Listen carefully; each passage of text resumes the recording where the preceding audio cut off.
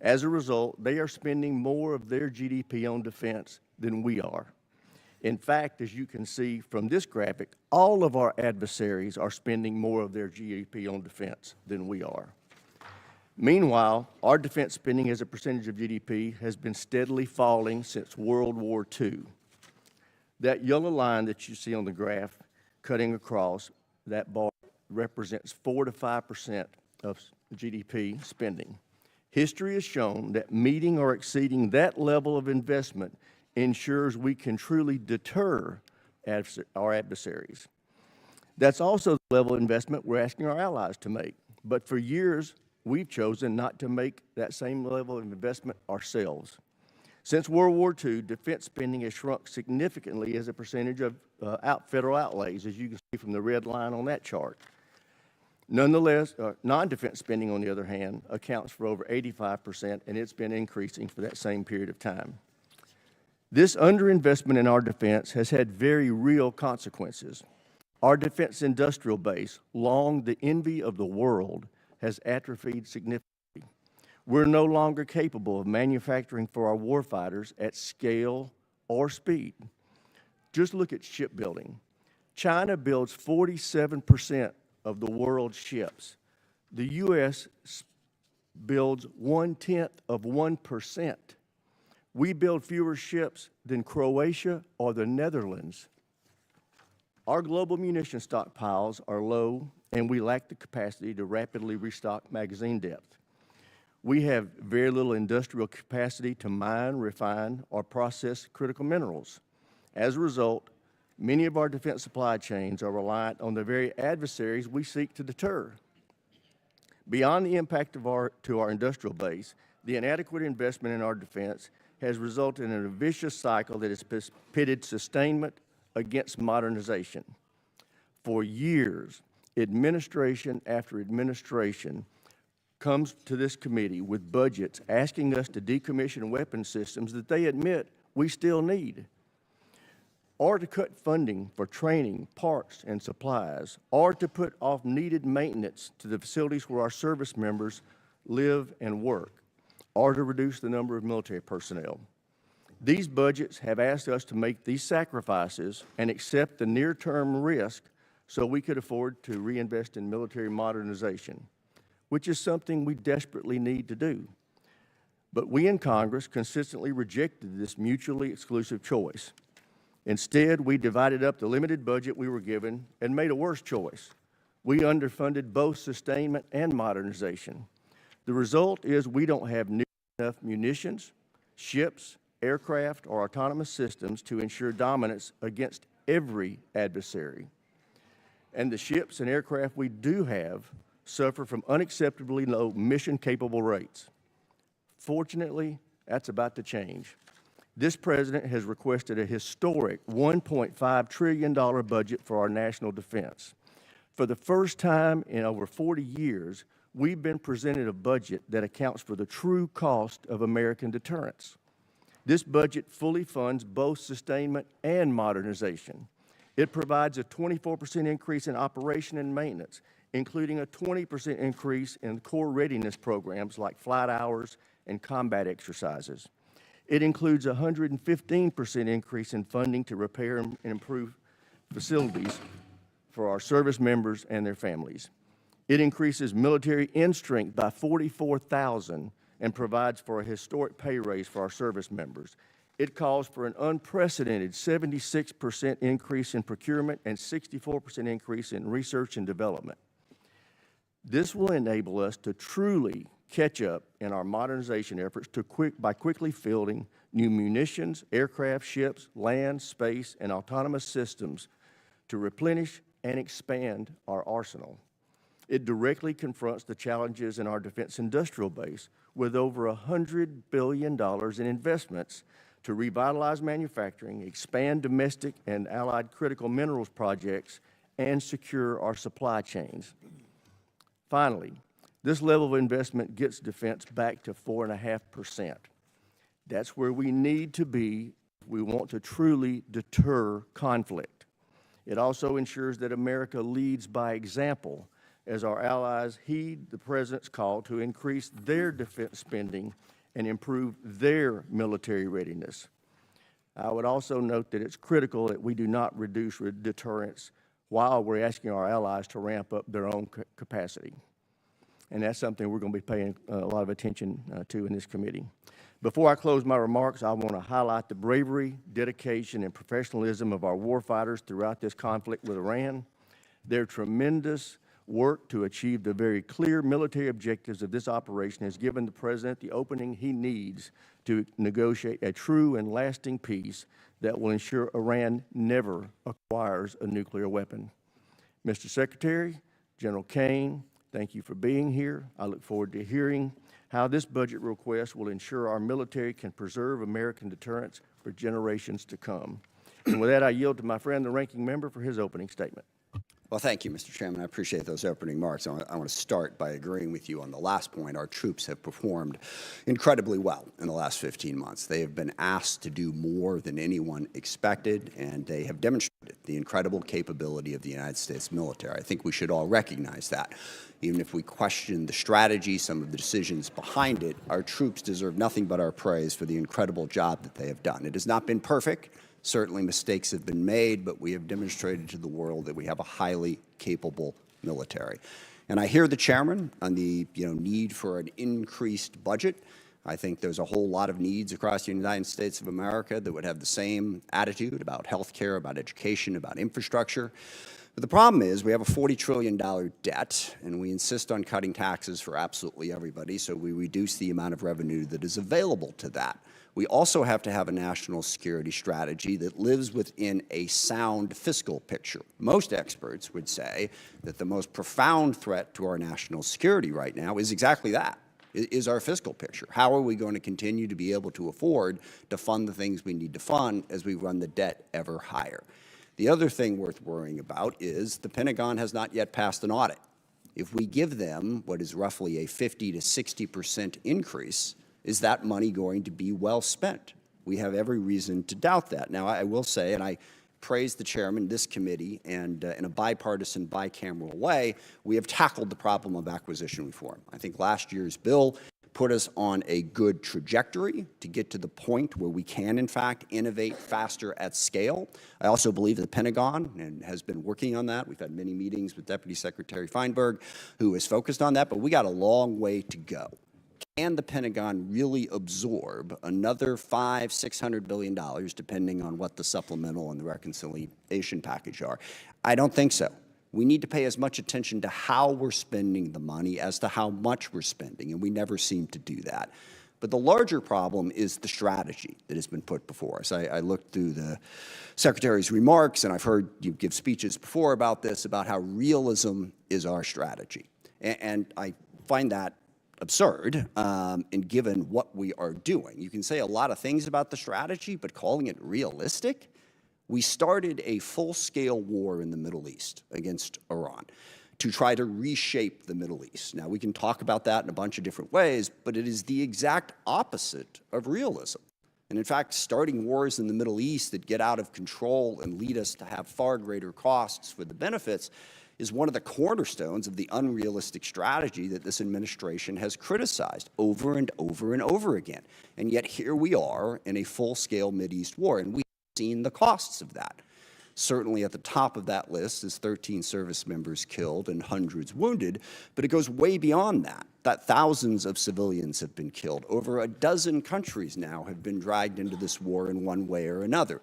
The Israel-Lebanon war has exploded since this war started. We now have a conflict between the Shia militias in Iraq and Kurdistan that is straining, to put it mildly, our relationship with Iraq and also causing greater chaos throughout the Middle East. We've seen the impact on the economy.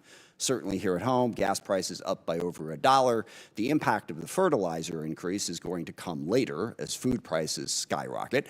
But what is happening to us is a small part of what's happening to the rest of the world. Certainly the Middle East's economy has been tossed up in the air, but dozens of countries are rationing gasoline as we speak and experiencing extreme economic pain because of this war. So there's nothing realistic about that. And one of the big questions that we need to get answered today is, where is this going? What is the plan to achieve our objectives? We've seen the cost, and the cost is very, very high. All we keep hearing on the objectives is we keep seeing all of the targets that we have struck. And again, that is an incredible accomplishment from a tactical standpoint. I think the proficiency of our military has been on display, but we're not in this for a tactical advantage. We're in this to fundamentally change Iran.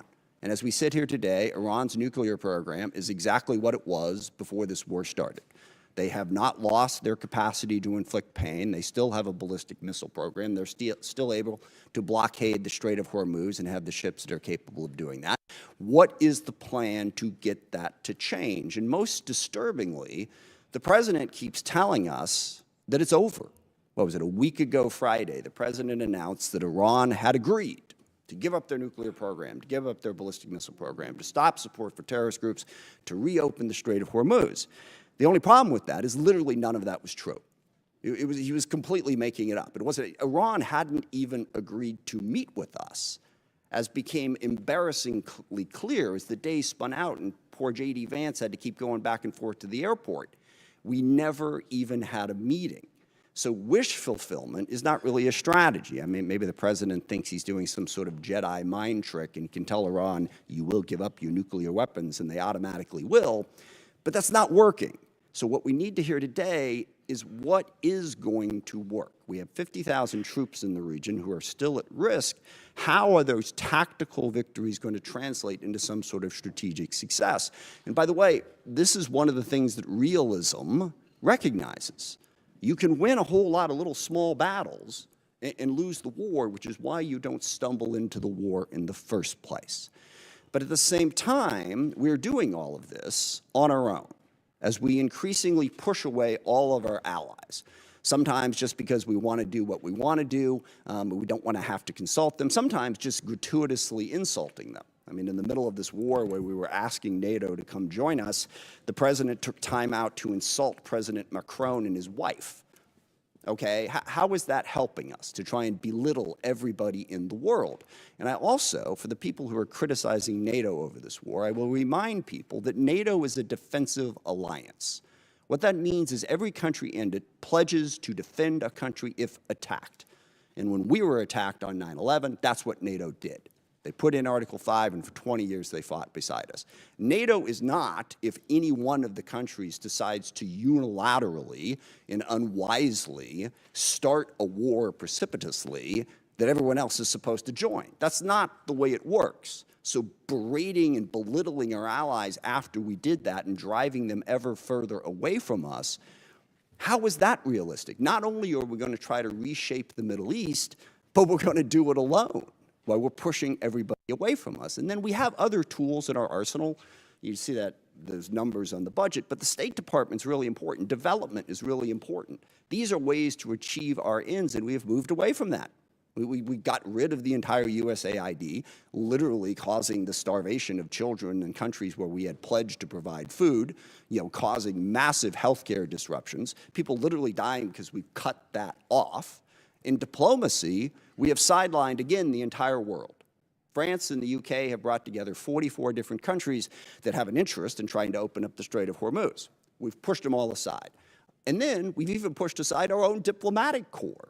We have a very, very talented State Department. I praise today the talent of our military, and I will stand by that. They deserve that praise. Our diplomatic corps deserves that praise too. But we shoved them all to the side in favor of two real estate guys who are going to go negotiate all the deals in the world, which to date, by the way, has yielded exactly nothing. So there's nothing realistic about starting a war in the Middle East, going it alone, and pushing aside all diplomacy and all development and all other tools in our arsenal. And on top of that, of course, we also want to dominate the entire Western Hemisphere, including apparently annexing Canada and invading Greenland. How is any of that realistic? And then the administration comes before us and asks for what is a hopelessly unrealistic budget in this environment. Back on that chart there, when we were showing how much money we were spending on defense, we had a balanced budget. We had a surplus many years. We don't have that anymore. So call this strategy whatever you want to call it, but please don't call it realism. It's not. And forgive me, it reminds me of one of my favorite lines from A Princess Bride. It's a tense morning. I want to lighten it up a little bit. And the guy keeps saying, inconceivable, when things happen. And finally, the guy says to him, you keep using that word. I don't think you know what it means. I don't think we know what the word realism means. So please, can we not have the realism conversation? Let's have the conversation about what the strategy actually is. And I'm sure you have a different definition of it than I do. But as I look at it, the strategy seems to be to use as much violence, as much threats, as much coercion as possible to bend the world to our will. I think that is a very dangerous strategy because one of the oldest cliches in the military is the enemy gets a vote. And we may think that we can stand up and talk tough and talk about how strong we are and how we're burying our enemies and they're begging for a deal. We can do that all day long, all right? But the enemy gets a vote. They don't have to do what we tell them to do. And meanwhile, that coercive, violent strategy undermines our credibility in the world because the chairman is absolutely right. And this is one area where I strongly disagree with the folks on the far left who say that we don't really face any threats, that the U.S. is a malign influence in the world and always has been. I don't agree with that. China, Russia, Iran, North Korea, Hezbollah, Hamas, the Houthis, variety of other transnational terrorist groups, including, yes, narco-terrorists and human traffickers over here, they all are trying to weaken us, all right? They don't want a rules-based order. They want to play by their own rules. They want to push us aside. We want to be the side that stands up for the rules. But if what we're saying to the rest of the world is stick with us because we're a better bully than China, we coerce countries more effectively, that undercuts the very message we're trying to spread to build the coalition we need to be successful. I also worry about the values that we're showing the world. When the president threatens to kill off an entire civilization, that is the message coming out of the United States of America. If we are going to be this big, powerful force that throws our weight around the world wants to know at a minimum that we're doing it for the right reasons and with a sense of values to protect people, not to destroy entire civilizations. And we all hear that and we all go, well, gosh, he probably doesn't mean it. Well, that is so reassuring, okay, that he's just making it up. We're supposed to be the United States of America. I grew up on stories of the U.S. at the end of World War II being the country that the Germans wanted to surrender to, not the Russians, because they knew they could trust our values. We don't seem to care about those values. No rules of engagement. Give them no quarter, all right? That is not who we are supposed to be. And just one final point on that. The girls' school that got hit in the first days of this war, there is absolutely no question at this point what happened. We made a mistake, and that happens in war. We identified this target based on earlier charts, and yet 2 months after it happened, we refused to say anything about it, giving the world the impression that we just don't care. We do not care about the casualties and the chaos that is caused by our war, and we should care, even if we want to prosecute that war. Now, I agree with the chairman. We need a strategy. We face the most complex threat environment that we've faced in a very, very long time. So we really want to hear from the administration. Don't give us this realism, chest-thumping stuff. What are we really going to do to meet those threats, to deal with the challenges we face? And I'll close just by saying, one of the other ironies of this, of course, is we have a great example in the world right now of what our strategy should be and where our values should be, and that's Ukraine. And I'm really curious, here we are, we roll out the red carpet for Vladimir Putin. We belittle and insult President Zelensky in the White House. He has no cards, right? Well, here we are, a year after that. Looks like he had a couple cards to play, because Ukraine is actually winning against Russia. Ukraine, a sovereign democracy standing up against a brutal, oppressive, coercive dictatorship. And we can't even bring ourselves on a consistent basis to say, we are with Ukraine and we are against what Putin is doing, and stand up and support them. So I want to see that strategy to meet the complex threat environment that we have. But simply saying we've already won and boasting and bragging and trying to belittle and insult the entire world, that's not going to get us to the posture that we need. So I hope we have a conversation about how we can build a strategy that makes sense and is actually realistic. With that, I yield back.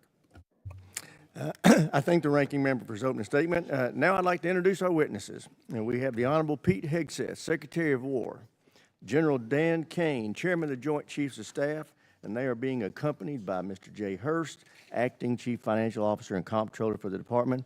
I also want to welcome the Secretary's wife, Jennifer. Welcome to our hearing. Glad to have you here with us today. And with that, Ms. Secretary, we'll start with you. You're recognized. Well, thank you, Mr. Chairman. Ranking Member Smith, distinguished members of the committee, we appreciate the opportunity to testify in full support of President Trump's historic $1.5 trillion fiscal year 2027 budget request for the Department of War.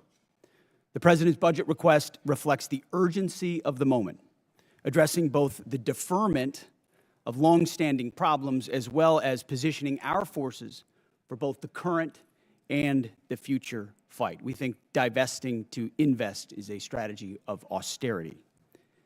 I'm honored to appear alongside General Dan Caine, Chairman of the Joint Chiefs of Staff, as well as Jay Hurst, our Comptroller, or Chief Financial Officer. I'd like to start by thanking this committee and Congress for your partnership in securing the investments needed for a stronger, prouder, and more secure America. I think what our troops have demonstrated to the world over the last 15 months are a reflection of that. A nation's ability to build, innovate, and support the critical needs of its warfighters at speed and at scale is the foundation upon which its survival rests. However, upon taking office on January 20th, 2025, President Trump inherited a defense industrial base that had been hollowed out by years of America last policies, resulting in a diminished ability to project strength. Under the previous administration, we were focused on offshoring and outsourcing, riddled with cost overruns and degraded capabilities. Under the leadership of President Trump, our builder-in-chief, we are reversing this systemic decay and putting our defense industrial base back on a wartime footing. If you ask anyone at our Pentagon, urgency informs everything we do. We're rebuilding a military that the American people can be proud of, one that instills nothing less than unrelenting fear in our adversaries and the utmost confidence in our allies. We fight to win in every scenario. The $1.5 trillion FY27 budget put forward by the President will build upon the historic $1 trillion FY26 top line and continue to reverse the 4 years of underinvestment and mismanagement of the Biden administration.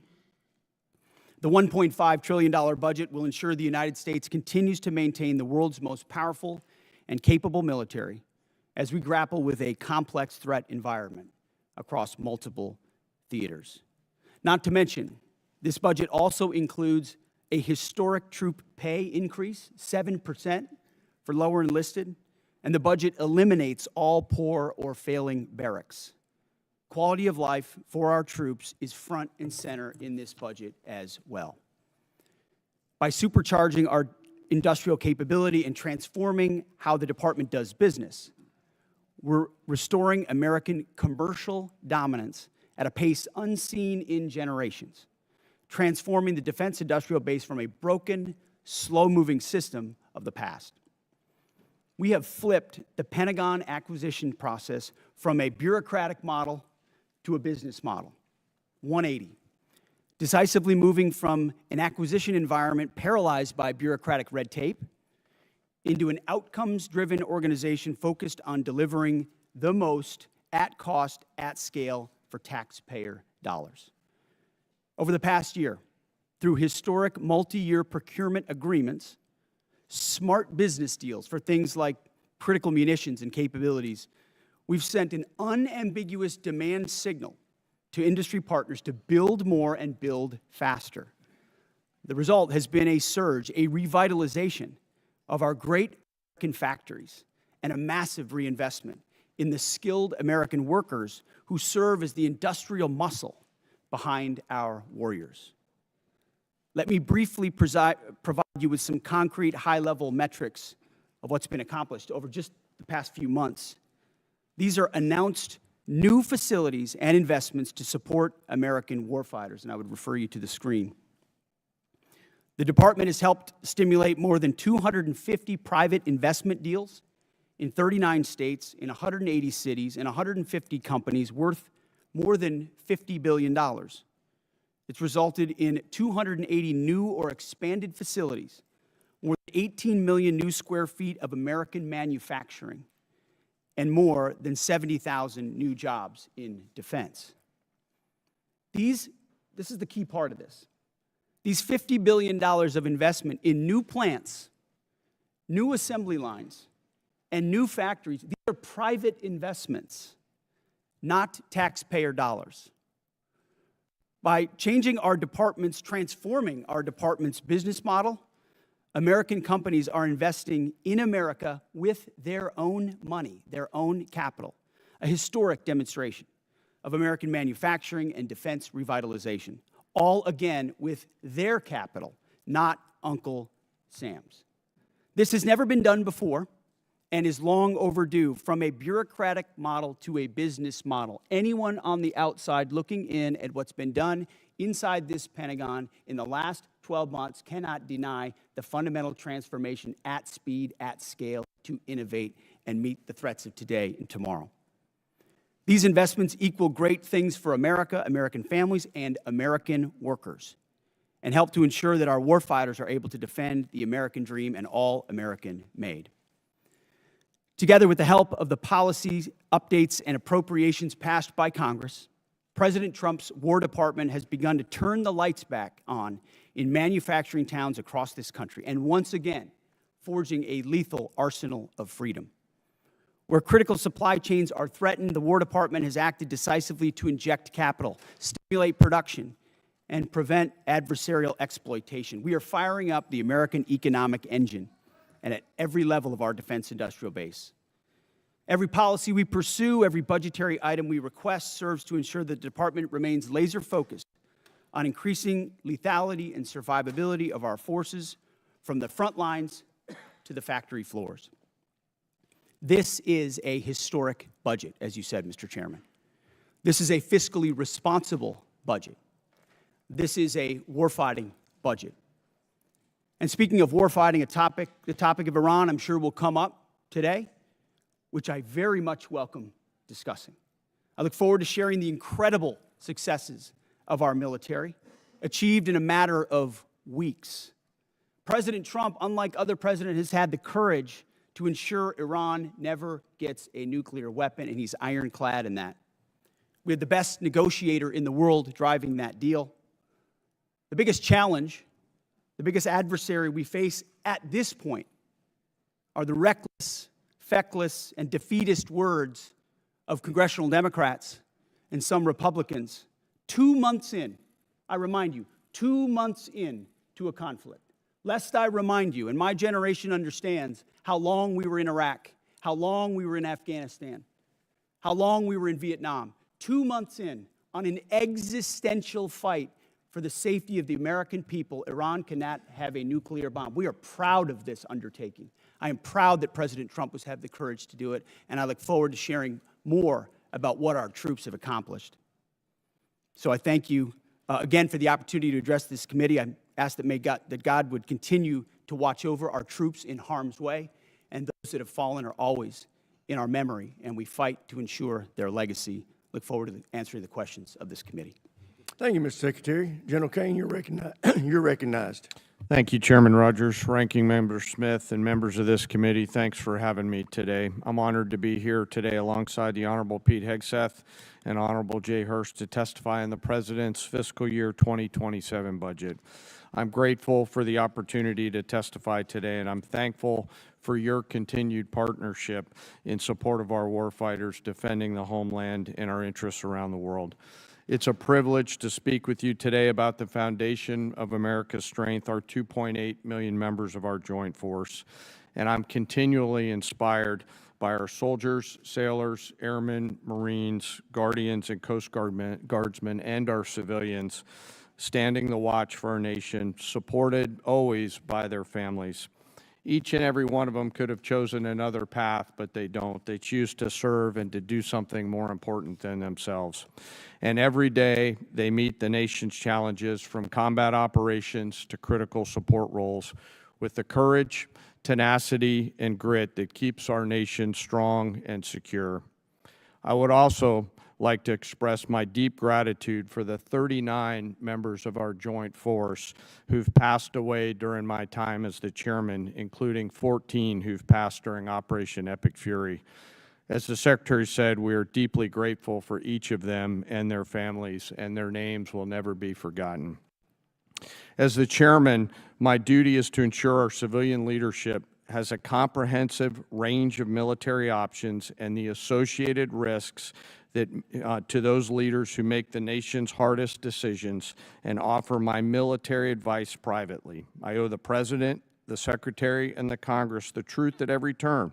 My blueprint for this role is General George C. Marshall. His commitment to civilian control of the military and nonpartisan military remains a constant standard and something I borrow from often. I strive daily to emulate his candor, delivering the facts to our leaders and telling them always what they need to hear, not always what they want to hear. And once a decision is made, executing it with absolute dedication, and that is the demand of our profession. I sit here today before you representing our incredible joint force, and I want to emphasize my commitment to this committee and the Congress that I will always follow General Marshall's steadfast example by providing clear and candid, nonpartisan military advice, and working together with our civilian leaders to ensure that our military does the things that we must do, being prepared to deter and defend our nation, and if called upon, win our wars around the world. America's joint force is operational at its core, purpose-built for the realities of a complex and ever-changing world. We are organized, trained, and equipped to execute the most demanding missions across the globe with unrivaled precision.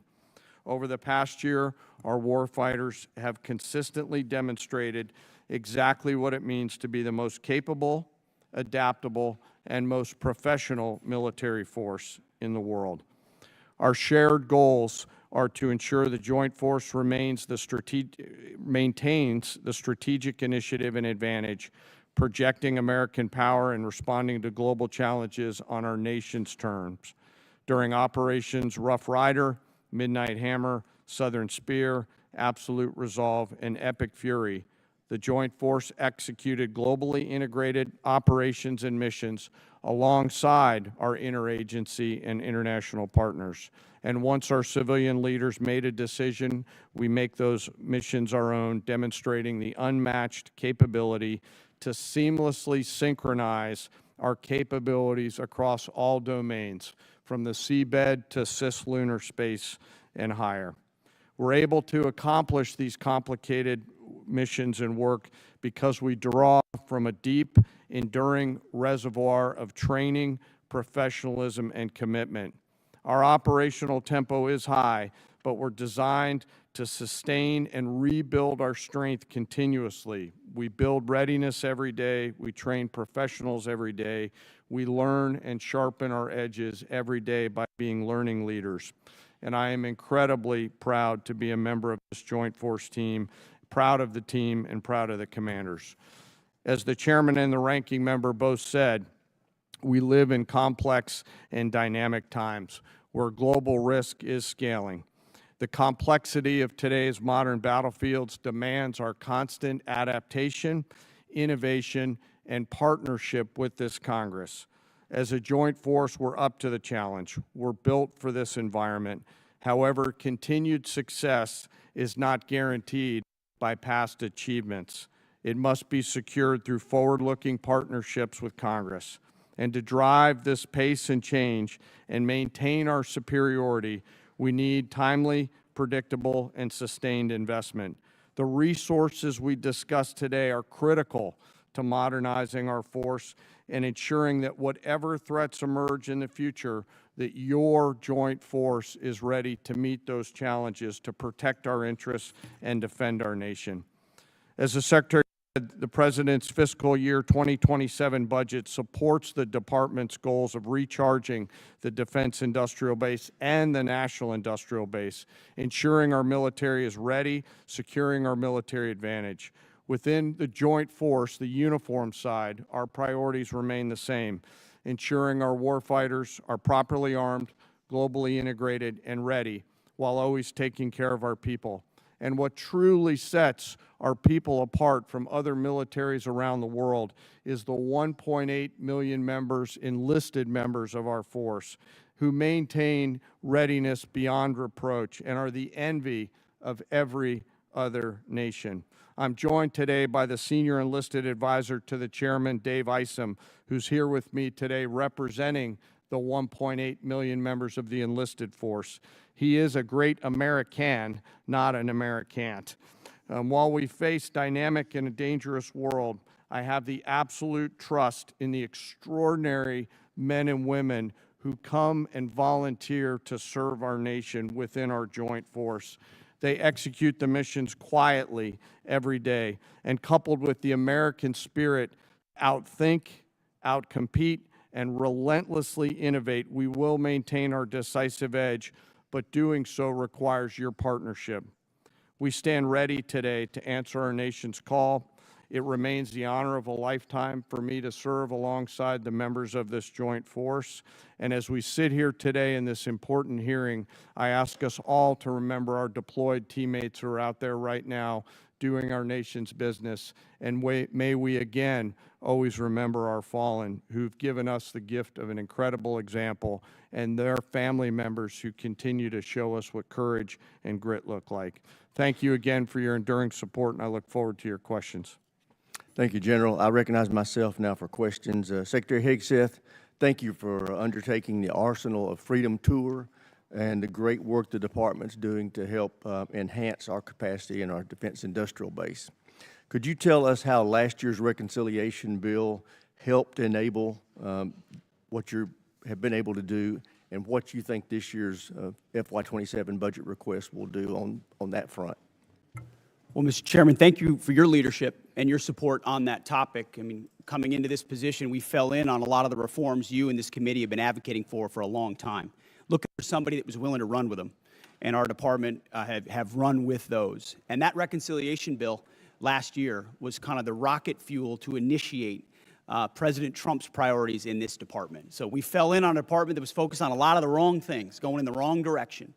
And with reconciliation, we were able to put $22 billion in shipbuilding, $22 billion into Golden Dome, $25 billion into munitions, established drone dominance, which we're continuing to do this day in this next budget funds. So getting in front of that budget cycle, which had been notoriously unpredictable, coming out of the continuing resolution of FY25, to fund this and then a historic bill in FY26, laid the groundwork for this historic budget to ensure that we're not coming at a cold start here. We came into this administration. Reconciliation was a beautiful tool. We were able to use that through that one big beautiful bill to fund the priorities of this department. We spent on $4 billion on barracks, started immediately getting after the quality of life of barracks. Because of the austerity of the Biden administration, we traded off of maintenance, traded off of quality of life to try to fund other things operationally. This budget stops that cycle and both invests in sustainment and modernization, which is something that's critically important. So without that reconciliation bill, I think, Mr. Chairman, we'd be in a very different place. So thank you for that. Great. Well, as you are aware, the expansion of the defense industrial base is the principal focus of this year's NDAA. So in addition to enacting this budget request that's been submitted, we want to work with you to enhance the department's statutory authorities to improve the capacity of our DIB. What additional changes in law, such as the additional multi-year block buy authority, would you recommend that we pursue in this year's NDAA? A few aspects of the acquisition transformation that's been undertaken by Undersecretary Duffy in acquisitions and sustainment. So there are some aspects of that we'd like to codify even more. But you mentioned it. Multi-year procurement is incredibly important and one of the most important parts of this bill. When this committee and this Congress funds those things, companies are already breaking ground on tens of billions of dollars of new plants. You name we've got 14 in our ammunition council that we're focusing on certain ammunitions are 14 that are critical. You know, PAC-3s, SM-3s, SM-6s, THAADs, Patriots, Tomahawks, AMRAAMs, JASSMs, you name prisms, you name them. We were building them at too slow and too low a level. Now the companies are going to pay for those factories and those production lines. And when Congress gives those 5 to 7 year demand signals, they'll then fund it, not just, hey, can we get 10 more per month, but can we 2x, 3x, 4x the production, pay for it now, and the companies invest accordingly. So it's been a critical aspect of some of what we've done so far, but we need more of those 5 to 7 year investments. Great. General Caine, what does the $1.5 trillion budget mean for the warfighter and our ability to project forces and secure our interests around the globe?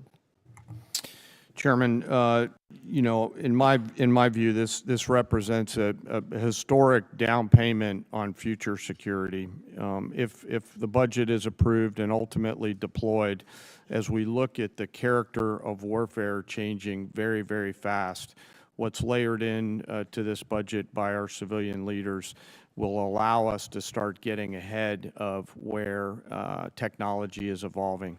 And as I mentioned, the character of warfighting is changing pretty quickly.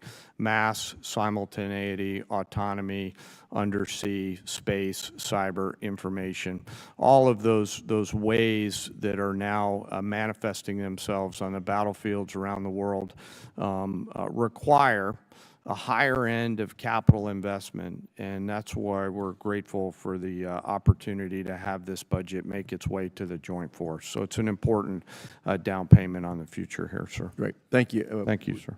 With that, I yield to the ranking member for any questions he may have. Thank you. Mr. Hurst, drag you into the conversation here. We have not yet received from the Pentagon the costs of the war. So just for the record, we'd like to get that as soon as possible. Certainly the munitions expended, but also underreported is we've had a fair amount of equipment destroyed, including 2 C-130s with the rescue of our downed airmen. So do you have either A, a cost estimate coming to us anytime soon, or B, a specific supplemental request? Thank you for that question. So approximately at this day, we're spending about $25 billion on Operation Epic Fury. Most of that is munitions. There's part of that it's obviously O&M and equipment replacement. We will formulate a supplemental through the White House that will come to Congress once we have a full assessment of the cost of the conflict. Sure. So you're saying the full cost at this point is $25 billion? Yeah, that's our estimate for the cost. Okay.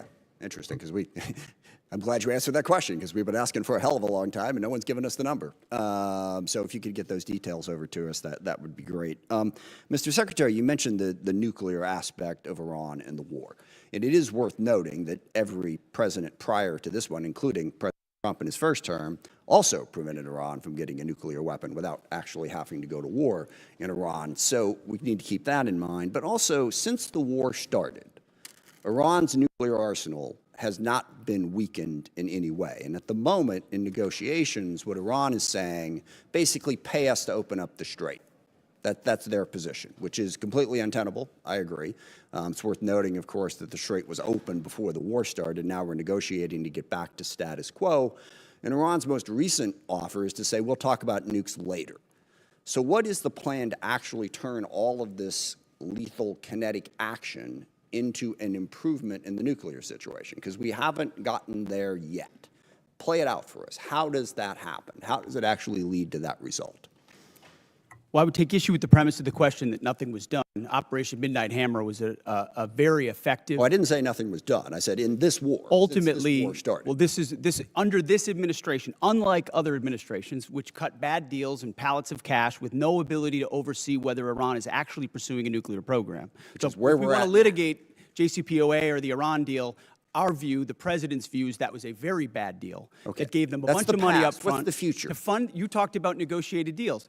Allowed them to fund their proxies and spread Hamas and Hezbollah all around the region, build up nuclear capabilities. Great. What are we going to do now? President Trump has been clear-eyed, from the killing of Qasem Soleimani to the pulling out of the Iran deal to Midnight Hammer and now to this effort to recognize that you have to stare down this kind of enemy who's hell-bent on getting a nuclear weapon and get them to a point where they're at the table giving it up in a way that ensures they never have it. So they haven't broken yet. Okay, we haven't gotten there yet. For all of the Well, their lethal nuclear kinetic- facilities have been obliterated. Underground, they're buried, and Whoa, we're whoa, whoa, watching whoa, them whoa, whoa, whoa, whoa, 24/7. whoa, whoa, whoa. So we know where Whoa, whoa, any whoa, whoa, whoa. nuclear material Reclaiming might my be. time for We're just a watching quick it. second here. We had to start this war, you just said, 60 days ago, because the nuclear weapon was an imminent threat. Now you're saying that it was completely They obliterated? had not given up their nuclear ambitions, and they had a conventional shield of thousands So of missiles. Operation They're Midnight at the Hammer weakest accomplished moment. nothing of substance. It No, you're left us missing- at you're exactly missing the the same point. place we were before. So Their, much so their that we had to facilities start were a bombed war. and obliterated. Their ambitions continued, and they're building a conventional shield. All right, of let me missiles. try again. It's the North pa- Korea strategy. You know this very well. The North I Korea know. strategy was use conventional missiles to prevent anybody from challenging them, so they could slow walk their way to a weapon. President Trump saw Iran at its weakest moment, took an action to ensure, in a way that only the United States of America could do with our Israeli partners, And yet to they ensure their still haven't given up conventional their nuclear. shield was All right. brought One to other heel, which question, we've done. if I could get to it. So on Ukraine, a year plus ago, your advice, the president's advice, was Ukraine had no cards to play. They should go cut the best possible deal they could. Clearly, that was wrong. What did you miss? What did you miss about the conflict between Russia and Ukraine that you didn't see that Ukraine was going to be capable of doing what they've done in the last 14 months? What we didn't miss, and we're here in this committee, is that Joe Biden, with no accountability, gave hundreds of billions of dollars of our weapons to Ukraine, to an outcome that never you're would not have gonna happened an- if you're not President gonna Trump answer was the president. question. So he pulled out our. You guys don't talk about that. Ultimately, President Trump believes there should be Okay. a peace deal between Russia and Ukraine that serves But you the best didn't interests expect of both Ukraine to parties. be where they're at right now. I'm asking you, just from a strategic Listen, standpoint, what I did think the you miss? Ukrainians have shown great courage, and I appreciate that Europe is now paying for any weapons that we provide. All right, I yield back. Thank you. All right, now I want to remind everybody, everybody wants to get their questions, so we are going to be sticking strictly to the 5-minute rule today. So with that, I recognize the gentleman from South Carolina, Mr. Wilson. Thank you, Chairman Mike Rogers, for your leadership working with President Donald Trump. As the grateful father of 4 sons who have served overseas in Iraq, Egypt, and Afghanistan, I especially appreciate War Secretary Hegseth and Chief of Staff Caine for your competence, service, and success. Military families have never been more appreciated than today, and our enemies of dictators now understand peace through strength. Dictators historically are on the run. With your leadership, President Trump has given Syria a chance with President al-Shara replacing dictator Assad from Damascus, who now lives in Moscow.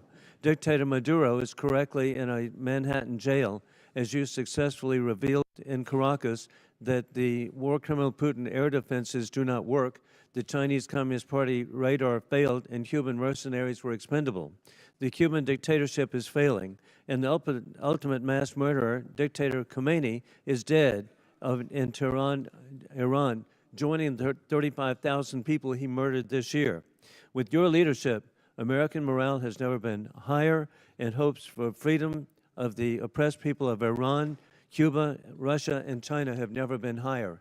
And it's just an exciting time to be here with you. And Mr. Secretary, we continue to see the growing nuclear threat of our adversaries as they expand their capabilities with the largest military buildup in peacetime in world history by the Chinese Communist Party. How critical is it that we continue, as at the Savannah River site in South Carolina, to develop the plutonium pit processing so that we have modernization?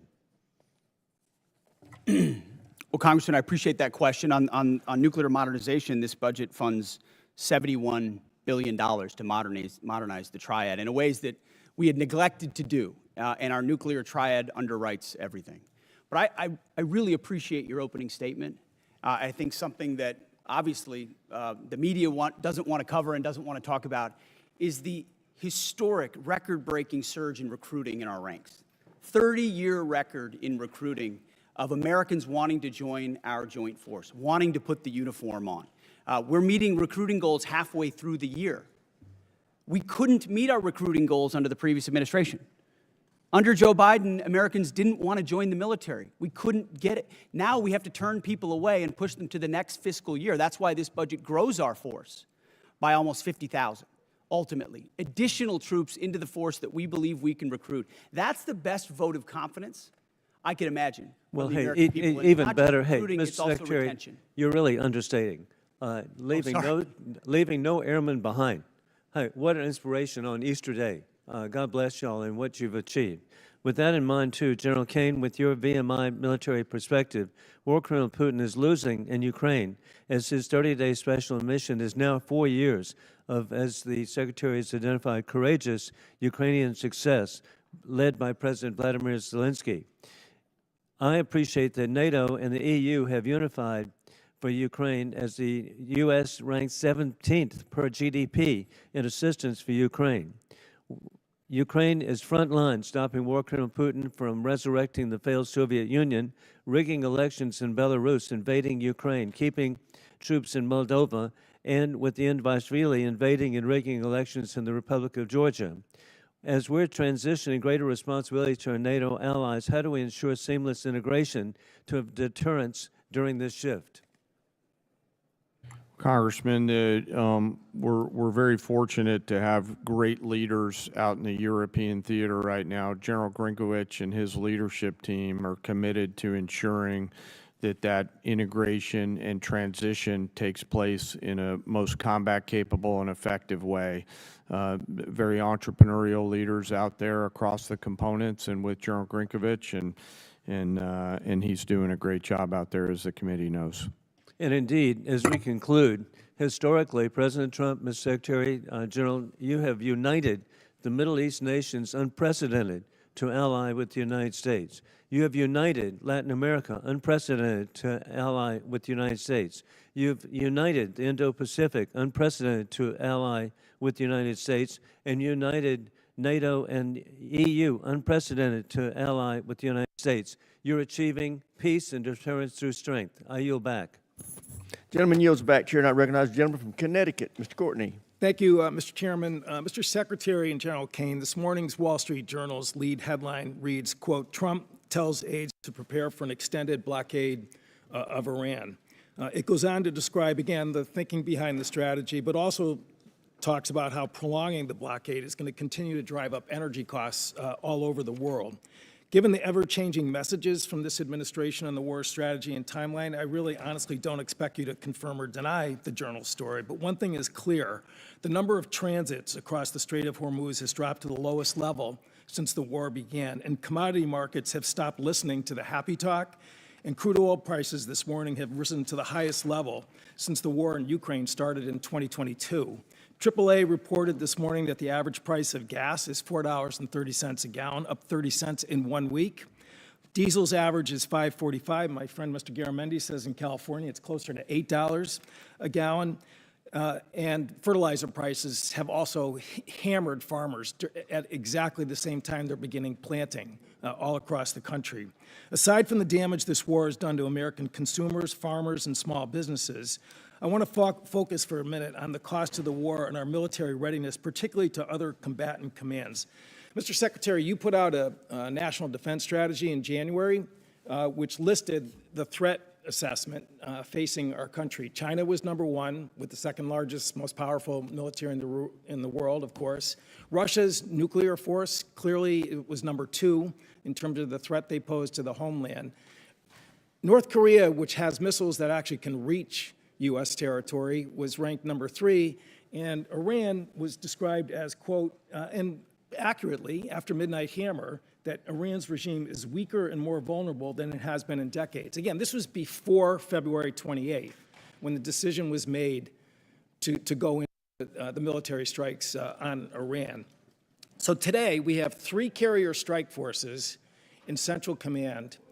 The Indo-PACOM, which is where Russia and China are operating their navies, 52% of the globe. We have 1 carrier strike group in Japan, George Washington.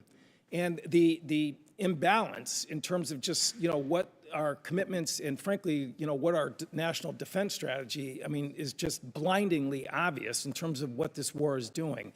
The Gerald Ford is on day 312 of its deployment. They've gone through fires, plumbing problems, and again, an extended deployment, which, in my opinion, is hitting readiness as hard as anything I've seen in the time that I've been on this committee. So, General Caine, I mean, in terms of, again, the carrier strike groups that are over there, I mean, assuming that we get to some end game here, Ford is not going over to the Indo-Pacific to buttress the gap that exists there today.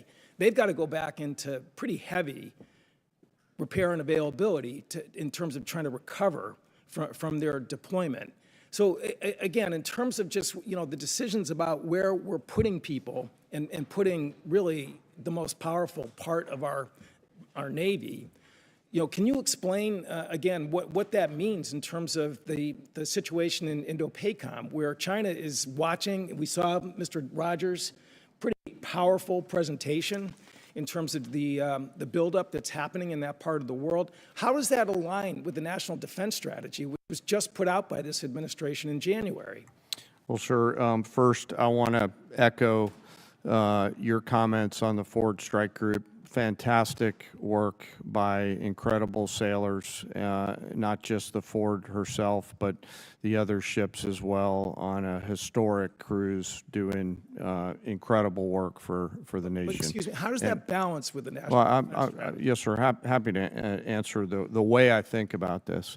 The National Security Strategy and National Defense Strategy are frameworks, but a president will employ national force and power based on the political and security situations that a president deems appropriate to use that military force. There's always trade-offs in all of these things. I'm confident that the president always carefully considers these readiness trade-offs, and I'm sure he has done so in this case based on the military options that we've presented with the associated risks and advice. To make a trade going after a regime that's weaker and more vulnerable than it has been in decades, which is quote unquote from the Defense Strategy's report, does not, in my opinion, in common sense. Gentleman's time's expired. As you can tell from looking at the dais, votes have been called, so we are now going to stand in recess to the end of this vote. I expect it to take 20 to 25 minutes, but we are now in recess.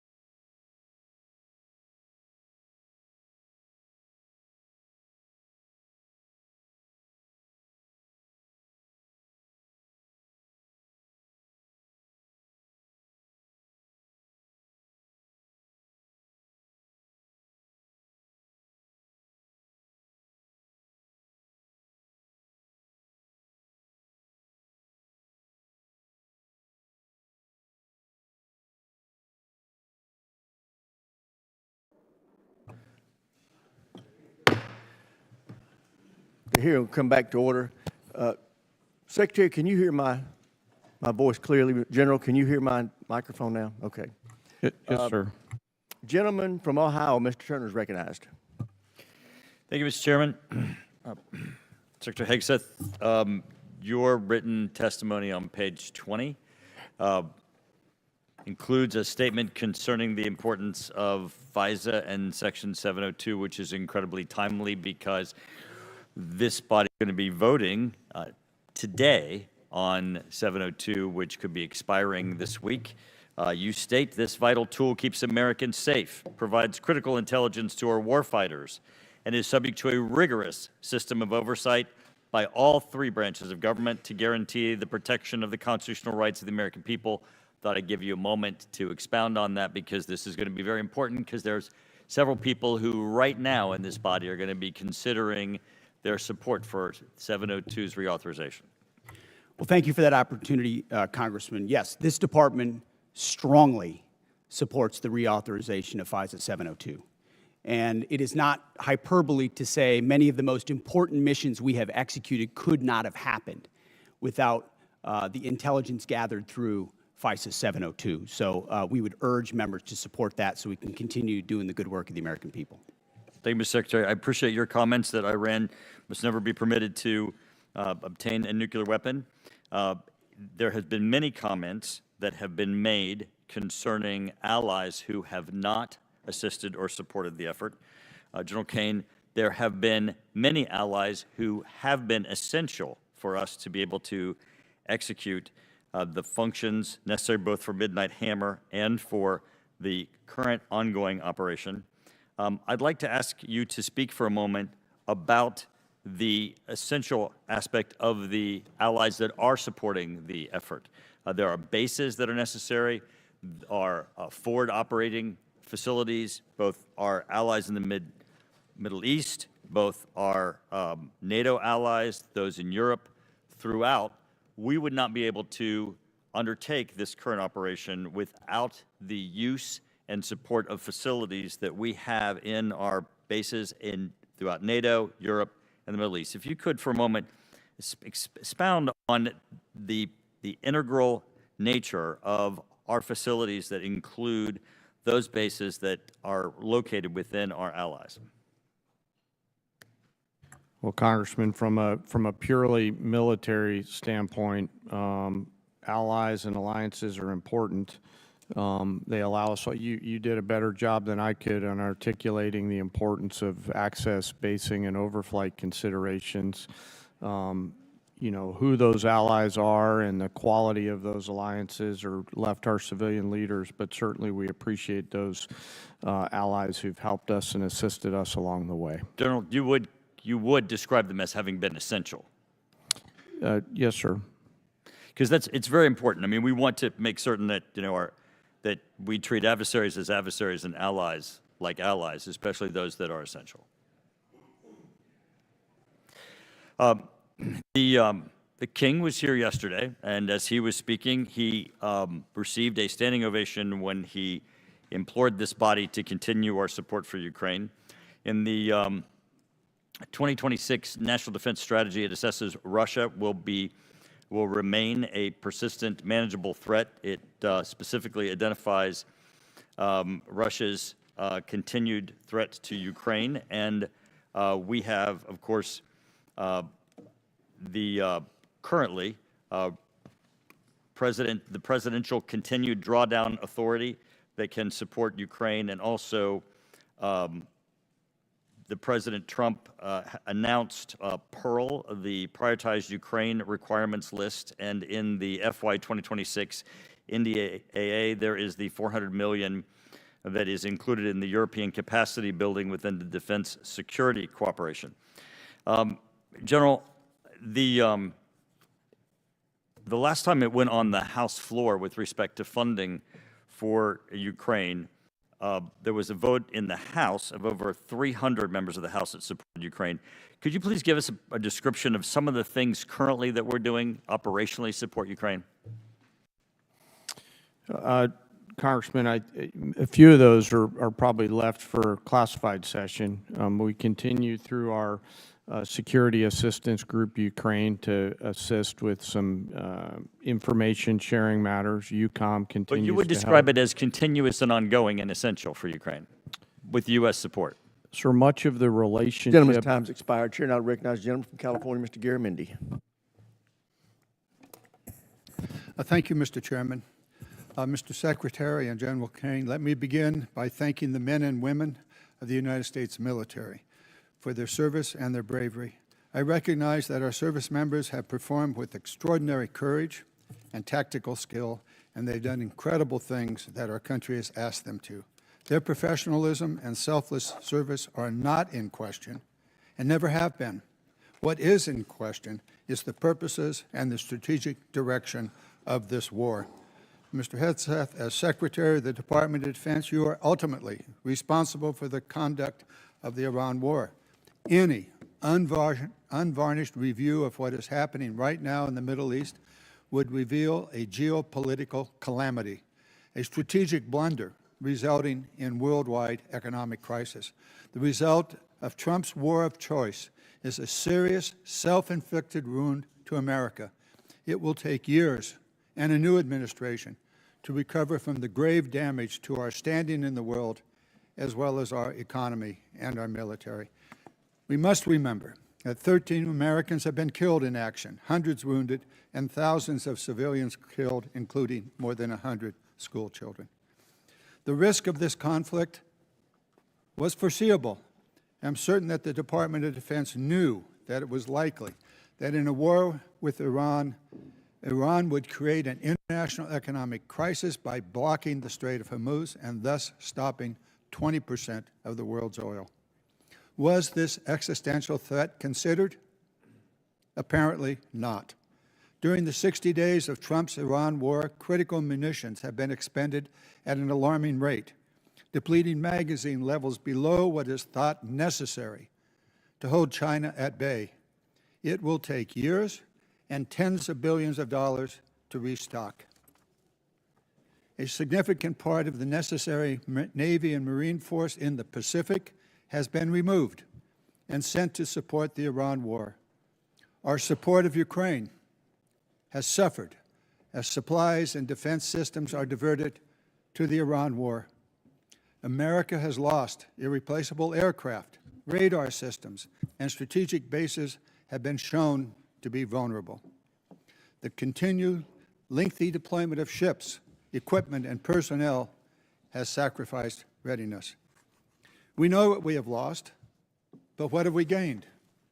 Let's consider that the regime in Tehran is still intact, with new and more radical leadership, as are Iran's ballistic missile and drone forces, as is Iran's ability to rebuild their military industries.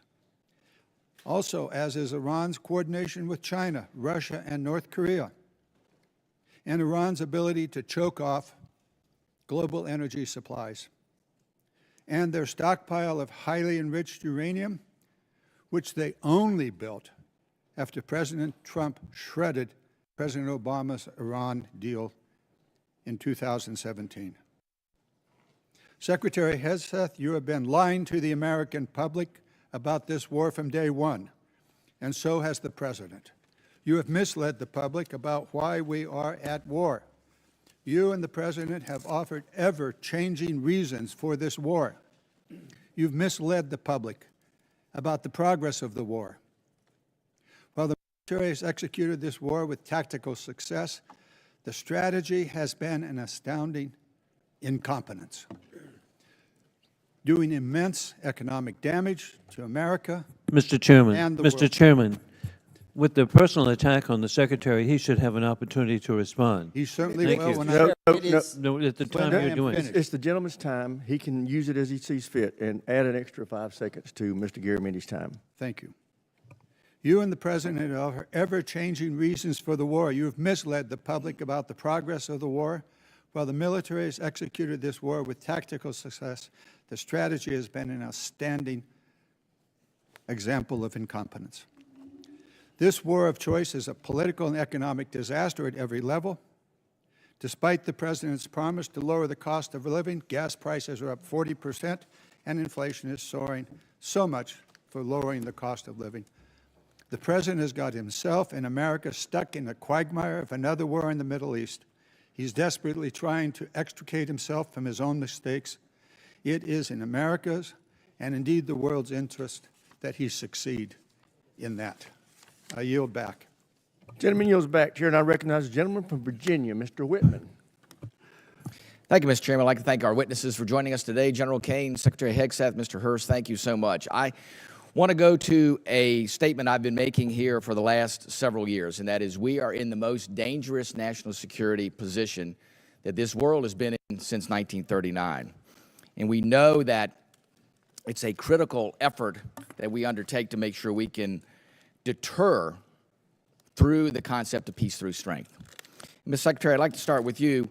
We know that peace through strength has a number of tenets. I think the most important of those is presence.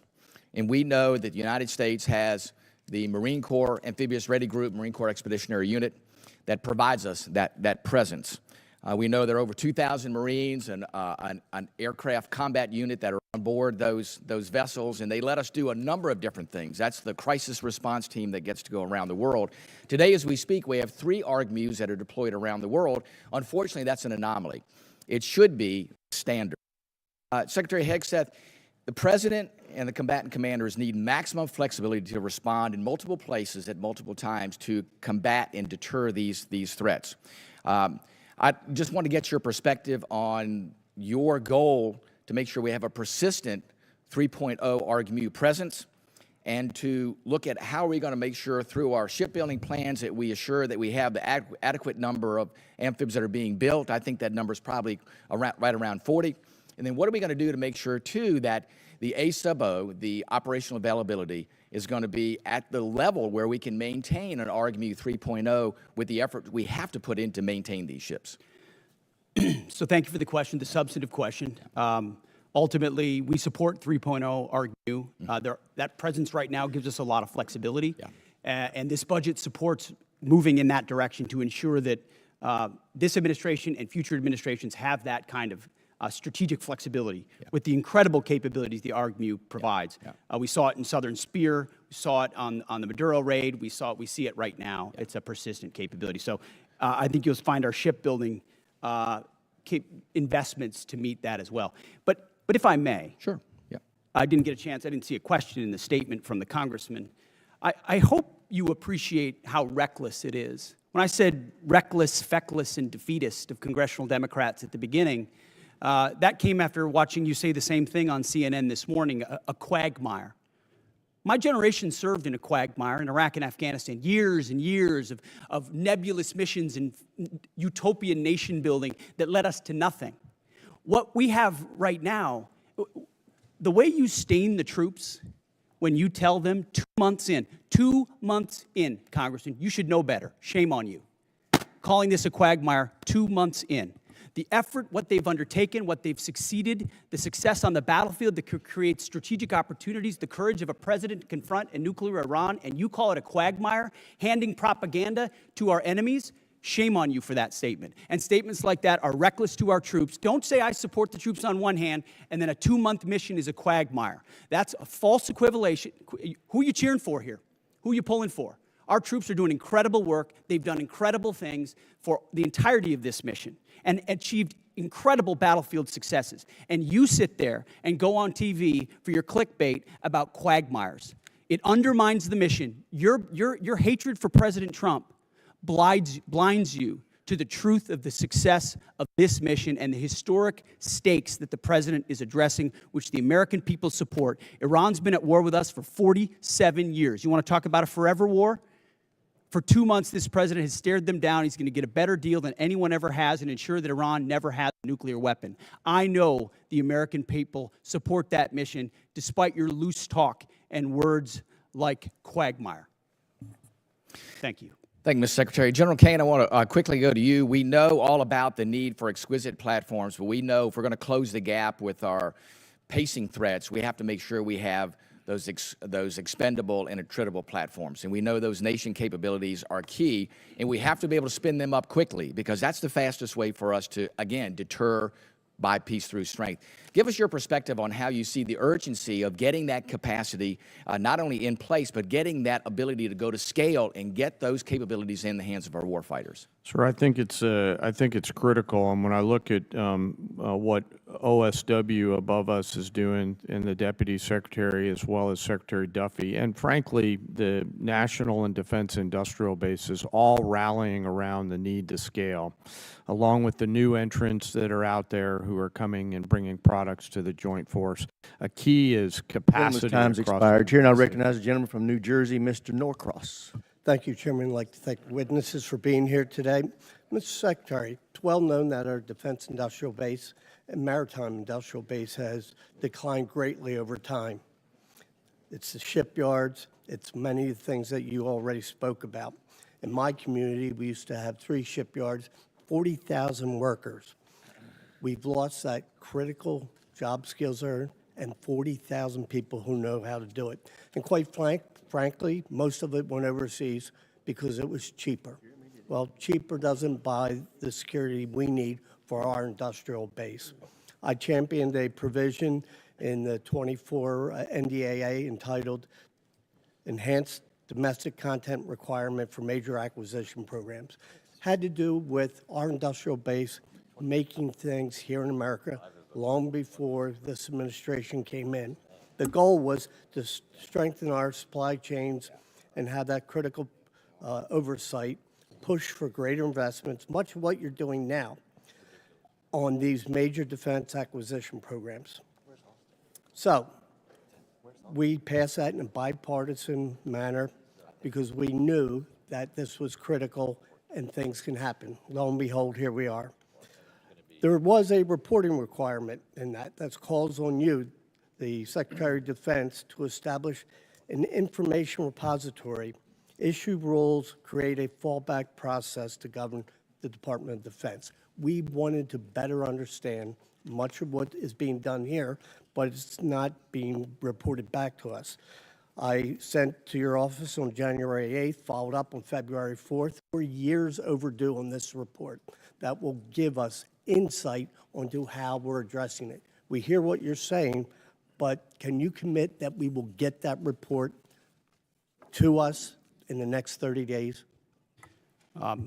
Unless Jay has additional details, I'll make sure we look into it. Whatever we can get to you as rapidly as possibly, we will. We'll also check with the new Navy leadership and make sure they're complying as rapidly as possible with every aspect that could apply to shipbuilding. That's been our focus on the Navy side. It's not just shipbuilding, major acquisition programs across the board. This is incredibly important, and they are ignoring this, and 30 days is being generous, certainly.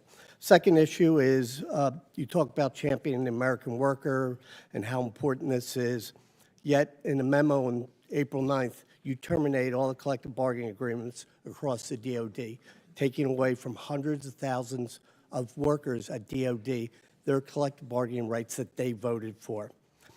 There was nothing to indicate there were any issues with any of the bargaining agreements, yet you decided to take away from them. Over the last few years, we have increased the wages for those warfighters, incredibly important. This year, up to 7%. Yet on the other side of this, you talk about supercharging the defense industrial base. We are in this.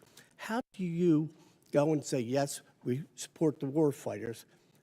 They can't do their job unless we are building things that they can use. Yet, no evidence to prove that these collective bargaining agreements were a problem anywhere across the Department of Defense under Democrat and Republican administrations. How do you kind of square that circle that you care about this, yet you take away their voice in the job? Well, certainly, sir, the great workers that whether they're contractors or DOD civilians that do the important work for us, the great ones are going to stay. And we've invested more in merit bonuses for civilians than any administration previous. So if you're doing great work, you're going to stay and you're going to have even more opportunities. But with our ear to the ground in those shipyards and other factory floors, there were issues with collective bargaining, which led to restrictions to the workforce and our ability to move faster. If I may, just and in point that out, case, those are we made the outside decision to provide contractors. additional flexibility. You didn't so that we take it can move away faster. from the shipyard workers you took away from Department of Defense employers where there hasn't been any issues. Let's be clear. Those are independent contractors, and they have their collective bargaining agreements, the ones that work for you. The ones that work for us should be at will like anybody else based on their performance, and if they're performing well, which I'm sure they are, as you've represented, they will have a job at the Department. So where is the issue that you took away their collective bargaining rights? Why did you do it if it wasn't a problem? Well, I stated up front, it has been a problem. There are plenty of cases, whether it's contract or inside our own department, where collective bargaining had led to arrangements and agreements that minimize the efficiency and effectiveness of employees at the point of their impact. That's what we were focusing on, and that's why we made the change, which we very much stand behind. Well, I yield back. Gentleman yields back, Chair, and I recognize the gentlelady from New York, Ms. Stefanik. Thank you, Mr. Chairman. Secretary Hegseth, I appreciate the department and the administration's focus on expansion and innovation in the defense industrial base. That's particularly important for emerging technologies. For years on this committee, my office has led the effort to ban the procurement of Chinese communist drones, which pose a significant national security threat. And last year, after years of work, this committee finally passed my Countering CCP Drones Act, or Section 1709 of the NDAA, which was fully implemented in December. How does the FY27 budget scale domestic production and deployment of drone systems to ensure the U.S. has the decisive advantage against our U.S. enemies? Well, thank you for the question. First of all, thank you for your work on that. Critically important. When you look under the hood of the ways in which China is trying to use critical elements of our defense industrial base and supply chain against us, or capabilities in the future that could hamstring us with options for a future president, it's staggering. So drones is one that not only have we recognized, but thanks to your leadership and the leadership of others, we are supercharging in this budget. Conservatively, $54 billion in drone and drone dominance and counter UAS. Jay just slid me a piece of paper. If you add it all up, it could be closer to $74 billion. We started a defense autonomous warfare group, to focus on this, but we're going to do even more. We will shortly announce a sub-unified command of autonomous warfare. Drones are so central to the future of warfare and where we get them from that we have to be able to both make the exquisite ones better than anybody else and also the attritable swarm, and then the ability to defeat them ahead of our adversary, learning from battlefields like Ukraine and Epic Fury. So thank you for your leadership. It is front and center in this budget. I very much appreciate all that the department is doing under your leadership. One of the concerns I have is recent reporting indicates that while DJI, which is a communist Chinese drone company, is prohibited from receiving new FCC authorizations, there are still DJI products such as the DJI Avata 360 widely available in the U.S. through major retailers. These received FCC authorizations before my provision in the NDAA was fully implemented. So my question to you is, we need to close this loophole to protect our national security. Will you commit to working with this committee in my office to ensure that these products that pose a significant risk to our national security are no longer permitted, given the evident threat CCP drones pose to U.S. national security?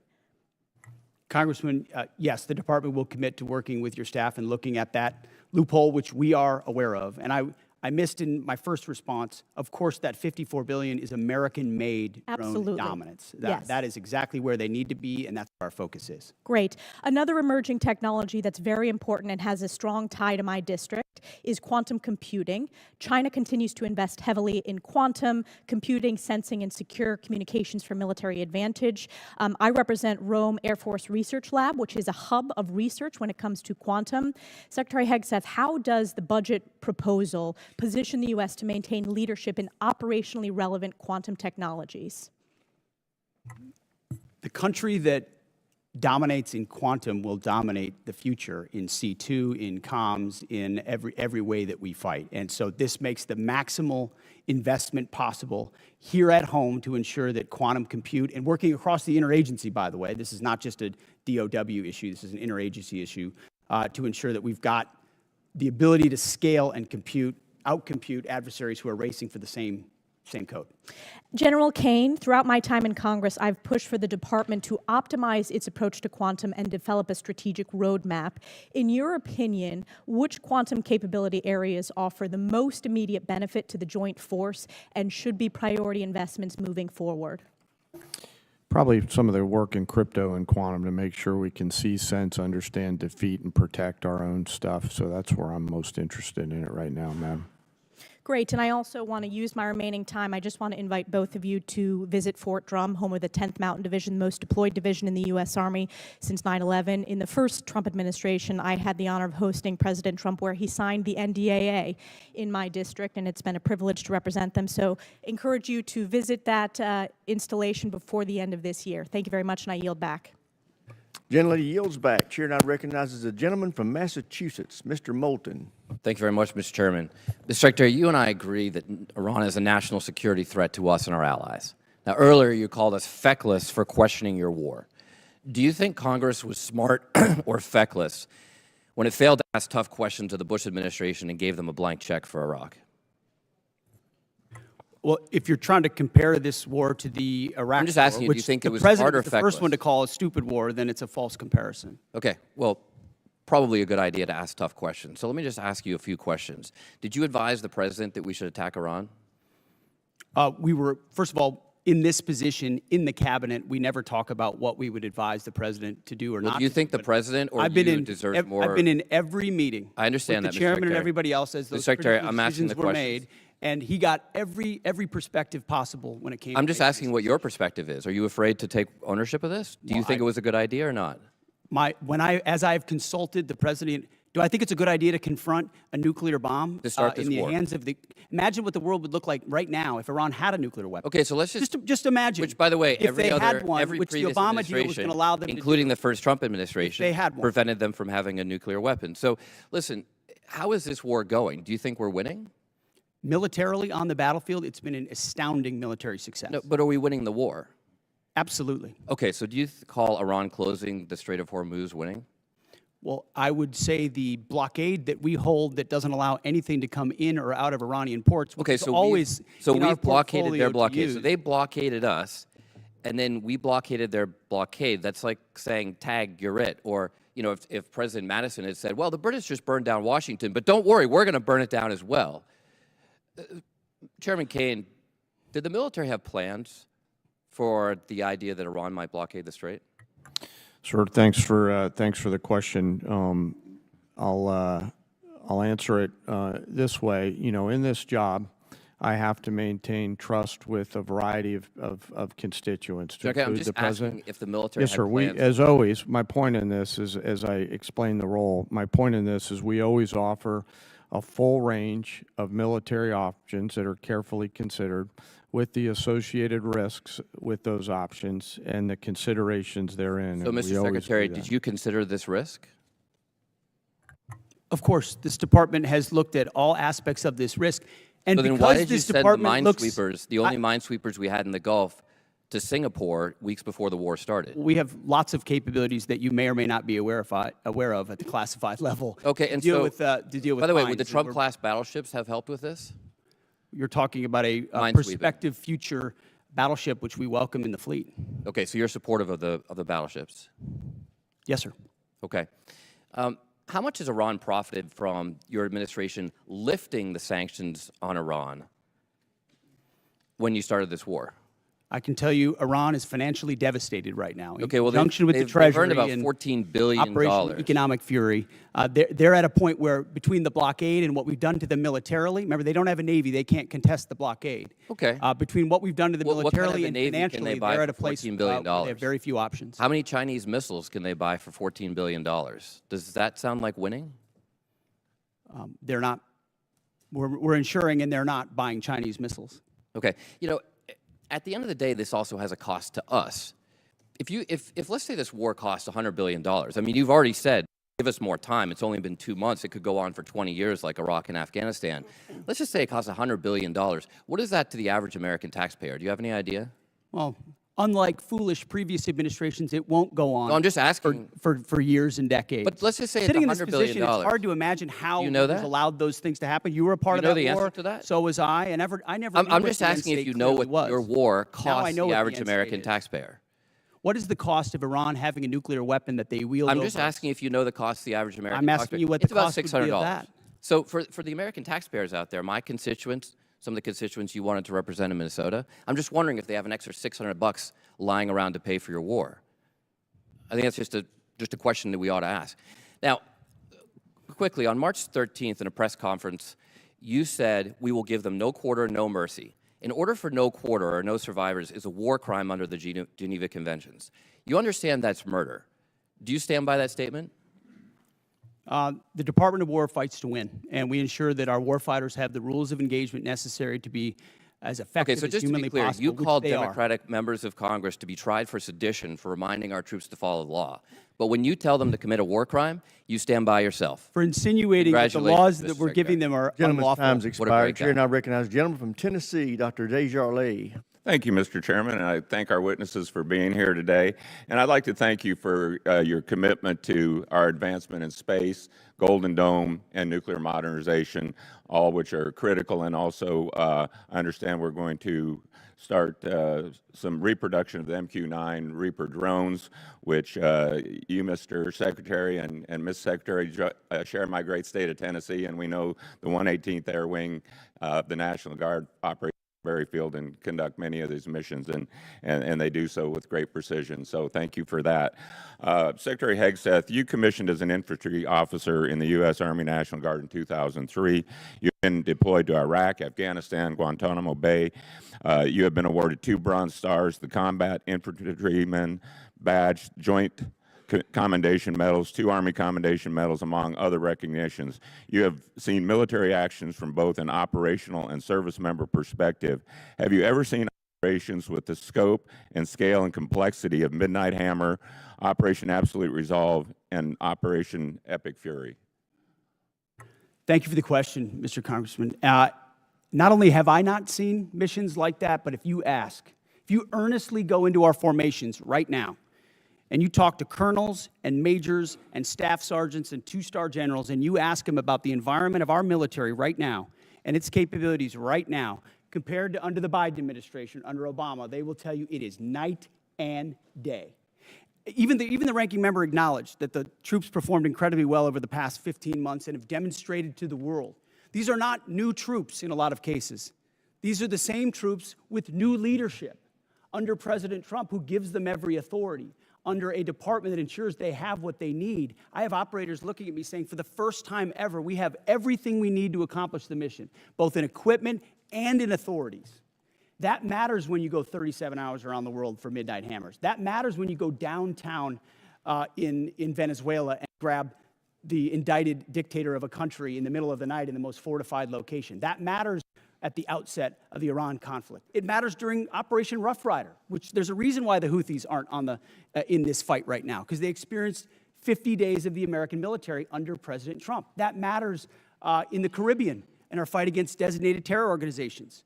This military is unleashed, and morale is at a level that this country has not seen for decades and decades because of the leadership of President Trump and because this War Department allows them to get back to basics. No more distractions, no more debris. It's simple accountability, training, standards, lethality, and they respond to it.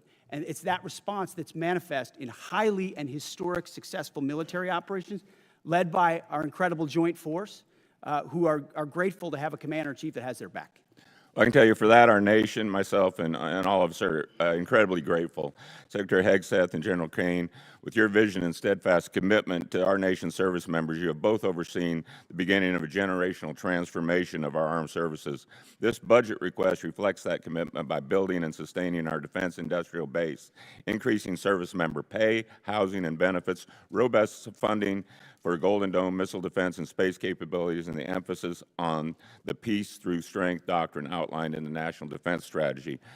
Based on the Defense Department's recent track record of successful missions, can you share some examples of military action that illustrate exactly how your leadership and vision for the Department of War is translating the peace through strength doctrine into an operational reality, and what psychological impact that may have on our near-peer adversaries, such as China and Russia? And I'd like to get both yours and General Caine's perspective. If you can take 30 seconds each. I'll keep it brief.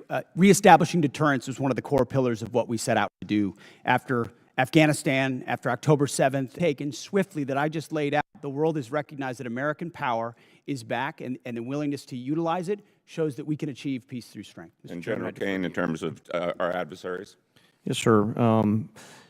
You know, when we look at the totality of actions that we've done over the last year, one thing leaps out at me that I think is clearly and unambiguously seen by our adversaries or those that may consider it, and that's our ability to integrate and synchronize a whole range of capabilities that we have in the joint force, information, cyber, you know, deception, jamming, air power, sea power, land power, et cetera. And I think that ability, and I'm so proud of our joint force, those young Gentleman's time's expired. Chair, and I recognize the gentleman from California, Mr. Carbajal. Thank you, Mr. Chair, and thank you, General Caine, Mr. Hegseth, and Hers for being here today. I associate myself with the comments of Ranking Member Smith and Mr. Garamendi, so that I won't repeat a lot of what has been said. Mr. Hegseth, I recently realized that we have something in common. I'm also a fan of Pulp Fiction. And no, the movie is not an accurate portrayal of the Bible. You know what I'm talking about. This president and his administration have claimed to be the most transparent of all time. With that in mind, I'd love to get some straightforward answers today. Some estimates show that the Trump administration's war of choice in Iran is costing taxpayers around $1 billion every day. In addition to spending taxpayer money on a war they don't want, it is also driving up costs. The cost of gas, while the cost of living is skyrocketing under this administration's policies. To me, and I assume to the American people, it is unclear why we started this war, how it will end, and what anyone gained from it.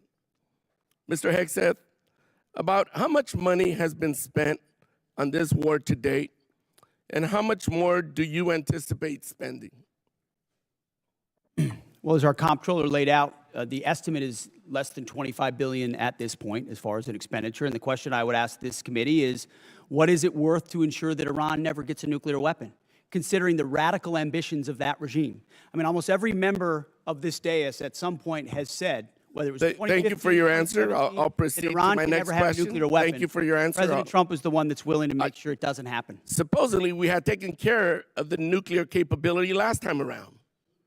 And now this war, we're at it again, because obviously we said we did, but we did it. In a way that we know, the United States military can do. I want to reclaim my time. We know that the cost of oil and gas has gone up as a direct result of this war, and the American people are feeling that pain at the pump.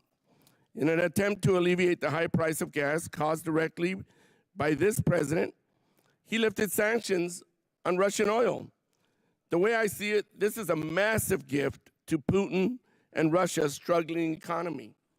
Mr. Hegseth, is there any concern that easing sanctions against Russia will allow Putin to continue funding Russia's illegal war against Ukraine?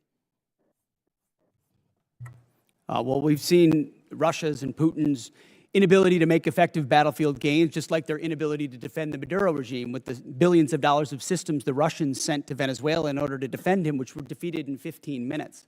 So Russia's military capabilities are no match for ours. And you don't believe easing the sanctions is helping Russia?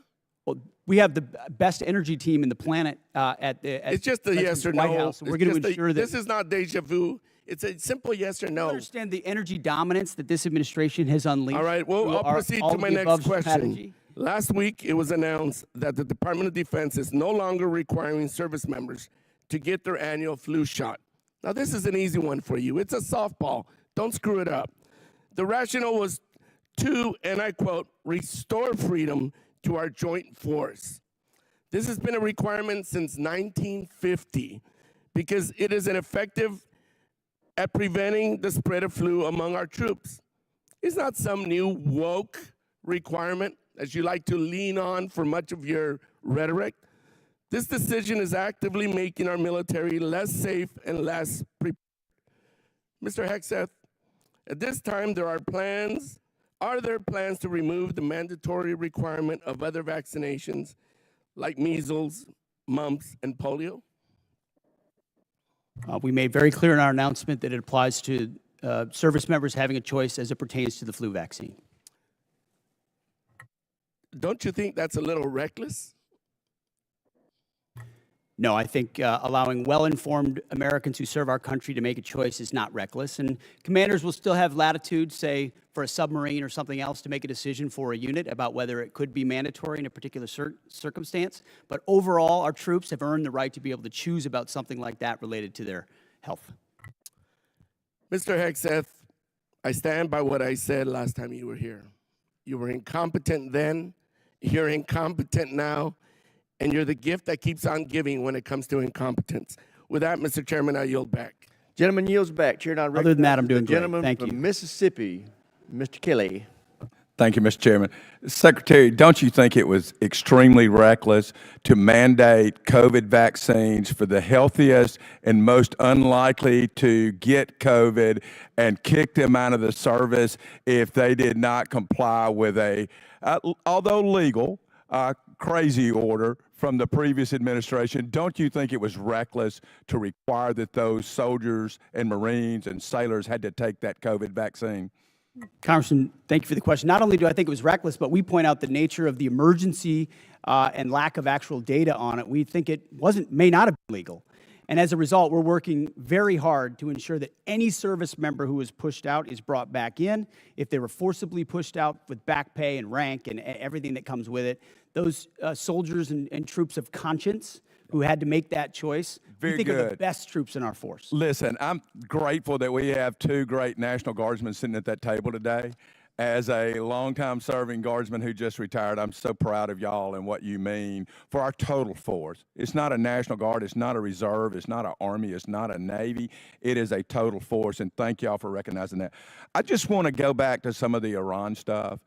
I don't know, maybe they're in a different world than I'm living in, but from where I live since 1979, Iran has been at war with the United States, although we refuse to acknowledge it, whether that's Hezbollah, whether that's the Houthis, whether that is Hamas, whether that is trying to build nuclear weapons, exporting terror everywhere. I know for a fact when I was in Iraq, both tours, that EFPs made by Iranians killed our troops. I know for a fact that many of the munitions, I know for a fact many of the militias in Iran that were Shia-based were there to attack Americans at the willing knowledge of the Iranian government. Do you agree they've been at war with us and are still at war with us and the world since 1979? Of course, for 47 years, from Beirut to Baghdad, Iran has sought the most dangerous weapons in the world to try to achieve death to America. And if they were to get the most dangerous weapon in the world, a nuclear weapon, they would most certainly use it, which is why this is at the level of seriousness that President Trump was willing to address it. And that's what I think so many in this body misrepresent. North Korea is the lesson. Everybody thought North Korea shouldn't have a weapon. Under the Clinton administration, they gathered so many ballistic missiles that their ballistic missile shield allowed them to blackmail the region and the world to say, we're going to get a nuke and you can't do anything about it. Under this administration, them weakened by the 12-day war and what happened with Midnight Hammer, the president made a bold choice on behalf of the American people to say never will Iran, with their view of death to America and death to Israel, have a nuclear weapon, because if they have it, they'll use it. And he's taken that bold action in a way I think the American people, when they understand the nature of that threat, and they do, they support it. Chairman Caine, wow, I've been around a long time. Can any other military in the history of the world pull off Venezuela, Midnight Hammer, and Epic Fury the way that our great warriors that defend and project power for our nation are you aware of any other nation in the history of the world that could have done that? I'm not sure, and I remain very proud of the Joint Force. I'll also say that we're a learning organization, and we're going to continue to look at the things that go right in any operations that we're tasked to do, and we're going to get better every day. So we do not want to sit on the successes and assume future successes. We owe it to the nation and to the citizens to constantly improve no matter how well something goes. So I'm incredibly proud of the Joint Force. That said, I'm even more proud when they come back after that. They go into a team room and they start debriefing to make sure that we do it better next time, whatever it may be. And my final point, I just want to talk about what a stroke of genius it was, greater than I would have thought, to blockade the ports of Iran. And that blow economically to their entire economy and to their leadership and everything else, it's going to take a little bit of time to play out. But that was so smart because it is more effective than any bombs, and those bombs were effective in Midnight Hammer. They continue to be. But until we kill their will to create a nuclear weapon, they will always be a nuclear threat because they've advanced far enough along. But that blockade was so important. And it amazes me now we're crying about high gas prices when they were $2 a gallon more just 4 years ago or 5 years ago under the previous administration. And with that, I yield back. Gentleman yields back. Chair now recognizes the gentleman from California, Mr. Caine. Thank you, Mr. Chairman. Secretary Hegseth, tomorrow is 2 months since the war has begun. You've testified that it was $25 billion in cost in terms of the munitions we used and what we paid for it. But when you add to that the damage that was done to our bases and today's dollars for buying replacement munitions and replacement aircrafts, what has the total cost been over the last 60 days? That number right now reflects the total cost that we're seeing. Including buying in today's dollars the new weapons and replacements and including the damage there? That's your testimony? If there's under oath? adjustments to that, I would defer to the comptroller on that. And how much are you seeing in terms of, are you asking in terms of supplemental funding just for the Iran mission from this committee? If and when a supplemental is submitted, Yeah, how much? the majority of it would not just be for, But for what Epic would be Fury, the it would be ballpark for Iran? munitions related to the entirety Just of a what number, we want to sir. get done. A number, what would you submit? What are It you would be requesting? within on Iran, it would be less than $25 billion, but there's a lot more we would ask for beyond Well, just Iran. you're saying it's considering- $25 billion. Okay, I would just, if you Okay. come back, you want to revise those numbers, because all the experts are disagreeing with you when it comes to today's dollars and damage, but you can revise it. How much did it cost American taxpayers in terms of the strike to the Iranian school where kids were killed? Do you have that number? In terms of the missiles we used? As I've said, that unfortunate situation remains under investigation. You don't know how much it 15-6 costs the investigation, but I taxpayer? wouldn't tie a cost to that, to anything. It's a reasonable question, no, sir? I mean, our taxpayer money was going there. Do you know how much it will cost Americans in terms of their increased cost in gas and food over the next year because of the Iran war? I would simply ask you what the cost is of an Iranian nuclear bomb. I'm going to give you that I opportunity. would simply ask you what the. Yeah, you're but playing gotcha sir, questions sir, about no, it's domestic not. things. I'm not. You're saying it's a gotcha question to ask what it's going to be in terms of the increased Why cost won't of you gas answer what and it food? costs to prevent Iran from getting a nuclear bomb? I give you that, sir. But let me. What if you would could it just cost? ask my What would you pay to ensure Iran doesn't But get a nuclear can you- bomb? do you- What would Sir, you pay? I reclaim my time. Do you not know? You had no one do the analysis of what the increased cost of gas and food on the American people are going to be? What is the cost Let of me- let Iran me give holding you the that number. straight at Let me issue give with you the nuclear number. weapons? It's $631 billion, which means it's an increase of $5,000 a year for American households. Now, let me give you this point. You're saying that your operation is preventing a nuclear Iran. Will you acknowledge that there is an economic cost to the American people for doing what you believe is necessary to make Iran denuclear? Will you acknowledge the economic cost? We have an incredible economic team that's managing this better than Yeah, but what the previous but to administration did to our acknowledge that- economy, to acknowledge what the there's a previous cost. administration You- did you with don't even inflation, know what the- you know what what's the previous upsetting? I reclaim administration my did with time. You know, COVID, Secretary- and you're going to Secretary, lecture this I reclaim administration my about time, the sir. economy? You know what is upsetting to me? Incredible. You didn't even do the analysis on how much it's costing the American people. It's one thing if you said, okay, it costs the American people $5,000, but we think it's worth it. That's what we've done in World War II and other wars. Here's what it costs. You got to pay for it. You don't even know what the average American is paying. You don't know what we paid in terms of the missiles that hit the Iranian school. You don't know what we're paying in terms of gas. You don't know what we're paying in terms of food. Your $25 billion number is totally off. It's the incompetence. It's the incompetence. Let me ask you this. Certainly, maybe here we'll find agreement. There was still 440 pounds of low-enriched uranium, correct, when President Obama, after the JCPOA? Is that accurate? The amounts and types are classified. Okay. Will you acknowledge that there were 970 pounds of uranium enriched after Trump tore up the JCPOA?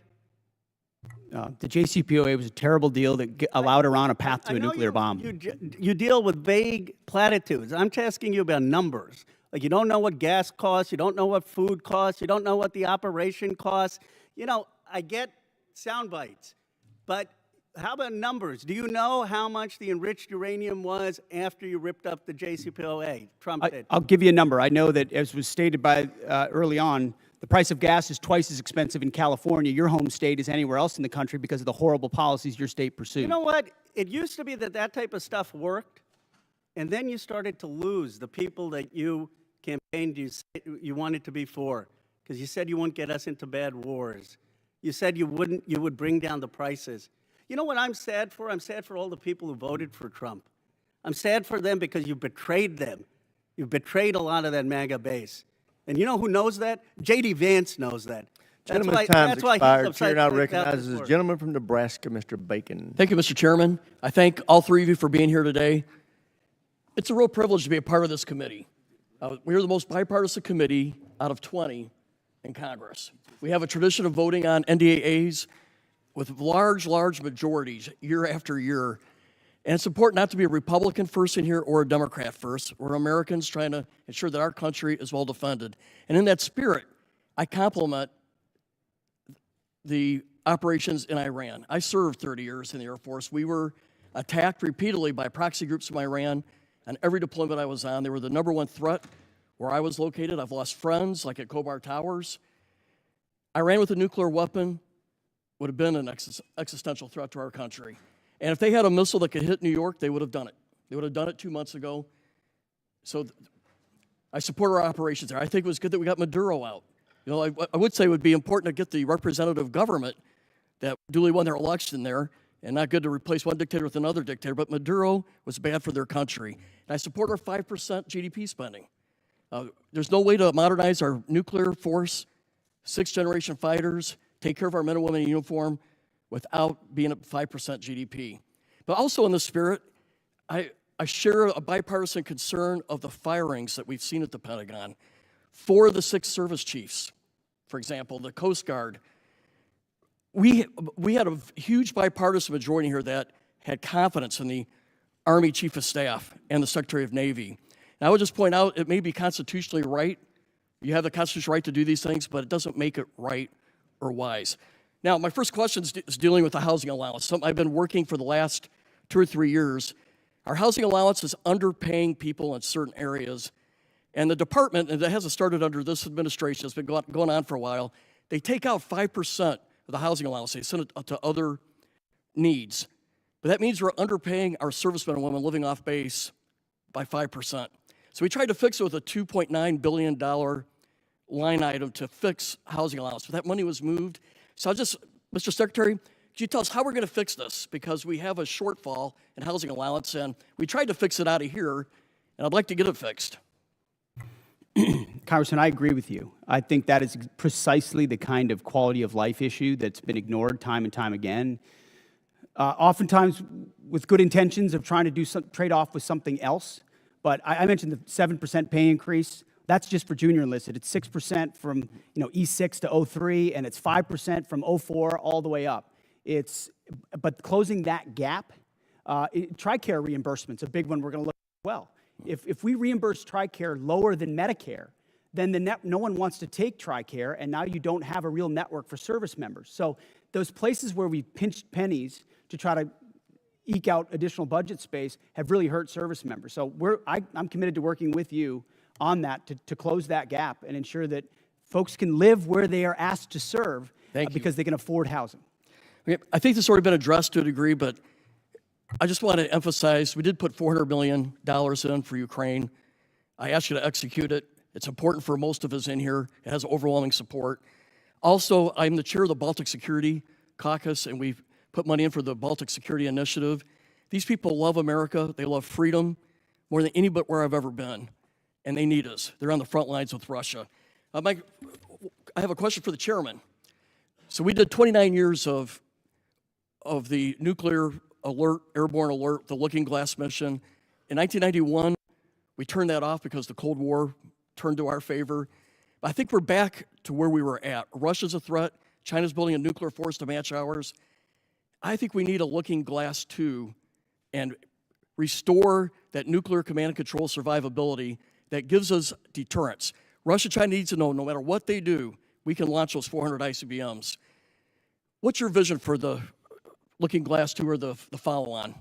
Well, sir, as you know, right now we're looking at all three legs of the nuclear triad to make sure that that most critical backstop on our nation's most important day is reliable, redundant, and workable. And so we'll take a look at that. I know the team already deep in analysis on all the from NC3 to the end state. But what I want you to know is the most important thing is the ability to execute if we had to, and we can. You know, for 29 years we had a plane airborne with the general on board, and it gave the Pentagon, the White House, STRATCOM the assurance that we had a backup. I think we're back to the future. Yes, and sir. I appreciate your look at it. I just flew with them, and they were doing great work. Gentleman's time's expired. Mr. Chairman, I yield. Chair now recognizes the gentleman from Massachusetts, Mr. Keating. Thank you, Mr. Chairman. I want to talk briefly about the current U.S. doctrine and conduct of the administration in a particular event and a series of events, actually. As everybody in the dais and the witness table is aware, the Department of Defense Law of War Manual specifies that any order to kill shipwrecked persons in an illegal order would constitute a war crime.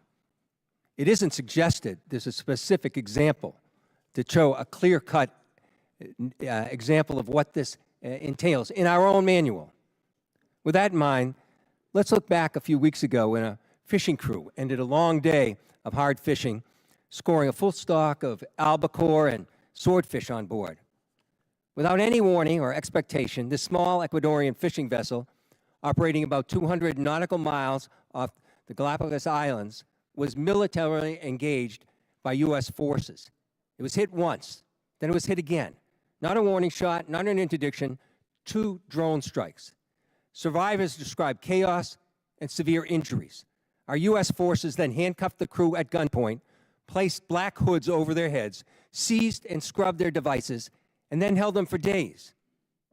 Ultimately, the crew was released, given there was no evidence to support any narco activity or any charges that may be against them. So to recap, we struck a vessel, we struck it again, set fire to it as it was sinking, and as public reports say, even drank their beer.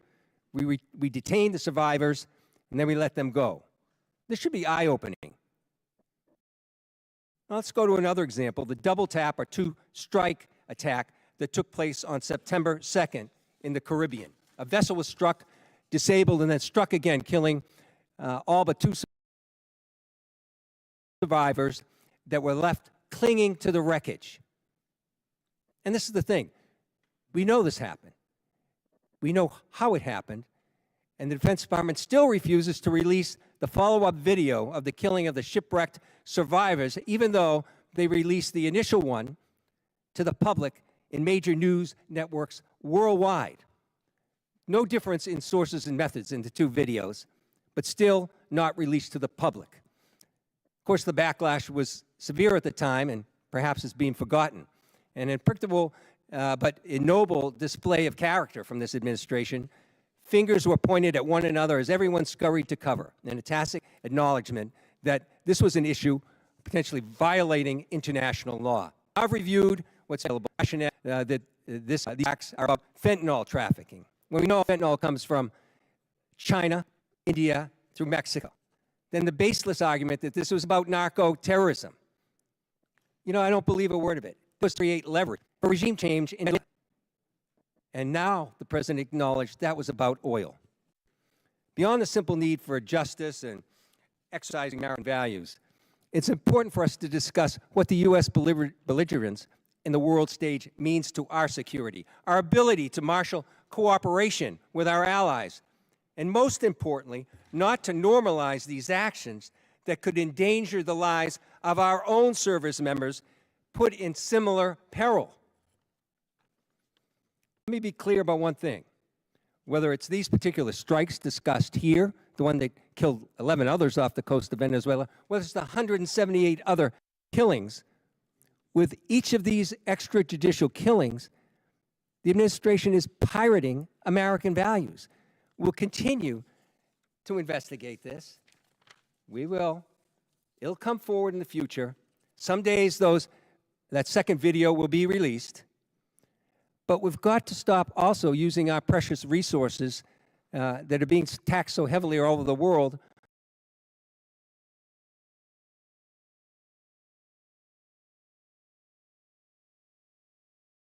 on actions that hurt our military. They hurt our military and they hurt our standing internationally, and they're hurting our standard here at home. I hope that we can move forward. I hope we can review whether these are justified, because I found no justification. We were given classified information on the second strike. I can't discuss it, but I must tell you, it's the most convoluted bullshit I ever heard in my life. This should be public. This is our honor. This is what makes American a difference maker. This is what we're It's an proud incredible of with our array military. of false accusations. And I yield back Incredible. my time. Gentleman yields back. Chair now recognizes the gentleman from Texas, Dr. Jackson. Thank you, Mr. Chairman. Thank you, Secretary Hegseth and General Caine and Mr. Hurst, for your bold leadership and for your time today. I really appreciate it. I can't tell you how awesome this hearing is today. It's fantastic. From someone who sat up here for 4 years during the last administration, this is a great day. Despite some of the crazy and disrespectful comments from some in this room, the Department of War is back. Today is a win because we are discussing American power and dominance, national security, and making America great again. There may be differences in how we go about that, but at least we are not wasting all of our time talking about how to restructure the Department of War into a social experiment that appeases the far-left woke agenda that existed for the last 4 years.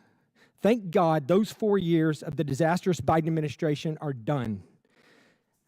On behalf of someone who served 25 years on active duty and almost everyone I know currently serving in uniform, thank you, Mr. Secretary, for saving the department. Okay, my question. The U.S. Special Operations Command budget has been relatively flat over the past decade, failing to keep pace with inflation and reducing the command's purchasing power by 14%. I was disappointed to see that SOCOM's FY27 budget request was only $223 million higher than last year's enacted level, dropping even further from an already less than 2% to now just above 1% of the department's overall budget. All of this comes despite being increasingly asked to do more. From 2023 to 2025, there was a 35% increase in combatant command demand for soft capabilities. And last year alone, SOCOM was unable to satisfy roughly 70 mission-specific requests due to resource and capacity restraints. Secretary Hegseth, I have appreciated the opportunity to meet with members of your team and leaders like ASW Solik Anderson and SOCOM Commander Admiral Bradley as we work to grow the SOCOM top line for future fiscal years. Can you discuss the critical role soft plays in underpinning deterrence, and do you agree with the urgent need to grow the SOCOM budget accordingly? Well, Congressman, thank you for your words, and I wholeheartedly agree. When you look at the burden that SOCOM shoulders on behalf of the Joint Force, it's incredible and it's significant. And so many of the things we have accomplished would not have been possible without the incredible leadership of Admiral Bradley, General Braga, and others inside that community and what they do. I recognize your desire for increased funding beyond what is in FY27. We have and will continue to look at that. That needs to happen. I think some of the other things inside the budget, drones, quality of life, there will be things that are applied to that community even more so, we believe, to ensure that they're taken care of properly. And then there's facility questions that are outstanding also, which we're examining. So we're committed, and we want to work with you. Where we've missed something, we need to get it right because they are at the front lines. Thank you. And that leads into my next question. I just want to ask this real quickly. This year's budget request of $54.6 billion for the DAWG, for the Defense Autonomous Warfare Group, is a vital step to unleash American drone dominance and rapidly integrate autonomous and unmanned systems across the Joint Force, and we've talked about that a little bit here. However, my concern is only $1 billion of this proposed funding is included in the base request, with the remaining $53.6 billion dependent on future reconciliation package. While I understand the flexibility this approach provides, I remain concerned about the potential gaps created if such a package fails to occur or if funding for the DAWG is not included in future budget request and like you said, I'm hoping that SOCOM is a big part of this, but to avoid critical capability gaps, how is the department planning to fully fund DOG at the $54.6 billion if reconciliation stalls, or if the department, or does the department intend to transition funds for autonomous requirements into the base budget for future years? And additionally, as you mentioned, how will the department ensure SOCOM receives and executes portions of this funding to meet future mission requirements? It's the right question, and we plan to work hand in glove with this committee, with OMB, with the White House to ensure that that reconciliation package is properly tailored and timed so that it is passed, so that critical money gets there. So we're not looking to FY28 or FY29 because we need those capabilities right now, which is why I appreciate the chairman's opening question about reconciliation. It is a critical vehicle in this calendar year to ensure this department is fully funded to meet the threats of the future. Well, thank you. Once again, I think you guys are doing an incredible job. I appreciate your leadership, and thank you for your time today. I yield back, Mr. Chair. Gentleman yields back. Chair, I recognize the gentlelady from Pennsylvania, Ms. Houlihan.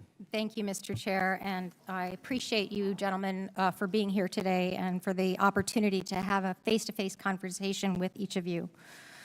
I have many questions and unfortunately need to start with some that disturbed me, Mr. Secretary, from your opening remarks.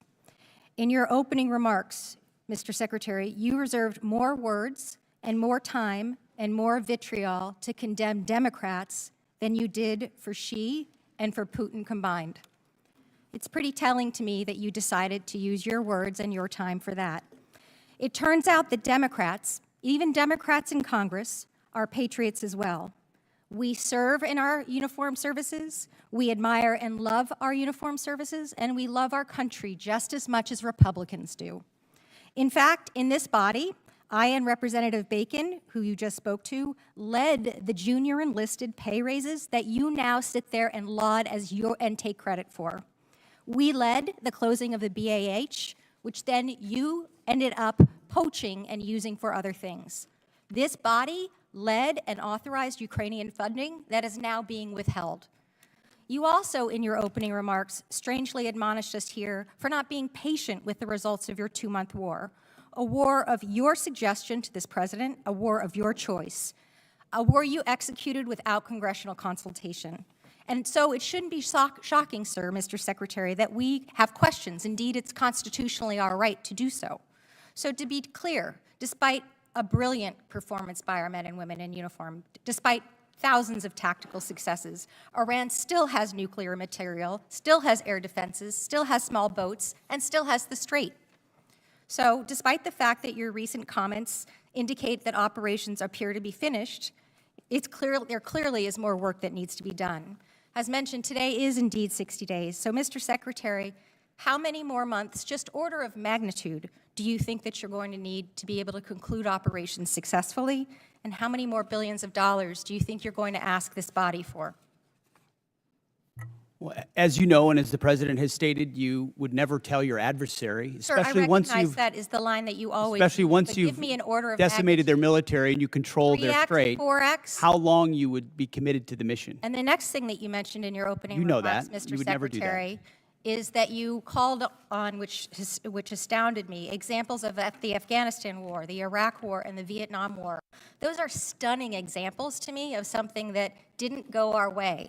We had the opportunity to execute on those wars quite well, but we didn't accomplish any mission, in my opinion, and I think you would agree on that as well. My point is this effort So is not those efforts. That's exactly it. Is this war shaping up to be that war? Because it has every We're shaping up to get the indication same and kind of earmark for Democrats we that. got in those wars who were And once naysayers again, you from the go back to beginning, parties. undermining the progress Can we just of have a troops. conversation We're 2 about the country months and the nation in. and not about parties?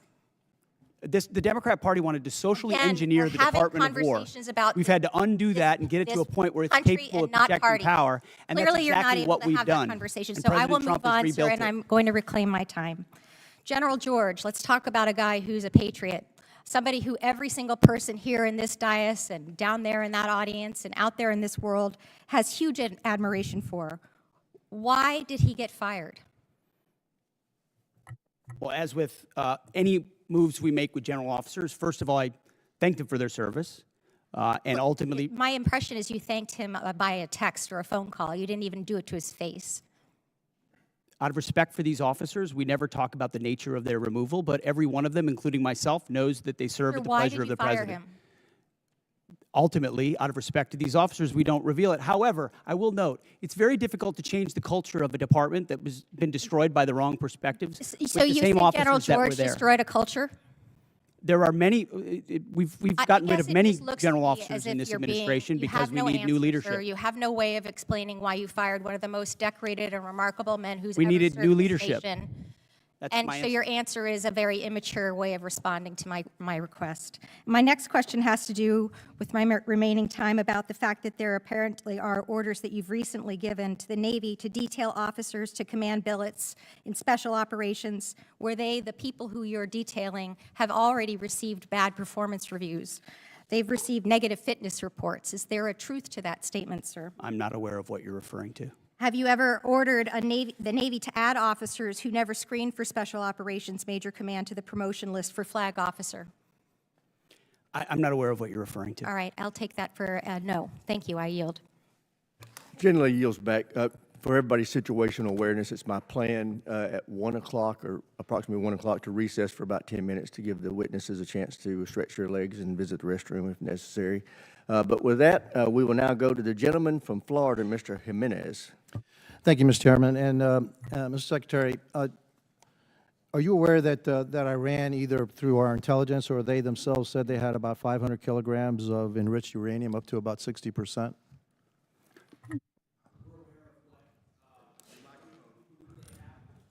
We're aware of what they have or what they believe they have and what we know they have, but all of that is classified. Fair enough. And if indeed they had 500 kilograms of your enriched uranium, how long would it take it to weapons grade? Quickly enough that it's a serious national security problem for the United States of America. that If should I be dealt said with. days or a few weeks, would that be inaccurate? You might be somewhere in the ballpark. Okay, thank you. Actually, you can just get that from ChatGPT. It'll give it to you. Okay. So it's not that classified. All right. Would you say that our primary mission in this war is to deny Iran the capability to develop a nuclear weapon? Yes. And would you say that a regime that's capable of killing 35,000 of its own people within a 2-day period, are they capable, if they had the delivery systems, to carry out their threat to destroy Israel and also to harm the United States of America? Any regime willing to kill 35,000, and we think it might be more, 45,000 too. of their own citizens in cold blood, would most certainly be willing to use the most dangerous weapon in the world, especially as history teaches us, when a nation says they will do something, you ought listen. And when they chant death to America or death to Israel, if they got that nuclear weapon, history tells us they might use it. Well, Hitler said he was going to kill the Jewish, and he was going to try to eliminate the Jewish population and Jews from the face of the world. Nobody really believed him, but he really tried to do that. So when somebody tells me for 47 years that they want to kill us, I think I'm going to take them at their word. And so would you also agree that now another goal of ours is to make sure that Iran never blockades the Strait of Hormuz, never has control of the Strait of Hormuz? Would that be an objective of ours? What they're doing right now is effectively piracy. It's Correct. terrorism. It's threatening international shipping. And our blockade is signaling to the world that we actually control that strait. And I would ask this committee, what would this effort look like if Iran had nuclear weapons? Imagine if not Iran had nuclear capabilities, what they would do to wield over any advantage they have, from proxies to funding international terrorism. Mr. Secretary, also, not only would they do that, but imagine if we had not become energy independent. Under the previous administration, they were hampering our ability to be energy independent under the guise of the Green New Deal, which is insanity, by the way. I'm going to go back a little bit in history. We were bombed, Pearl Harbor was bombed on December 7th, 1941. Do you know how long it took for the United States to have its first major victory in World War II in the Pacific Theater? Number of years. No, it was actually 6 months. It was the Battle of Midway, all right? It was a turning point of World War II. Could you imagine if we had had the same Democrats asking then Secretary of War, all right, gee, it's been 2 months. okay? And we haven't won this war yet back then. We didn't win a major battle for 6 months. Your job, the job of the military, what you've done in the first 2 months is extraordinary. And so, again, for a couple of final questions. Do you know how much money we spent on Ukraine? Helping Ukraine? Under the previous administration? No, right now, up to now. Upwards of $300 billion, $350 billion? You're probably right, about $300 billion. And yet I don't hear anything about, gee, how much money have we spent on Ukraine from the other side? The difference between them and me is this. I support the United States and their efforts to help Ukraine against a dictatorial, aggressive power like Russia, which is our second greatest adversary. But I also support our efforts to make sure that Iran never has a nuclear weapon. And so you'll always have my support, and I'm pretty consistent in that. I also support our efforts in what we did in Venezuela. We still have to go a little bit further because that remnants of that regime are still there. And we need to provide freedom for the people of Venezuela. And also, one thing, for me, I guess what I'm looking for in this war with Iran is to make sure that Iran never has a nuclear weapon, that we have established an inspection protocol to make sure they never get a nuclear weapon, and that we control the strait, and they never can control the strait. Gentleman's time's expired. Chair, now Thank you. recognize the gentleman from Colorado, Mr. Crow. Thank you, Chairman. Mr. Secretary, I want to go in a little bit different direction. Timothy Parlatore served as your private attorney, correct? Correct. And Mr. Parlatore also served as private attorney for President Trump's campaign, correct? I'm not privy to every professional position that he's held. Well, I'll help you out. He did. And you appointed Mr. Parlatore as your senior advisor, correct? He does reserve duty on behalf of the Navy. His title is senior advisor. You gave him that title, correct? And I would count him as very much an advisor of mine. Yep, he travels with you, correct? Tim Parlatore has been a long-term friend. He's a great patriot. He travels with you. That's not what I me. asked. He I serves the reclaim my country, time. and He he's an travels excellent with you, military doesn't he? lawyer. He travels with you, doesn't he? Correct? There's public Instagram that shows this. Just say yes. Yes, of course. Okay. He sits in meetings with you and advises you, doesn't he? He sits in some meetings on occasion. Yeah, well, he maintains a desk in an office in the Pentagon, does he not? I'd have to check. You don't know? It's a big Pentagon. You directly commissioned Mr. Parlatore in the Naval Reserve as a Navy commander in March 2025, did you not? I was very proud to do so. And when you did, because he's a Navy Reserve officer, he didn't have to go through the PPO process, the White House Presidential Personnel Office, right? He wasn't vetted by White House PPO. Uniformed service members don't get vetted by The answer is yes. He didn't have to be vetted by White House PPO. He didn't go through the Senate confirmation process either, did he? The answer is no. I don't know what you're getting to, but Tim is a fantastic I'll tell you what I'm American. getting to. The He does answer is great no, work. right? He does great work. Okay. He didn't maintain a security clearance when you appointed him as special advisor. Is that right? I'd have to check. You don't know? I mean, anybody that has access to sensitive material is going to have the appropriate clearance. Okay, so when you appointed him as special advisor, he had a security clearance? You're trying to piece together a timeline. No, I'm asking that I a simple can't give you question. exact One of your dates for. special, most sensitive advisors, did he have a security clearance? No, you're when you- playing a gotcha game like you do on TV I'm and asking everywhere else. questions. You're trying to thread together details that Clearly, are you're connected about concerned. something else. and- Clearly, you're concerned about my line of questioning, aren't you, Mr. Secretary? Because you know where it's going, don't you? I think you do. So, does Mr. Parlatore represent foreign governments? He has a private law practice, does he not? From what I understand of his law practice, he does a lot of great work for service members in the military and other. He maintains a private law practice. Does he represent foreign governments or foreign persons in that private law practice? I don't know. You don't know. Somebody who's sitting in your meetings, a special advisor, you don't know.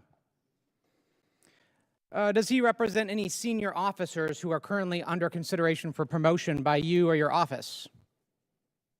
The only person that makes determinations about senior officers is me. Answer the question. Does he represent senior officers who are under consideration for promotion by you? No, I'm the one that makes decisions about choosing. Does he and represent them, finding Mr. senior Secretary? Does he officers. He represent doesn't them? represent anyone. He's a legal advisor and always has been. But he has clients, does he not?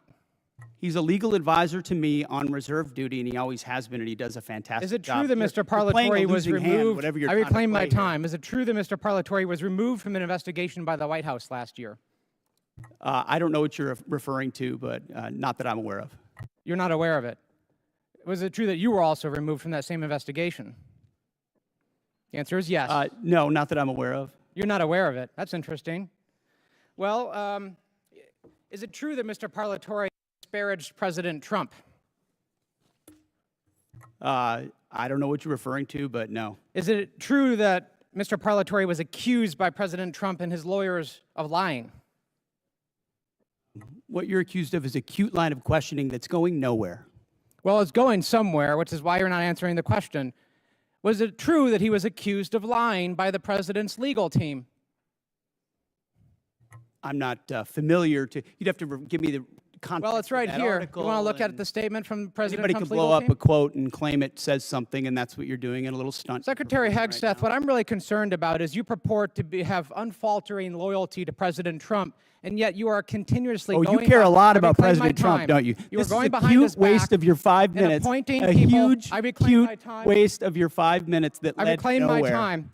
You are Do not repeatedly pass go, going do not behind the collect president's Gentleman back. from Colorado's Failed. time. Go ahead, Mr. Carl. You are repeatedly going behind President Trump's back, appointing people who he is accused of lying, who the White House is Gentleman's accused of time's lying. expired.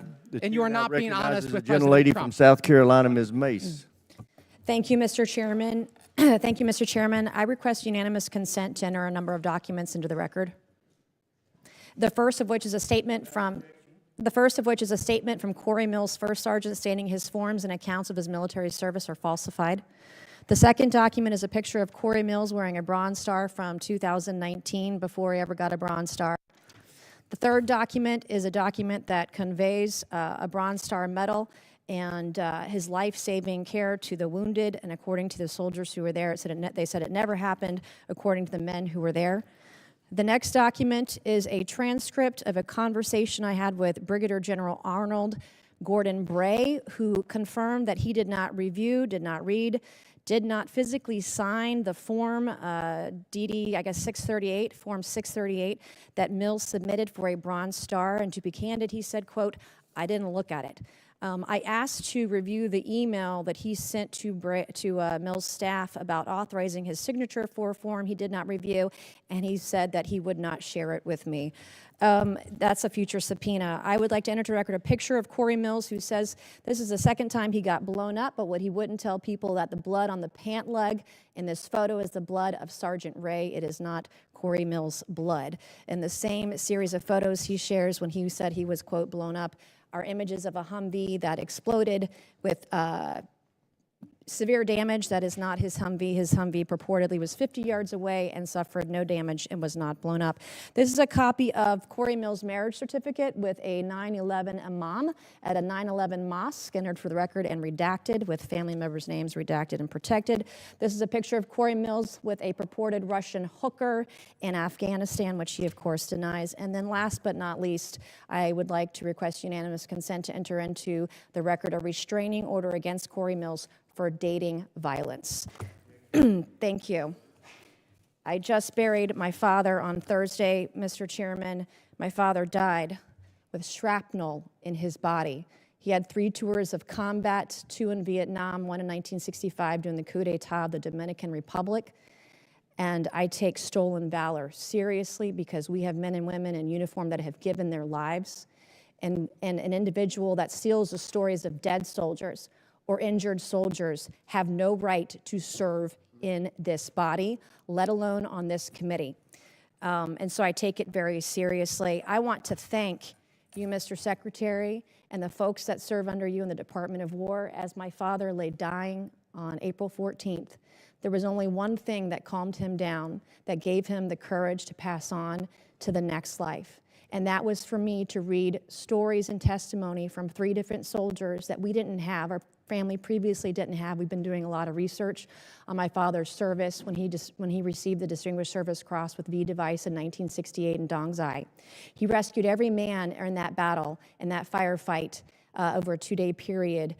He rescued them dead or alive on his own. He stood up to take fire over and over and over again. He called on artillery, heavy artillery, onto his position. Within 100 meters of his position, the man should have never made it out of Vietnam alive. And in fact, his commanding officers kept him back in many cases because they thought he was on a suicide mission because he was just so dangerous out there. But he saved the lives of so many soldiers. And so as he was taking his final breaths, I was provided by the Department of the Army some testimony of soldiers we didn't have, and diagrams and information. It was the one thing that calmed him down so that he could pass away knowing that he was a war hero and knowing that Jesus loved him. And it changed our family's life, and it changed his life in his last moments, his last breaths, his last hours. And for that, I am so grateful for the ship that you're running at the Pentagon and the Department of War.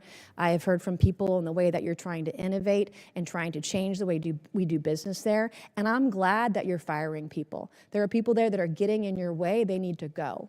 And the efficiencies that you want to bring, whether it's shipbuilding, whether it's cyber, whether it's AI, whether it's public-private partnerships, we have never seen a secretary at the Department of War who has been as innovative as you have. So I can't say enough good things about you right now. I was impressed. I was concerned about troops on the ground in Iran early on, and I was impressed with where we are today, how those soldiers were evacuated that got in that flight that crashed. But everything I have seen, you have surpassed all of my expectations, and I just want to say thank you from the bottom of my heart, and God bless you. Gentlelady yields back. Chair now recognizes the gentleman from Maine, Mr. Golden. Thank you, Mr. Chairman. Good morning, Mr. Secretary and General Caine. I'd like to use my time to drill down on an important decision concerning America's surface fleet. That is the future of the DDG-51 Flight 3 destroyer. Everyone on this committee knows about the Navy's struggles to successfully design, manage, and field new classes of ships. To name a few examples, I'll highlight the Littoral Combat Ship, the Zumwalt-class destroyer, and the recently canceled Constellation-class frigate. By any measure, the Arleigh Burke-class destroyer has been a highly successful program that continues to deliver the Navy a large surface combatant it can depend on. So the Zumwalt-class destroyers were going to replace the Arleigh Burke. It's a ship with some interesting capabilities, but the Navy rushed to construction before the design was complete, and it lacked a workable weapon system that the Navy wanted to outfit it with. So the Navy scrapped the program at 3 ships and went back to the DDG. I'm in my 8th year on this committee, and the entire time I've been in conversation with the Navy publicly and privately about the latest Flight 3 destroyer and how critical a role it would play, and now is playing for the surface fleet. And yet, even before we delivered one to the fleet, the Navy was already planning the DDG-X. I'm skeptical about the transition to yet another new class of surface ship, given the troubles I've laid out already. From my perspective, we have a proven hull for an Arleigh Burke destroyer that is described by CNO after CNO again and again and again as the backbone of the Navy's surface fleet. But now I'm even more skeptical. The proposal cuts production of the destroyer down to just 1 ship, scraps the future destroyer, and proposes $17 billion to build just a single new battleship, a class of ship the Navy decommissioned in 1992. Mr. Secretary, when you visited Bath Iron Works, you discussed this budget proposal with shipbuilders. You said, quote, "We're maxing out on DDGs. It's a workhorse, and it's a damn good workhorse." You were right about the DDGs. They are a workhorse. They're cost-efficient, deadly effective, and feared by our enemies. And I'm wondering why would we move on so quickly from a relatively new Flight 3 destroyer that's the gold standard for ballistic missile and drone defense capabilities. It's a ship that's proven itself time and again, recently in the Mediterranean, Persian Gulf, and the Taiwan Strait. I understand the Navy wants to field hypersonic missiles, but look no further than the 3 Zumwalt ships that the Navy has in the fleet that have been refitted with vertical launch tubes capable of delivering hypersonic missiles at a great payload at over 17,000 miles this year. Perhaps what's most troubling to me is that the battleship plan proposes moving at a pace that is, I think, extremely dangerous, or just high risk, low reward. to begin construction so quickly, breezing right through design. It's well documented that expediting design and preemptively moving to construction is the greatest recipe for failure. This represents an unacceptable cost to taxpayers if it fails and leaves America less secure. And our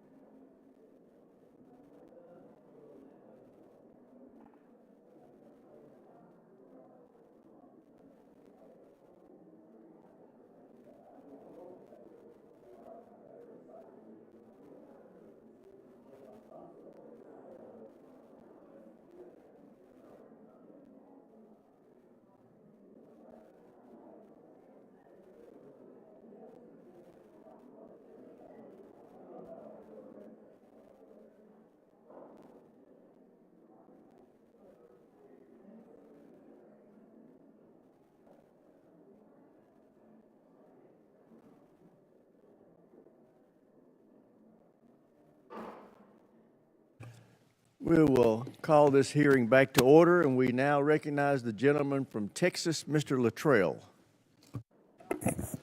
Thank you, Mr. Chairman. Mr. Secretary General, thank you for your service and your continued service to this great country. Mr. Secretary, a few weeks ago, our Commander-in-Chief, the President, signed an executive order over research on psychedelic medications, hovering over the veteran space as well as active members. Could you, and I know you're aware of this, and the health and well-being of the service members and the veterans is very near and dear to my heart. We lose over 6,000 veterans a day. A year. I would love to see that trajectory go to zero. Can you, at a high level, is the Department of War interested in kind of coming in with VA, HHS, NIH, and pushing this type of research? First of all, thank you, Congressman, for all the work you've done on this. There's no more passionate advocate for them, and it was great to see you in the Oval Office with your brother and with so many other SEALs who are saying, hey, this option saved my life or gave me a new lease on life.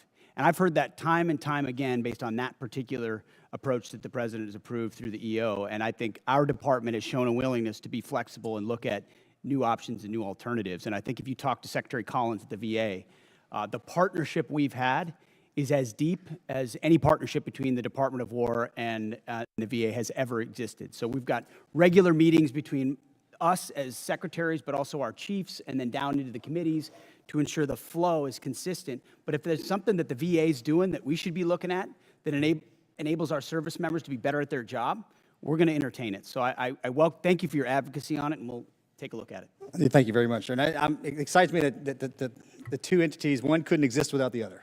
Our veteran. I've had the opportunity to not only travel the country, but travel the world and visit our troops, either OCONUS or CONUS. And I have to say, sir, the morale, the well-being, just the sheer excitement our service members see and how they're acting today.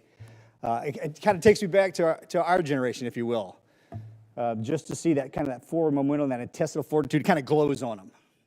And I think that's a direct correlation to your leadership, sir, as well as the President.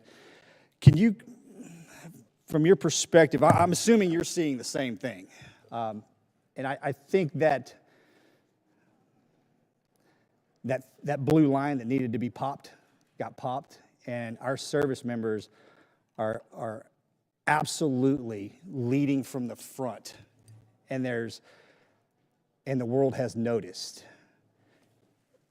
Tell me I'm not seeing that just from my own eyes.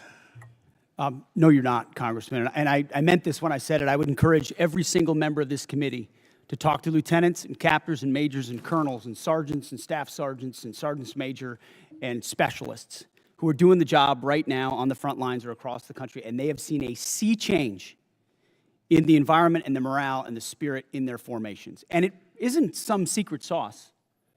It's don't treat us as a petri dish in your social justice exercise or your social engineering approach. Just let us do our job. Let us get back to basics. Let us train. Let us choose people and elevate people simply on merit and merit alone. That's motivating for people. That's why they join. That's why they do really difficult things like you did and are away from their families for a very long time. They want to defend their kids and grandkids, but they don't want to have distractions and debris on the inside. So when we talk to them, they are so grateful for the fact that we're just getting back to the basics of readiness, training, accountability, discipline, warfighting. Commanders, squad leaders, you name it. And to those watching across the country, ask folks who have served, who've been in it, how they view it. And they see it under President Trump's leadership fundamentally different. And we haven't even talked about the border, which is now secure. I mean, there's the recruiting successes, the fitness and combat standards that have been restored. We're treating everybody at the same level. Sounds like basics, but it all translates into morale. And then morale translates into readiness, and that translates into capabilities. And then when you have a commander-in-chief that unleashes them, it turns into mission success. And then the world pays attention to what the American military is capable of doing. And it's on the shoulders of leaders like you who did it in previous generations, and we're simply doing it again. So thank you for your leadership. Thank you, Mr. Secretary. And for everyone in the room that's in uniform, God bless each and every one of you for your service, as well as your families. Mr. Speaker, sorry about that. I thought you liked me. I did. I'm sorry. That slipped. Gentleman's time to Karen, I yield expire. back. We now go to the gentlelady from California, Ms. Jacobs. Thank you, Mr. Chairman. Mr. Secretary, as you know, I represent San Diego, the largest military community in the country. Right now, as we are speaking, 2,500 San Diego Marines are off the coast of Iran. Many, many other San Diegans in uniform have gotten 48-hour deployment notices. So this war in Iran is not theoretical for me or for my constituents. It's deeply personal. As you also know, on Easter Sunday, President Trump threatened to destroy Iran's bridges and power plants, writing, quote, "Open the fucking strait, you crazy bastards, or you'll be living in hell. Just watch." And 2 days later, President Trump wrote, quote, "A whole civilization will die tonight, never to be brought back again. I don't want that to happen, but it probably will." My office's phones have been ringing off the hook. I've heard from so many military families concerned about the president's mental fitness and whether he's fit to serve as our commander-in-chief, given that he's sending their loved ones into harm's way. Our troops, who have shown incredible bravery and tactical proficiency, deserve to know that their leaders are focused and stable. So, Mr. Secretary, you are with the president a lot, and it pains me to even have to ask this about our president, but my constituents' lives are at stake. Do you believe that the president is mentally stable enough to be the commander-in-chief? Did you ask the same question of Joe Biden for 4 years? Mr. Secretary, Joe Biden is not the president. Mr. Trump has been president for a year and a half, and I'm asking you did right not, now. and I won't even engage with the level of disparagement that you're putting on the commander-in-chief, who indeed is. Meeting with Mr. him Secretary, every single day. Mr. Secretary, Biden is not the president. Sharpest, most insightful commander-in-chief we've had in generations. And you want to compare, you want to ask that question after you and your fellow Democrats defended Joe Biden, who could barely speak and didn't know Mr. what day of the Secretary, week it was? as you know, he governed through an auto pen. when- You got a Secretary of Defense who went AWOL for a week. I can't Mr. be gone Secretary, for 10 days, for 10 minutes. I will without reclaim my someone time. looking- Thank you so much. Gentlelady's time. She's Thank you. reclaimed it. So, astonishing. as Mr. Jimenez said, we should be taking leaders at their word. So, is there a reason that we should not be taking our leader at his word? Iran should not underestimate the will of President Trump and the United States military to achieve our mission. Okay, well, I want you to know this is not a partisan thing. In fact, many Democrats have had, many Republicans have had these same questions. Marjorie Taylor Greene said he's out of control and he's gone insane. Candace Owens said the 25th Amendment needs to be invoked. Megyn Kelly, Tucker Carlson, who you used to work with, Alex Jones, Stephanie Grisham, the list could go on. So how do I explain to my constituents that while they are in harm's way, their commander-in-chief is posting these unhinged posts? How did you explain to your constituents what happened on October 7th, or what happened in Afghanistan, or what happened with the debacle and the withdrawal in Afghanistan, where the troops were left? How did you explain that with Joe Biden's leadership? Mr. Secretary, How did you I'm not explain that to the asking you Marines about that the didn't get previous medals, that administration. we restored their medals because of that Mr. disastrous Secretary, withdrawal in I'm asking Afghanistan? about Did you what's explain that to happening your right now. constituents when Joe Biden was asleep at the wheel and he had an AWOL Okay, Mr. Secretary of Secretary, Defense? how I don't about think you this did. next post? How can I explain this next post to my constituents? I'm Jewish, so this doesn't really bother me, but my understanding is that this is quite offensive to many Christians. So how do you explain this post? I'm not here to explain posts. We have an incredible commander-in-chief Okay, who Mr. puts our Secretary. troops first. I'm here for a budget hearing about our troops. This is It's a historic budget about that's giving our us a troops. chance to defeat Mr. Secretary, our adversaries, and Mr. President Secretary, Trump is please, doing that this in is my world-class fashion. This is about Gentlelady our has troops. reclaimed her time, Mr. Secretary. This is about our troops. This is about who is commanding our troops and if our troops can trust that they are being sent into harm's way under good strategy. The mental stability of our commander-in-chief is deeply important to our troops. It's deeply important to this country. It wasn't our important to you troops' during Joe lives at Biden. stake. I'll remind you that when there were concerns, Democrats came together, and he was not our nominee for president. So I encourage you to have the same courage that Democrats had. Mr. Secretary, you keep saying that he is the best commander-in-chief we've ever had, the best negotiator. Talk to the troops. 13 American troops have died. More than 380 have been wounded. The Strait of Hormuz, which was wide open, is now closed. Less than 90% of traffic through the strait is still not going despite the ceasefire. The Iranian regime is still in power. It still has nuclear material. The war is costing Americans billions of dollars. And Mr. Secretary, if you think that this is what winning looks like, then maybe we should be questioning your mental stability. Maybe you are the one responsible for this failure, and the president should think about replacing you.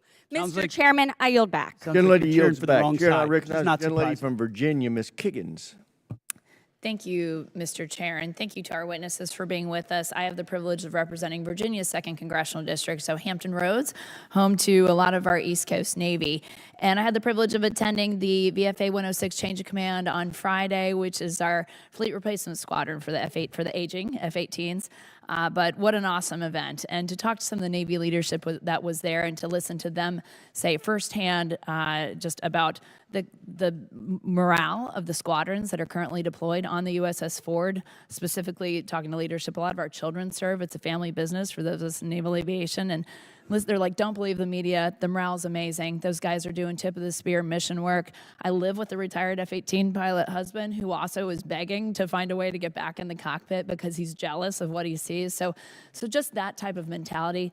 Thank you for that. I know that they're doing a mission, and keeping them engaged is an important part of the fight. Along those same lines about naval aviation, I would love to hear, Mr. Secretary, your thoughts about the future of naval aviation. I know that this is a budget hearing, so last year's budget, we had $900 million that we were looking forward to using in the FAXX program, and then the fiscal year 27 request was reduced to $140 million. And I, of course, keeping tabs on the Air Force, $5 billion for their F-47 program. So we love aircraft carriers. We love that mobile air superiority piece. What are your plans for the future of naval aviation? I kick and scream every day of the week here in this committee about the F-35s and getting them at our East Coast Master Jet Base. I know the FAXX is our next generation strike fighter, but just would love to hear your plans and timelines for the future of naval aviation. Well, I appreciate your comments, and then I would defer to the chairman, too, on it, on the remaining utility of the F-18s, which are still flying critical missions right now off our carriers and do a fantastic job. 30-plus years old, but yes. Yes, correct, which is why the issue of the FAXX is important. It's not a matter of if, it's a matter of when. It's a matter of trade-offs in industry and design and capabilities, ensuring we're not slowing other things down at the behest of others. So I think in August, the August timeframe is, I'm sure you're familiar with that, is what we're looking at. It's a critical capability that we need to fund for the future of naval aviation. I would defer if anything you want to add. Sir, I think you covered it. We don't need access basing and overflight off of a CSG and a CVN, and so it gives the Secretary and the President a lot of options. So, and I just want to echo the thanks for the Joint Force, on behalf of the Joint Force, for all 3 CSGs that are out there getting after it right now. I share your husband's jealousy, but just want the force to know how much we appreciate him, especially the Ford. Thank you. Thanks very much, General. And then, Mr. Secretary, just again representing a big Navy district and having just a concern for the Navy, could you shed any light on why the Secretary of the Navy was relieved and what that timeline to replace him looks like for permanent leadership? I think that's one of the reasons why we struggle with even, I think, about the basing decisions and, again, naval aviation, and I wish we would talk more about just the contributions of our aviators, but could you shed any light on that issue? Well, as the President stated, we thank the previous Secretary for his service, appreciate a lot of the initiatives that he undertook. Ultimately, it was time for a new leadership and a new direction as far as running fast toward those objectives, and so we made a change. We think it's hard personnel is policy, and the sooner you identify, especially, we talked about general officers, as you're evaluating whether they're running with the mission they've been given, you got to make a change if they're not. The same with civilians, and in this case, we made that change. And any timeline to replace or have a new Secretary of the Navy Well, appointed? right now we have an acting in Hung Kao who's did a fantastic job as the number 2, and he'll be acting for now. And I would imagine we'll know in due time. Thank you. And then General Caine, I know you're a VMI graduate, and I know you're watching some of the partisan attacks that have been going on with some of our senior military academies, specifically in Virginia. And I was wondering if you had any thoughts or have had any discussions about how we can remove some of our senior military academies from these partisan state politics. I think it requires a further discussion. We had 170 Army ROTC officers that we commissioned out of that school specifically, but we've seen pushes to shut down, defund, replace their board of visitors. Any thoughts on how we can be more protective of those great schools? Well, ma'am, you sort of started where I'm going to land on the importance of staying politics as the chairman and not unintentionally or inadvertently stepping into a political matter where I should not. As the secretary said, people are policy, and policies are things that we don't do in the joint force. I appreciate all of the commissioning sources that are out there. Gentlelady's Great time's leaders expired. come in, so Chair, now I'll- recognize the gentlelady from Washington, Ms. Strickland. Thank you, Chairman Rogers and Member Smith, and thank you to the witnesses for being here today. This committee is being asked to consider a $1.5 trillion DoD budget request that funds not only weapons and system programs, but the people, leadership, readiness, and trust required to make them effective. When senior leaders are removed abruptly or merit-based promotions are disrupted without clear explanation, Congress does have the responsibility to understand the rationale and operational consequences. So I'm going to focus on Secretary Hegseth. And to start, no one is disputing that senior officers serve at the pleasure of civilian leadership.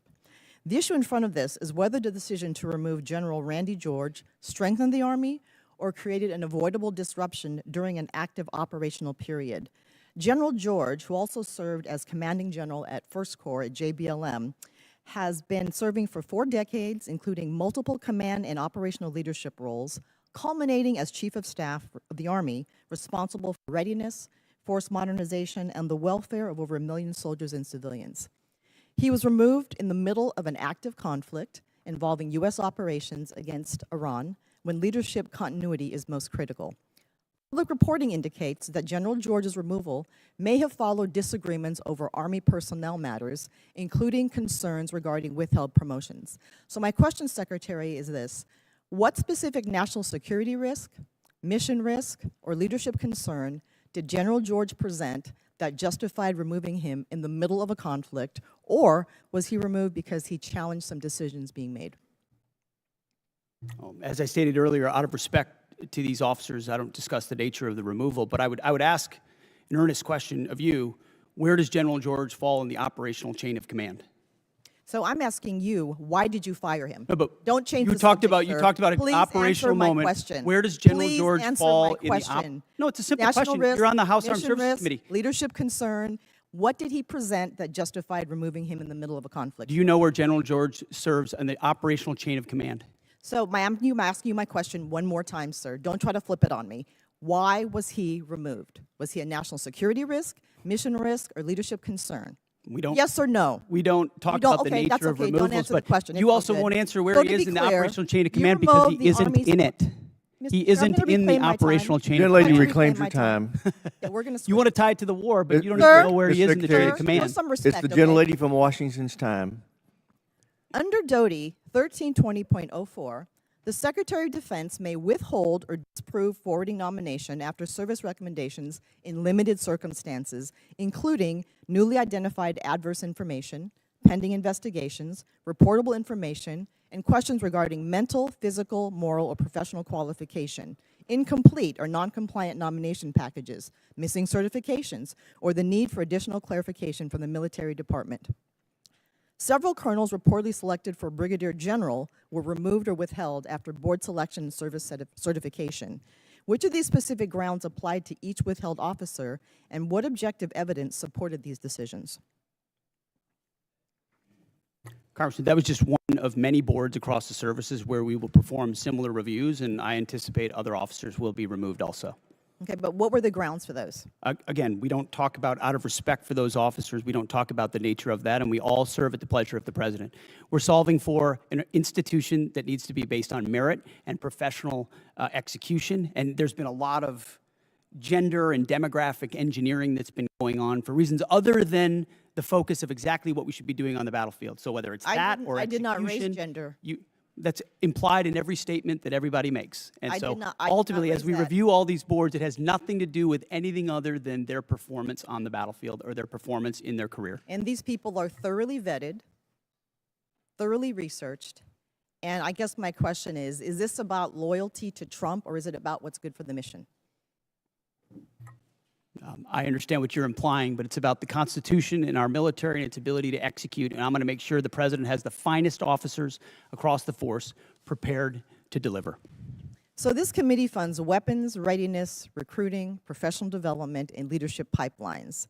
But no amount of money can compensate for a force that may lose trust in the fairness of advancement. And this is fairness. We believe in merit. We have always had a merit-based system. That's not the argument. No, we have not. Not under the But as Biden we administration, consider- we did not. It became social engineering, not merit, and we're fixing no, it didn't. quick. No, it did not. It did not.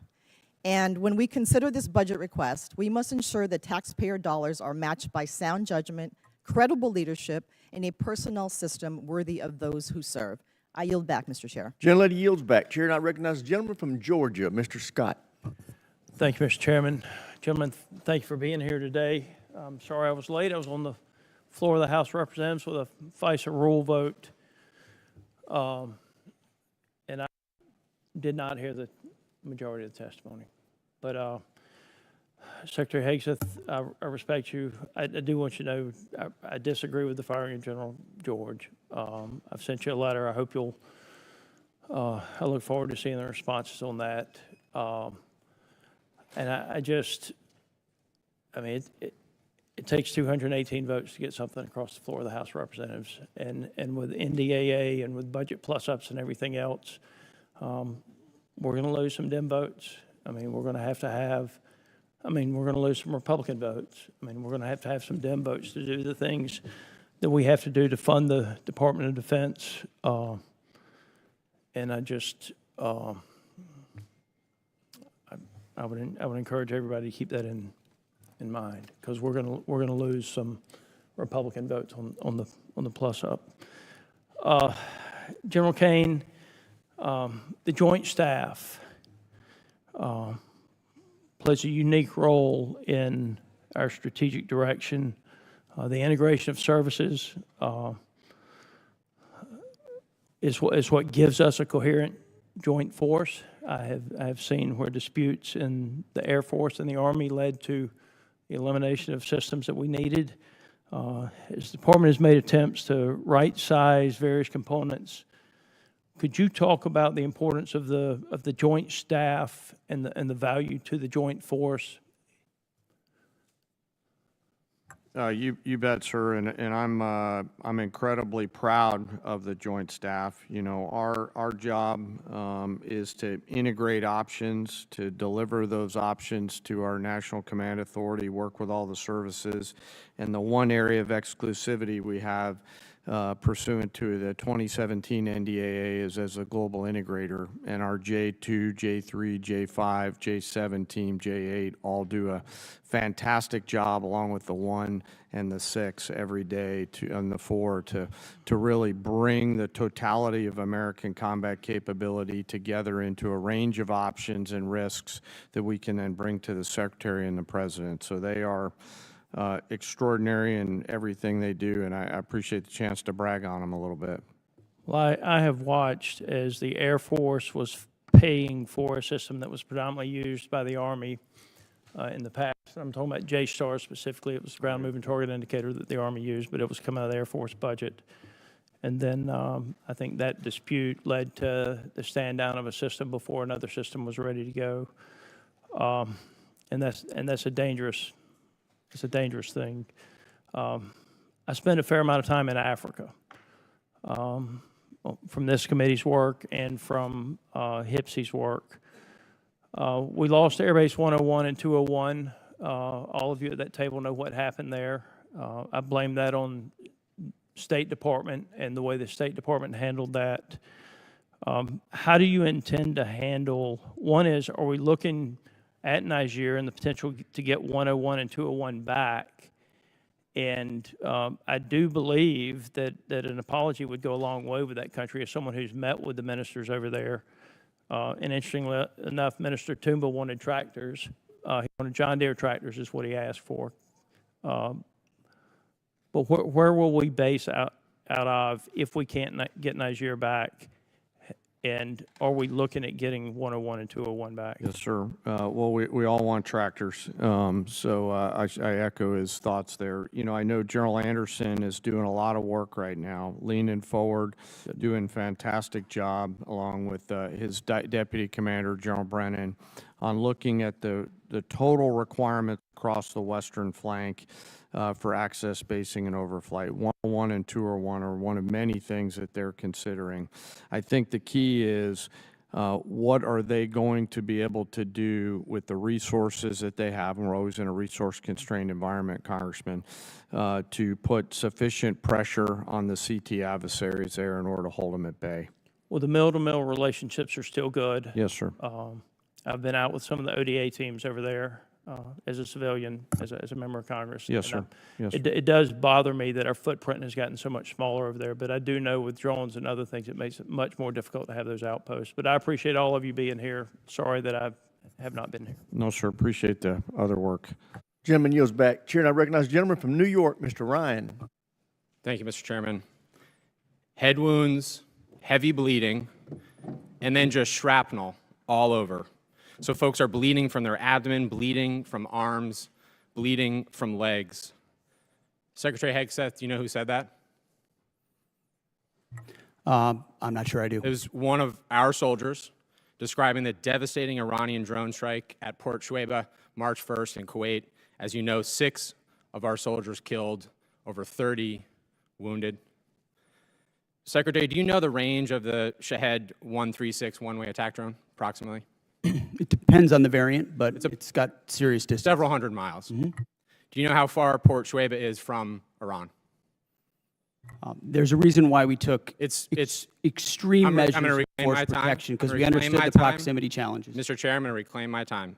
It's well under 100 miles. Before the war started, there was clear intelligence that Shuaibah was high on Iran's target list. Internal analysis had said the site was indefensible from aerial attack and should not be used. Yet you sent our soldiers from the 103rd Sustainment Command there anyway. Is that true or false? True or false? Straightforward question. Are you going to give me a chance to answer, or just play gotcha? Did you send them there or not? We took proactive I'll measures take that from the as a yes beginning to and ensure reclaim my force time. protection and defensive Now, posture were let's talk, maximized Mr. across Secretary, the theater. Let's talk about what defenses they had. Prior to the attack, officers on the ground knew our troops were vulnerable. In fact, they requested additional force protection. Did they receive it? Wherever humanly possible, force They protection did and not. counter I'll UAS save you was the always time. made available. They did not. In fact, when asked to describe the base's defense, one survivor who's come forward from the unit said, quote, I would put it in the none category. From a drone defense capability, none. So let's be clear, no counter-drone capabilities, no counter-rocket systems, no counter-mortar or counter-artillery, not even the basic overhead protection that you and I had 20 years ago in Iraq, and now 6 of our soldiers are dead. The next day, you downplayed the attack. You said it was a squirter that squeaked through fortified defenses. But since then, thankfully, brave survivors have come forward to set the record straight. One of our surviving soldiers told CBS, quote, painting a picture that one squeaked through is a falsehood. Another said the unit was, quote, unprepared to provide any defense for itself. It was not a fortified position. Another survivor said the building's protection was about as weak as one gets.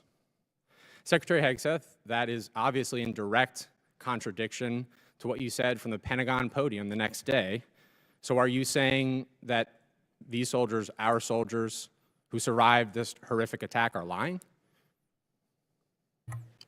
What I'm saying is, before the commencement of the conflict, we put in maximum defensive posture we could. That's a direct We moved contradiction to 70 what they said, in this Mr. Secretary. in this directing. Can I speak, or are you just going to monologue falsehoods all over the place? It's not a falsehood. We moved Excuse 7,500 me. troops off of Reclaiming the my X based time. on the intel. Stop. based on the intel. Stop reclaiming my time. Because you yell doesn't make you right. Calling, Just because you yell doesn't I'm make you right. reclaiming my time on behalf of these survivors. You just said what they said is a falsehood. There's a much larger Is that picture. true? There's a much larger picture at play here that included integrated air defenses, bunkers, moving people off Then the why, X Mr. to Secretary, ensure are that they they were not dead? part of the target. We moved those troops and all across the theater, thousands of troops off the X, off of their bases, because we knew what Iran was going to try to strike, and we knew there So could no be a answer. tragic moment. No there could be a answer, Mr. tragic moment where Secretary. something Again. could get through. Of Again, course, that's the I'm consequence of reclaiming my conflict, time. and we Again. remember those 6 every single day. I want to finish. But don't play games with. I'm not playing games. raising I your want to voice finish and with pointing one more fingers. quote from a survivor of the attack, and I put this on the record. Telling the truth is important, and we're not going to learn from these mistakes if we pretend these mistakes didn't happen.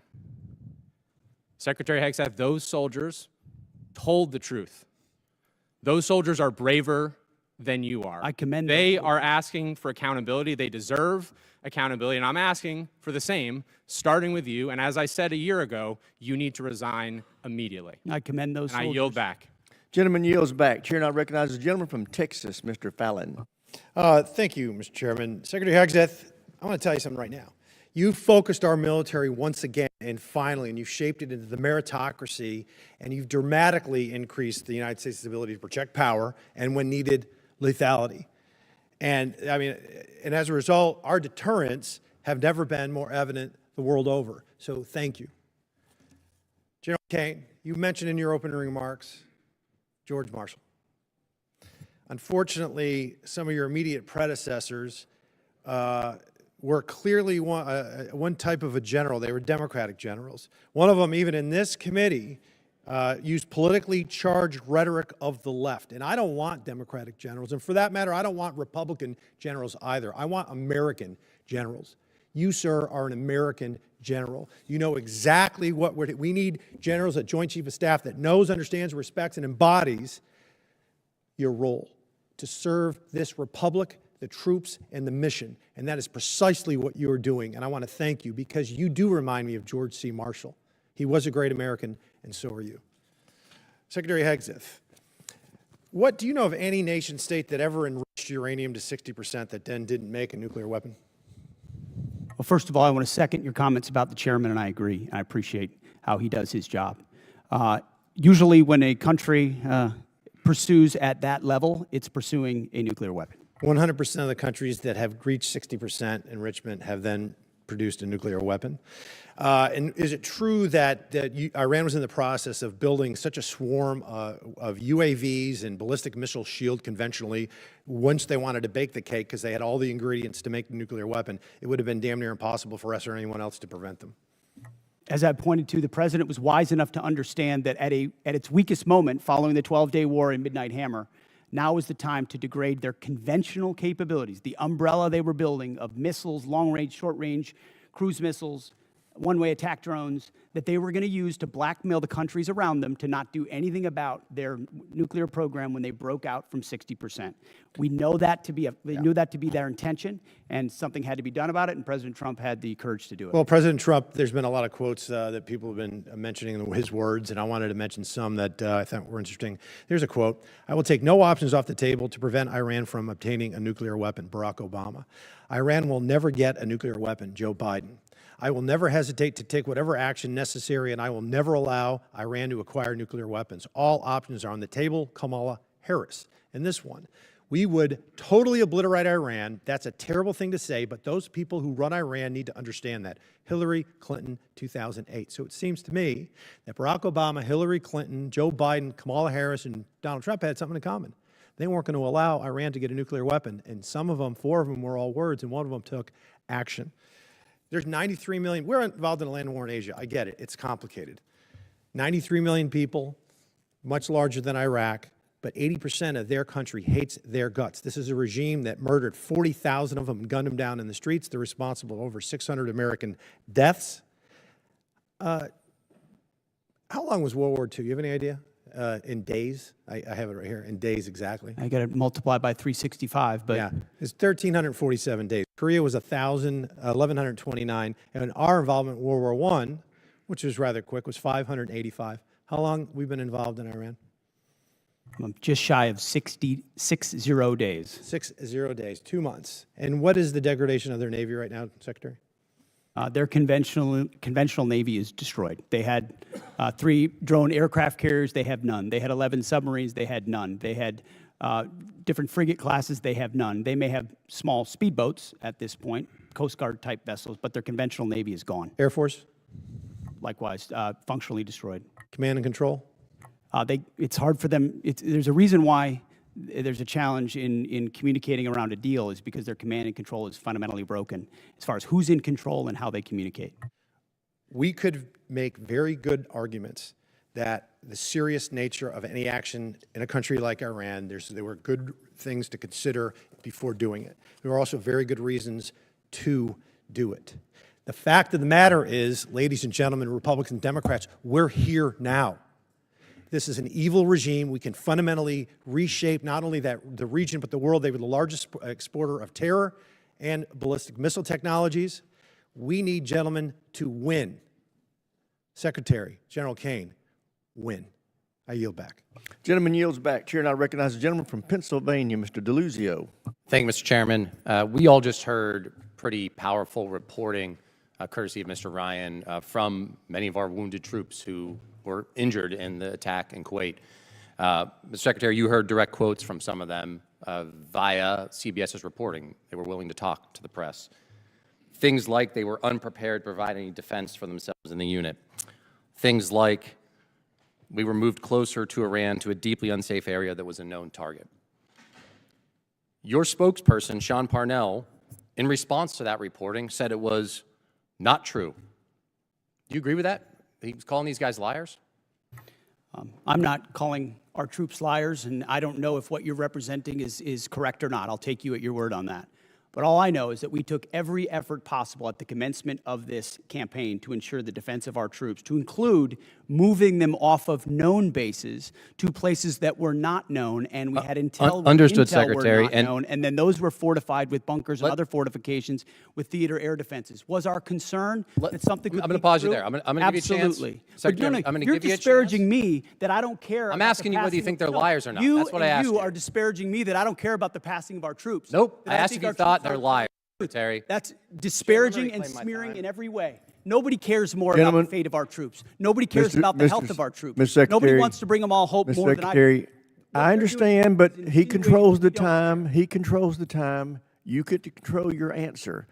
And the gentleman's If we're allowed to answer. Mr. Chairman, thank you. Secretary, my question was clear, whether you thought they were liars or not. You don't seem to want to answer it. We can move on. The other part of what your spokesman said, and you just reiterated here, was that, and I'm quoting your spokesman, every possible measure has been taken to safeguard our troops, end quote. You mean to tell us, and I'll give you a chance to clarify, there is not a single additional thing you could have done to protect those troops who are now wounded, 6 of whom are dead? I'm telling you that as a department, we did every conceivable thing at my level and every echelon down to ensure the maximum force protection for our troops. We live in a dangerous world, in a dangerous place against a determined enemy that can't have a nuclear weapon, and that requires sacrifice and risk. And it tragically, in this case, it meant 6 Americans lost their lives and others were wounded. And we all know that, and that's part of the cost. But it does not mean we didn't care, and it doesn't mean we didn't commit. I didn't ask you that, It doesn't mean we Secretary, and I'm didn't not do saying that. everything possible, which we did. But let's be clear about what was done. There were T-walls there, essentially. There was no overhead protection. The known threat in that environment, and I think we all here understand it, is overhead drone strike. There was no protection for overhead drone strike. So I'm struggling to understand how your answer and your spokesman's answer is that every possible measure was taken. We can move on. Mr. Chairman, and Chairman Caine, I want to ask you something on a different topic. Folks at home know you're the senior military officer in our armed services. They may not have as much of understanding of your role in the chain of command. You're outside the operational chain of command, but you are the President's and the Secretary's senior military advisor. So I want to ask a very basic thing, what you would expect our commanders in the field, our troops to do should the enemy lay down their weapons and try to surrender. What would you expect commanders in the field to do? Well, sir, I think I'll go back to something I said earlier with deep respect for your question, but I think you're trying to take me to a partisan place here. and I can't let you do that. General, I as expect- always, I respect your No, sir, desire just, to avoid it. I'm not yes, trying sir. to put you in a partisan No, place. and I know that, but our officers and enlisted service members always follow lawful orders. There's a checklist for them to do that, and I'll stay in the Very middle. good. Understood, General. Secretary, let me give you a chance. And you've been asked about this earlier. You said in, I think, your press conference, essentially, and I'll quote you here, "No quarter, no mercy for our enemies." That's the end of the quote. Is your guidance that you expect our troops in harm's way, if there's a foreign enemy surrendering, laying down their arms, they're supposed to provide no quarter and kill them? You denied it, but you were indeed trying to take the chairman to a partisan place. That was General Milley. That was the previous administration, which played politics. We don't play that way. It's a simple question. I'm asking you what you meant. We fight to win, and we ensure the rules of engagements are such that our troops have every authority possible to. I'll give you another chance. In saying that, are you trying to tell commanders that that's what you expect? You're in the chain of command. It's a simple question. I understand that. My commanders know exactly what the guidance is with each and every mission, and they know every tool. Secretary, every tool at in their disposal refusing be to effective. answer it, I think you speak volumes. I think that's a dangerous thing. We all know the expectations. We know the law of war. We know what is lawful. I'd expect our commanders to understand that as well. I yield back, Mr. Chairman. Gentleman yields back. Chair now recognizes the gentleman from Guam, Mr. Moylan. Thank you, Mr. Chairman. Secretary Hegseth, thank you for your continued attention to Guam. Really appreciate it, and while leading the War Department here, and I'd like to remind my colleagues that one of your first official trips as Secretary was to visit Guam. And during your confirmation hearing, you identified the island as America's most strategic location globally. And this commitment does not go unnoticed, sir. So I thank you, Mr. Secretary, for that. And as we continue our buildup for the defense of our nation in Guam and the people of Guam, we have many active duties personnel, but we also have a lot of Department of War civilian personnel too. And right now, my most consistent question from my constituents have been asking is, when would the living quarter allowance authorization for War Department civilians in Guam, when will it be implemented? And recently, your office confirmed that the guidance should be published early May. Will you work to keep that timeline? And will you work to ensure living quarter allowance will properly incentivize local hires to stay on Guam? Well, if that's what we stated, we need to stick with it. That's been our pledge. And I think it reiterates that the amount we're paying on to pay for housing and for quality of life and living at certain, especially unique locations, is usually mismatched, and it causes staffing and workforce problems that we need to address in a tailored nature to some of those unique locations, like Guam, like Hawaii, and others in Europe. So yes, we're committed to that. And I would just note that in our budget, we've got almost $1 billion for the Guam defense system. Also, we're investing in ensuring that that critical location you described is part of our theater umbrella. Excellent, sir. Thank you for that. Another longstanding request I have from the War Department has been the increased support for Guam's power grid. As you know, we all, the one island approach there and working together, our water, our power, our port, our airports, our hospital, it's all in support, working together with the military. But one of the important ones for us is Guam's power grid. And most of Guam's grid is owned by the department and is leased to the Guam Power Authority. And as the military demands upon the power grid increases, do you see either O&M funds or military construction funds being the best path for the department to support Guam's power grid needs? I would welcome your input, first and foremost, as we have throughout. But as was noted, we've got $450 million for small modular reactors, which is a new approach we're taking, which we think makes our bases more resilient. If there's one place the American people count on being able to be prepared in that moment, it's our bases wherever they are, whether CONUS or OCONUS. And these reactors are a key part of getting at it. So that would be part of how I would answer your question. I appreciate that, Mr. Secretary. Also, the Guam Power Authority is the only one in charge of all the transmission lines. So we're that power source, and I know there was some consideration of the small nuclear reactors as well, but the Power Authority will be the one transmitting for the transmission lines for all the power on the island. So looking forward to working with your office. Thank you, Mr. Secretary.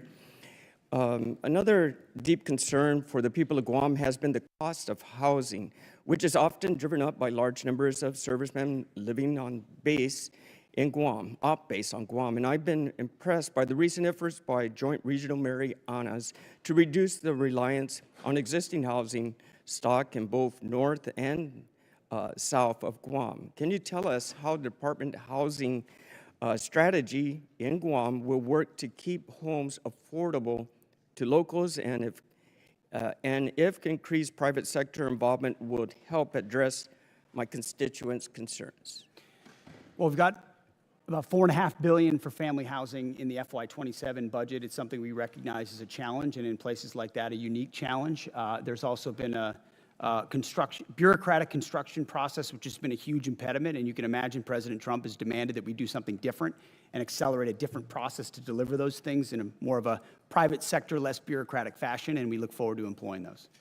Excellent, sir. And finally, we did have one discussion when we first met on Guam regarding the Medal of Honor possible recipients that are deserving of this. Now, Guam has never had any Medal of Honor recipients, and there's three names that we've... Gentleman's time's expired. Thank you. I would like to point out, once I recognize a member, they have control of that 5 minutes. If they want to give a speech, they can give a speech. If they want to ask questions, they can ask questions. But if you ask a question, I would hope you give the witness a chance to answer. But if they choose not to, then the witness has to recognize it's their time and cut it off and go back to them. But I want to stick... Sorry, go ahead. I want us to be respectful of each other and be able to make sure we maximize the use of this time. But everybody has to understand it's the members' 5 minutes once I recognize. Did the ranking member want to offer something? Yeah, I just want to second that. Yeah, it is members' time. I do hope members, you do ask a question. Got to allow for more than 2 words. Yes, if they filibuster or don't answer the question, feel free to interrupt. But I hope we can keep this respectful and it's more productive for us and for the witnesses and for those watching. Great. So thank you, Mr. Chairman. And with that, we will recognize the gentlelady from Hawaii, Mr. Kuda. Thank you, Mr. Chair. On February 2nd, President Trump said we should take over the voting in at least 15 places. The Republicans ought to nationalize the voting, despite the Constitution assigning primary responsibility for elections to the states.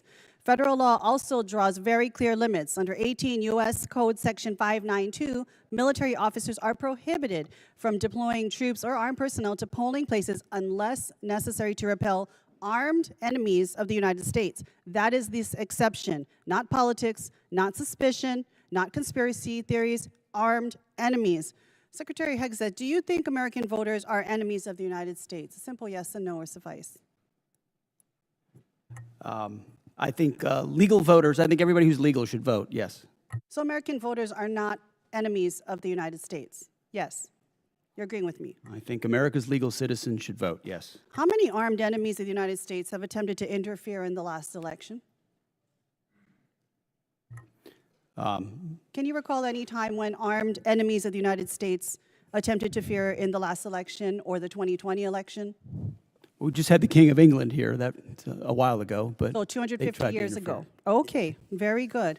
All right. Well, Secretary Hegseth, if President Trump ordered you to deploy troops to polling places during the midterm elections this fall, which would violate the law I just cited, would you implement his order? Yes or no?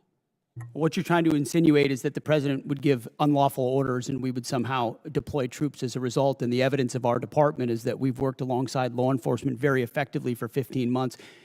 Los Angeles would have been on fire for the summer had we not come across I humbly disagree with that, but this is not a hypothetical situation that I'm inferring on. Your president, in January of this year, told the New York Times that he regretted not ordering the National Guard to seize voting machines in key states after the 2020 election. Last I heard from you, the last time we had any kind of armed enemies at any type of voting places was 250 years ago. We're talking 2020. So if the president, again I'm asking you, orders you to break election law, violate the Constitution and the law, would you follow the orders of the president, yes or no? The president, you like to insinuate that the president issues It's a illegal simple orders, which he hasn't question. and does not. Who would you follow, the president or the I Constitution? will note that in 2024, troops were that was Joe Biden, by the way. Who Joe would Biden you send were deployed to polling locations in 15 states. 2024, Joe Biden, troops deployed to polling locations in 15 states. Explain that one to me. I am asking you a question now. You seem to really like Joe Biden. You've brought his name up more than many other topics today. Answer the question. Who are you beholden to, Mr. Secretary, the president or the Constitution? Well, I If very you can't answer proudly, that question, I 'cause very you couldn't proudly answer served that as question president. when I and asked you very to shoot proudly swear an innocent oath to civilians defend in the the leg Constitution. in Los Angeles. He couldn't answer that either. So I think our answer is very clear. Obviously, you have taken a loath of loyalty only to the president and not the people of this country. Let's move on now, and let's talk about AI. The Marvin Smart System, which appears to be the program on record being used in Iran, does the targeting work we know of about 2,000 It's people called the use to Maven do it. system, not the Marvin system. Excuse me. Thank you so much for that correction. It does it in a fraction of the time. The intention was to compress the kill chain, and the result was an attack that killed almost 200 children. Would you agree that tragic actions like this prove that when we trade time and humans for safety, people die? The Maven system is a very effective tool, and inside that we have very prescriptive processes by which we ensure as much precision as humanly possible in very complex battlefield So environments. you think we took every absolute effort to make sure that innocent civilians did not die in this attack? I know that there is no country on planet Earth that takes more measures to ensure that civilian harm or civilian casualties are minimized than the United States of America and this War Department, and that is a fact. In human Okay, and yet, Mr. Secretary, you eliminated the department's civilian harm reduction staff.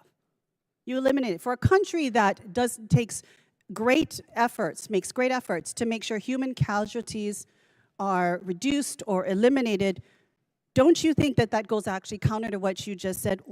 Would these children not still be alive if you had not eliminated all of these staff working within CENTCOM? We didn't eliminate them. We made sure that those things that they normally accomplish are at the field level, which they are, and all of these processes are in place Would you at not every agree level. that something clearly every has single failed, level. whether it's our implementation of AI, whether it's understanding our human dependence on AI? Would you not agree something failed because almost 200 children died in Iran as a result of our bombing? You're insinuating something where an investigation is not complete. Gentlelady's Thank you, Mr. time's Chair, I did expired. that. Chair now recognizes the gentleman from Georgia, Dr. McCormick. Thank you, Mr. Chair. Gentlemen, I'm happy to have you here today and really excited about the things you've been able to accomplish. I'm going to summarize this, just sitting here for a few minutes, listening to everybody politicize what we've done. I'm just going to break it down as best as I can, and then I'm going to let you answer a couple questions. First of all, just since the short period of time that the Trump administration has taken over, we've handed over control of Ukraine's destiny to Europe, where it belongs, a conglomerate that has a $20 trillion economy versus a $2 trillion Russian economy, to actually take care of their own country in a very good way, their own continent. We've kept Iran, who has literally talked about raining down fire from heaven and talked about us being the great Satan, from becoming a nuclear power.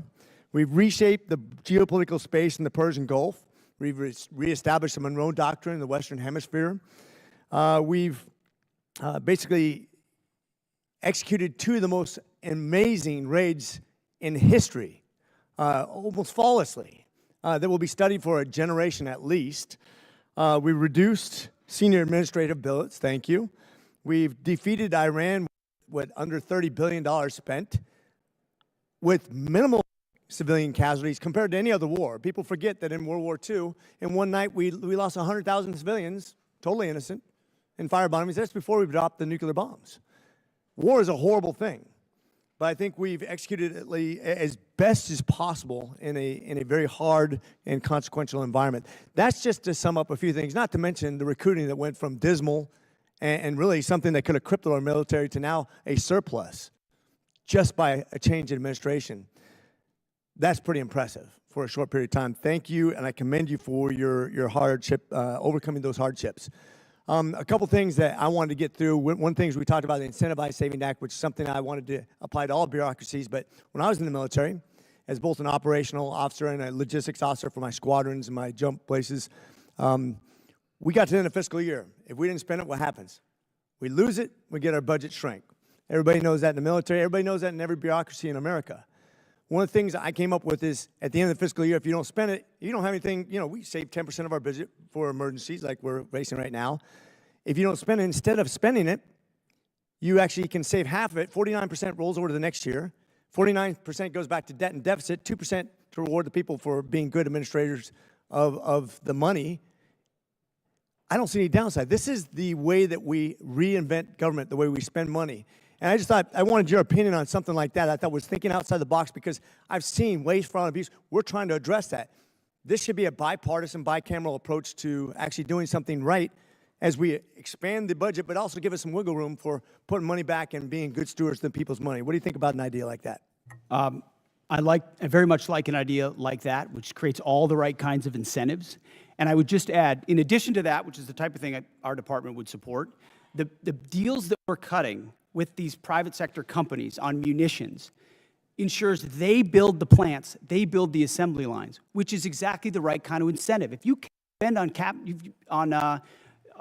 facilities, you're going to make sure you make money on those facilities and the munitions that you produce. There's ownership in that stake. There's the right incentive.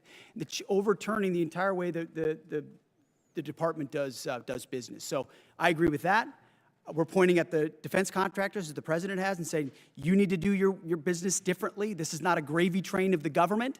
You're beholden to us, actually. So I think the spirit of that is infused into everything we're doing at the department. And I think it's right in line with what you're talking about, running it more like a business where we have accountability and we're pointing in the right direction. We do have a lot of old programs that we need to update.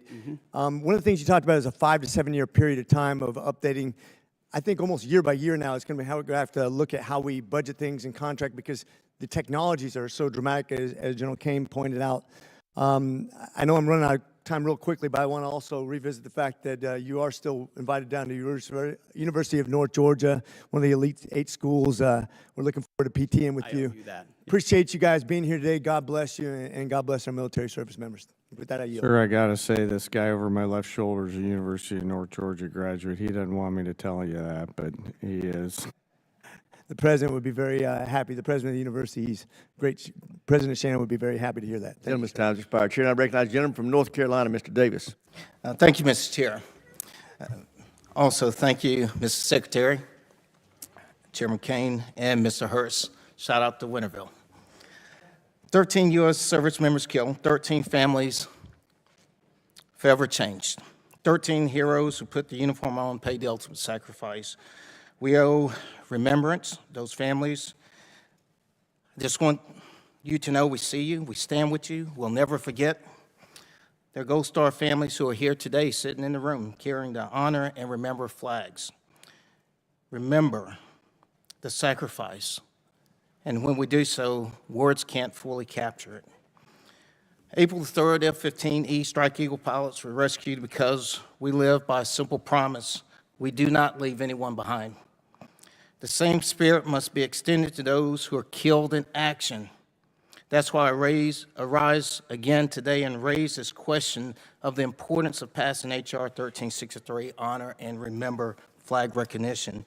Mr. Secretary, I raised this with you before, and actually I come today to thank you for the response from your office and actually engaging with us in this. I rise again today and bring this up because we must never lose sight of the true cost of war. As we commemorate 250 years in this country, the first call for independence, Halifax County delegates moved forward with the first official action in my district. Our service members are the reason we are here today. They've delivered freedom, and I believe it would be amazing if we could deliver for their families, those who've sacrificed this flag, something to help them, ideally by Memorial Day, or at least commemorate their families. I was simply asked, do you have any thoughts whatsoever how we continue to lift and honor those who have been killed serving our country? Well, thank you for what you do on that topic. I think first and foremost, we do it by doing right by the legacy of those that we lose. whether it's those 13 from this conflict or any other conflict.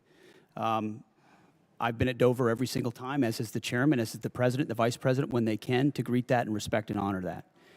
In our department, we established the first ever Gold Star task force, where we've got a Gold Star advocate right in our front office working these issues on a daily basis, which is why it doesn't surprise me that we so quickly got back to you. These are deep in our DNA, things that we care about. How you treat a family who's given everything in that moment, not just at Dover, but in every step of that process is a reflection of how Mr. they Secretary, thank you truly just for time here. And I've served mortuary and I've been to Dover. I deployed to Dover, so thank you there. I want to shift to Army Cadet Command. The Senior ROTC Programs Rebalance Optimization Plan, North Carolina Central University in particular, there are real access and logistical challenges that are before the cadets. And when we think about building the next generation of leaders, I would just ask us to think about how we're putting barriers in front of some. And I would just ask if you could please take a closer look at the impact on the cadets. I want to shift to another topic and really spend the last moment here as I'm running short. Your memo, April memo, the non-official personal protection arm in the Department of War property. My son is at Fort Benning right now, infantry. He's training, ideally, he wants to be 11 Bravo. And I shared the memo with them, and he shared it with his battle buddies to see the response. And he's definitely Second Amendment enthused, an advocate, and they're really interested, in this. My question is simple. How do you plan to provide any guidance on the denials, and how do you plan to track it? That was the intent, is to make sure those men and women out there feel like they have their Second Amendment rights even when they're on post. And the burden of proof is on the command as to why they would deny, as opposed to the burden of proof on why they should allow. So the presumption is the same rights they would have outside the gate of a base they have inside for personal protection purposes. Our bases shouldn't be gun-free zones, except for the Armory and the MPs. So the burden of proof is something I'm going to pay very close attention to. My last 15 seconds, Chairman Caine. Thank you again for the conversation breakfast. Any final thoughts in terms of any reservations of how we're dealing with munitions in terms of a supplement on the depletion of munitions? Gentleman's time's expired. Chair, I recognize the gentleman from Louisiana, Mr. Higgins. Thank you, Mr. Chairman, General Caine, Mr. Secretary. Thank you for being here today. Mr. Secretary, you stated in your opening statement that one of the foundational endeavors that you embrace is to, in your words, forge a lethal arsenal of freedom. I don't think it could be more accurately described, the spirit that you gentlemen are delivering within the Department of War, the men and women that you serve. It's notable for an American like me, I'm an Army veteran, 65 years old. I don't believe in my lifetime I've witnessed this level of rebirth and hardcore focus that I'm witnessing out of the Pentagon right now. And I just commend you for driving that. And please know that you have a great deal of support, not just in this body and on this committee, but across the country. Regular Americans that have served or have families that have served have taken note. General, you said in your opening statement that if called upon, we win our wars around the world. Those were your words. And we're going to make certain through this committee that you have the support, the equipment, and the funding that you need to, if called upon, win wars across the world. But we expect a lot out of you, gentlemen. We expect you to liberate and secure the entire Western Hemisphere. One of my colleagues across the aisle stated that in a negative way. let me flip it to positive. We absolutely do expect you to liberate and secure the entire Western Hemisphere. We expect you to drive Iran to its knees and free the world of the Iranian terrorist threat. We expect you to leverage NATO into an indomitable force. We expect you to set China back on its heels worldwide. We expect you to drive peace and stability through the projection of military power. We expect you to secure the transit of affordable, transportable American energy product as the indisputable cornerstone of economic prosperity for every allied nation. That's a lot of expectations.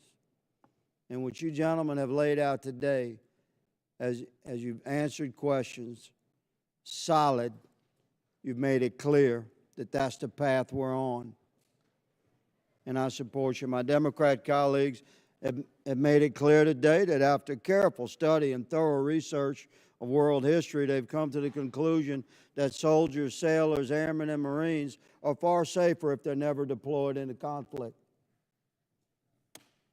You've made it very clear that you take your business seriously, and we support you. I certainly do.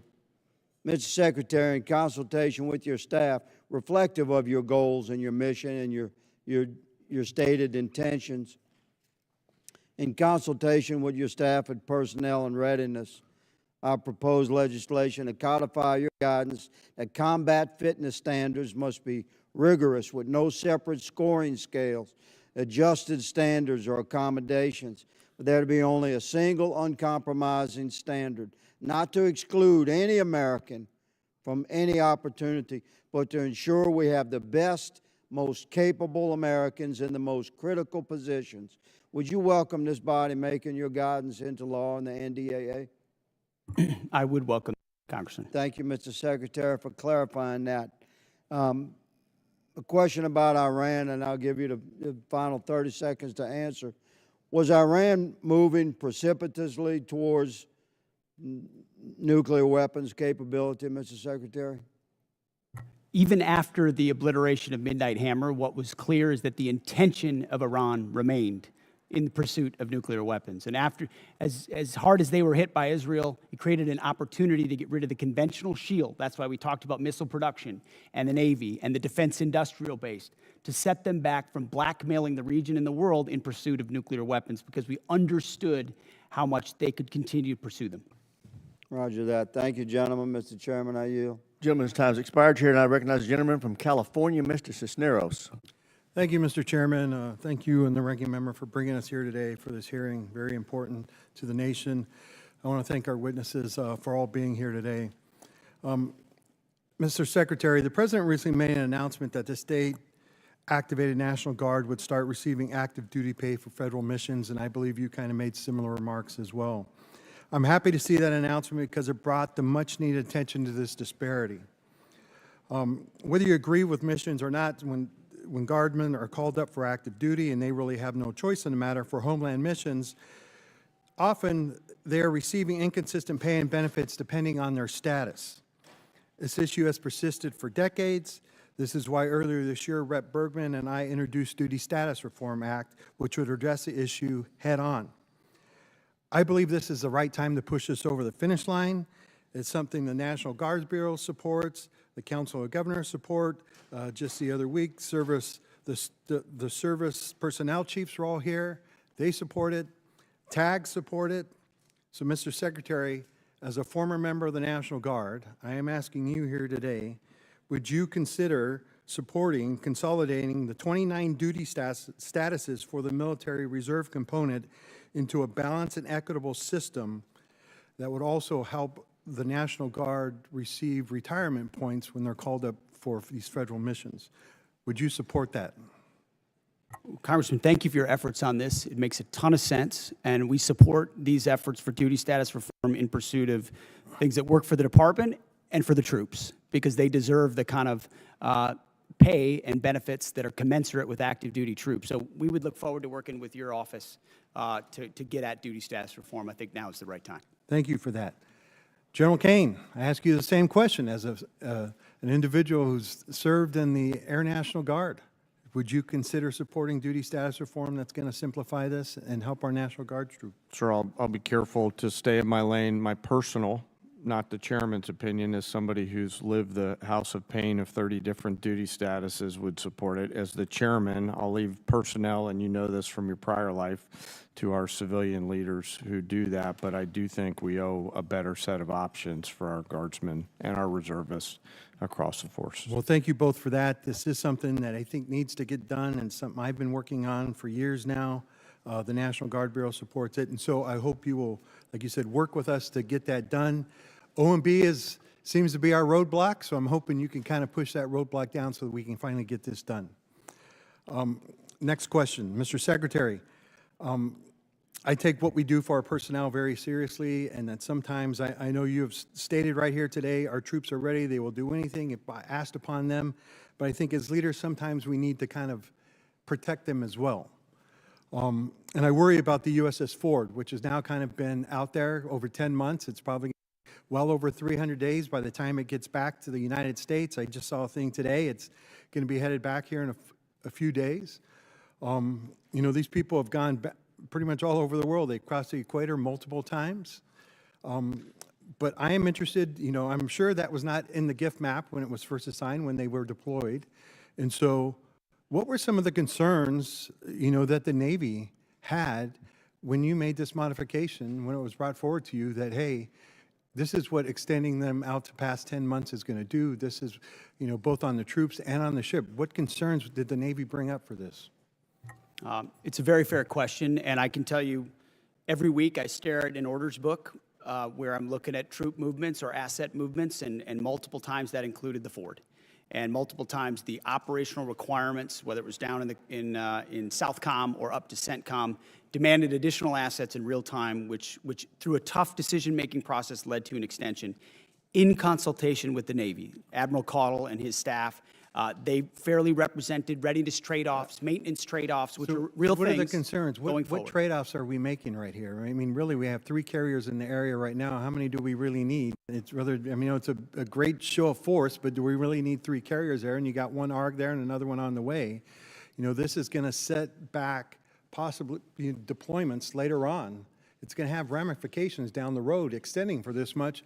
And not only talking about, you know, we had service members that were kept away from their family for almost a year. How many missed the birth of a child, you know, before, you know, extending them in another 4 months? We need to keep this in consideration when we kind of make these modifications. And I hope these issues are being raised when you do these SDOB books, right? And people are actually making these decisions. Gentleman's time's expired. Chair, I recognize the back. gentleman from Virginia, Mr. McGuire. Thank you, Mr. Chairman. Thank you to our witnesses today. Secretary Hegseth, I really appreciate your return to warrior ethos and the priorities of our military. Merit over performance is how you win, and it's how you save lives. And your love of our military comes out in everything you say. So we really support you and your team and what you're doing.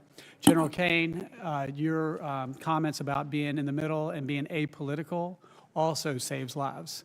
I think all of the fellow veterans in this room, military guys, would agree that if somebody saved your life on the battlefield, you wouldn't care if they were male or female, black or white, Democrat, Republican, independent, whatever. We're all Americans, and we're all on the same team. And we put our differences aside and work as a team, we can turn the impossible to a possible. We can be outnumbered and still win. So I want to commend you guys for supporting our troops so they can best survive. Let's see, the border. Nobody talks about the border, Mr. Secretary, as you say, but it's incredible what you guys did in just a matter of weeks. The missions in Ukraine, Honduras, I don't know any other military in history who has been able to successfully do something so complicated, but it talks to the unity and the teamwork of all the joint force and how well they work together. I got a lot of questions. I'll try to go fast. $1.5 trillion budget. In that budget, I want to echo what Rep. Jackson said about U.S. SOCOM. We are often deploy, and we seem to be doing more with less, and we don't complain. And they won't be that voice. So for us in Congress, we want to be that voice. Is just take a look at the budget and see if we can help them with that. Also, I want to talk to you guys about solid rocket motors. I know that the Secretary of War, I know that in this budget we've picked one particular company that we put a lot of money in, and I think it's a great company, and they do a great job. But what is your plan to also have other companies come to the table to help us with a shortfall with solid rocket motors? You're right on SOCOM, and we will absolutely work with you and look at that. On solid rocket motors, it's such a critical component. You got to go with your fastest runner to get caught up as quickly as you can and giving them incentives. But we've also learned on multiple domains that just one option means zero options when you're stuck. You know, one is zero, two is one is none. So we need multiple avenues on that approach, and we look forward to finding other companies that can do it as well.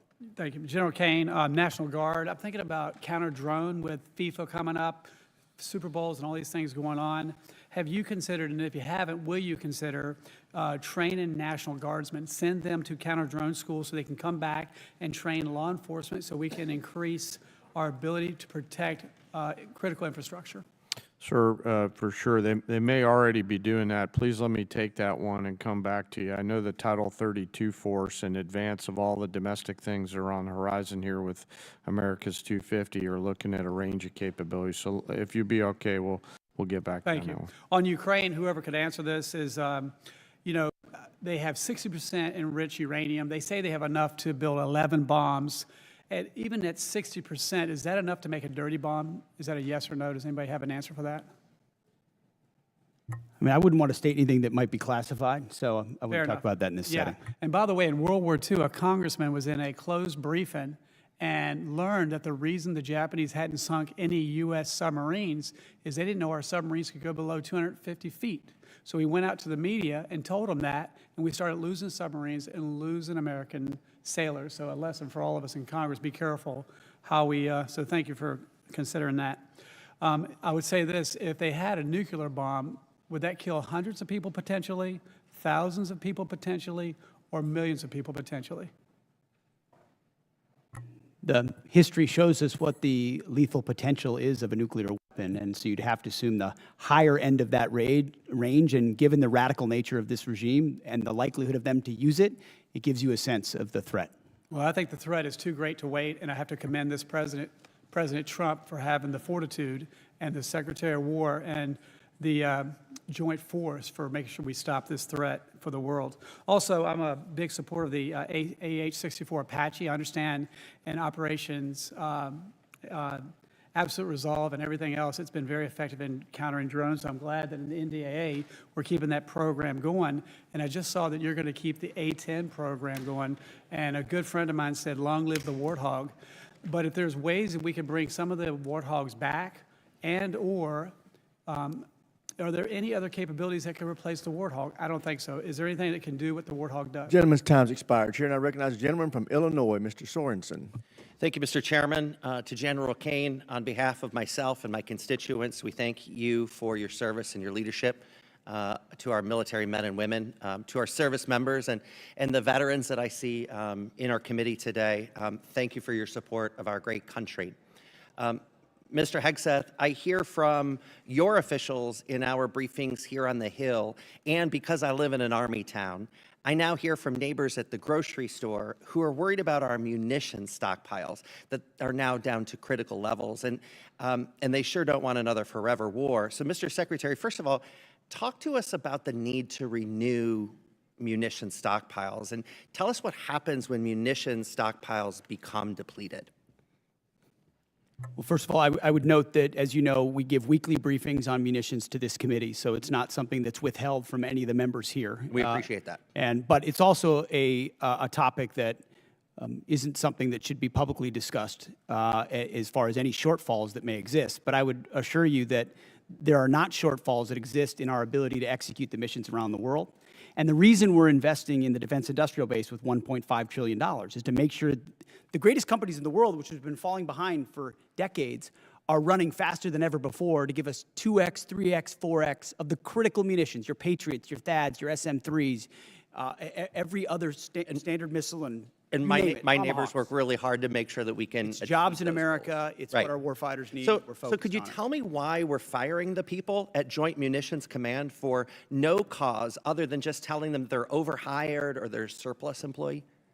I would a have to Joint look- Munitions Command? I would have to look into the particular circumstances of that, but there have been places where we haven't been moving fast enough with munitions, and when people don't move fast enough in the Department of War, we find someone else that will run fast. This is Joint Munitions Command. I mean, your department says that you're prioritizing munitions, yet you cut 58% of Joint Munitions Command at Rock Island. But let me move on. My district is also Munitions are not built by commands.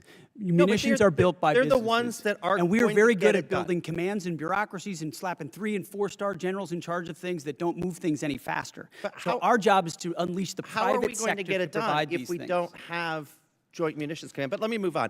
We also have Army Sustainment Command in my district. Could you tell me why we're firing folks at Army Sustainment Command when now is the time that we should be giving our soldiers every piece of sustainment that we can give them? Because as I've stated, the status quo at this department before the Trump administration was unacceptable, and changes had to be made. Do you think it's acceptable to fire veterans from jobs where they've been, I talk to my neighbors at the Arsenal, and they've worked there 20, 30 years on top of their service to this country, and they're doing it exemplary. Great performers will always have a job at the Department of War, and when you reestablish merit, sometimes things happen, but we're grateful for all the vets that serve. And in fact, we've created a Patriot pipeline for service members to get into the defense industrial base manufacturing business, to consider that as a second career. So we're leaning into vets and service members as the workforce of the future in our department. And this isn't me. I mean, they tell me that, they feel you're taking a wrecking ball to the civilian workforce. But, I want to go and follow up on Congressman Norcross's questions about why you terminated collective bargaining earlier this month. This affects hundreds of thousands of hardworking DOD employees. So many of them are veterans who have honorably served our country. You testified that if you work hard, you do the work, you keep your job. But that's not what's happening. And you allege it is being done to maximize efficiency? Explain that. I thank you for asking that question. I'd love to clarify. I fundamentally believe the Department of War should not be subject to collective bargaining, full stop. So people shouldn't be able to fight for good wages and being treated well? I think our department does a great job evaluating and providing pay and benefits for folks across the spectrum. I would love to invite you to the Rock Island Arsenal so you can look these patriots in the eyes and tell them that. How does creating chaos for long-term civilian workers actually maximize efficiency? Do you have any comment on that? There are plenty of examples of shipyards and other manufacturing plants where there are restraints that limit the hours, limit the ability of leaders to ensure we're meeting the goals we're supposed to, and I don't think we should live to those constrictions. Okay. Well, you know what? I want to use the rest of my time to the men and women of our armed forces. Please go forth with the integrity and the morality that you've carried before this administration took us down a path that has allies turning away and American citizens objecting. Do what's right, even if you're asked to do otherwise. Mr. Chairman, I yield back. Gentleman yields back. Chair, I recognize the gentleman from Florida, Mr. Mills. Thank you so much, Mr. Chairman, Mr. Secretary, General Caine, and the Honorable. We'd love to just thank you for this opportunity, for coming here, and for continuing to push forward the warfighter ethos, for making sure that the realities, regardless of what's said in here, are the realities on the battlefield that we're getting day in and day out.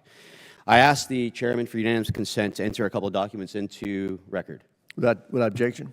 I'll be entering into record my DD-214, published in 2003, indicating my Bronze Star and other wartime medals and decorations. I'd also like to present the document provided by the Department of the Army in 2024 that also authorizes vets and verifies all medals and/or awards, as well as a document by Paul Savitsky, former Special Forces member, that annotates the 2 explosions that I was involved in Baghdad. Without objection, so ordered. Mr. Secretary, as you know, you're pretty familiar with the ideas of slander, defamation, and attack on character. So I apologize for having to take that moment to be able to go ahead and correct the record, but it was necessary. I would also note that my OMPF file that was FOIA'd by the Department of the Army, or that was FOIA'd, was actually released by the Department of the Army the same day as yours was. So everything is sitting on the actual website itself if people aren't too lazy to look at it. Secretary Hegseth, thank you for your testimony and for the time that you have here today. As the chairman noted, President Trump's incredible $1.5 trillion investment into our national defense is set to reverse the years of atrophy that our defense industrial base has faced over time, especially small, innovative businesses and needs of a solid demand that signal that our War Department is ready to buy American. I witnessed myself as I was with you in Merritt Island, Florida, as we went on the Arsenal tour, and unfortunately I didn't get to do the cool things like fly in a jet really quick and buzz around while we were all actually doing hard work here. But I wanted to just say, Mr. Secretary, that can you detail for us how the Department of War has eased the path for American small businesses to contract with the department? Well, Congressman, thank you for the question. That has been core to our mission, is the recognition that we have a problem at the department, previously the Department of Defense and now the Department of War, and that problem is us. That problem is our bureaucracy, our process that is meant to block out new competitors and protect existing primes. And there are great primes that provide great products, and we continue to support them. But to build an arsenal of freedom, you need more than just 5 or more than just 6. You need an entire network of small, medium, and large companies contributing to the U.S. manufacturing and supply base, delivering weapons ahead of schedule and under budget that don't only have defense business, but also commercial business. And when we need something, can move quickly and adapt accordingly because there are multiple options. So our acquisitions transformation, a speech and memo and directive we rolled out on that, the Arsenal of Freedom tour, going out there with the hard hats and saying, you are part of the workforce, you have the backs of our warriors, just changing the entire dynamic to say, you shouldn't have to sue the department in order to get a contract with the department. We're opening the doors with small business loans, whether it's SIBR Sitter or DIU or OSC. The Office of Strategic Capital hasn't even been discussed today. $20 billion that gets levered into $200 billion so that companies can invest in ways they otherwise wouldn't have the capital to do, and it's not on our balance sheet. So we've got businessmen, the Deputy Secretary of War, who should be deemed a national asset for what he understands and how he works. We're opening the aperture of our department in historic ways, and I think I know our manufacturing base is going to see the benefit from it. Thank you so much. I also want to thank you for your due diligence in making sure that task force audit will come forward, and we will see the Department of War for the first time in 2028 with a clean audit, something that the previous administration was never able to do, and many before that. I believe it was 28 years, if I'm not mistaken, Mr. Secretary, since we've had a clean audit. That is right, and this is not a thing we just announced. We've been doing it for 15 months. Jay's been integrally involved. We just launched a joint task force audit. We are going to pass an audit as a department by 2028 because the taxpayers. And this is why we're so honored to have you as our Secretary of War, and General Caine. We are honored to have you as well, leading our forces. Mr. Secretary, with the last few seconds I have, from ships to bombs to bullets, our industrial base is in dire need of support. Even as these defense markers are strengthened, as a former small business owner, I understand how bottlenecks can hold up good contracts and move from the speed at which we need for our warfighters. Mr. Secretary, can you detail how the department has moved to promote diversity in our defense industrial base? Well, if you will, can we submit for record? Sorry, every aspect is opening it up to provide as much running room for new entrants as possible. Thank you so much, Mr. Chairman. I appreciate it. With that, I yield back. Chair, and I recognize the gentleman from New Mexico, Mr. Vasquez. Thank you, Mr. Chairman, and thank you to our witnesses for being here today. You're here before us requesting $1.5 trillion for the Defense Department, the largest one-year increase since World War II. While I will recognize that your budget does include increases for pay and quality of life, these increases are outweighed by the rising cost of living and the department's ongoing failures on child care, education, medical care, and other quality of life factors. Just like other families, the soaring cost of gas, groceries, housing, and child care have left military families underwater. Yet the department continues to put other priorities, like a $25 billion war of choice in Iran, and just lately photo ops with Kid Rock, ahead of improving the lives of our troops and their families.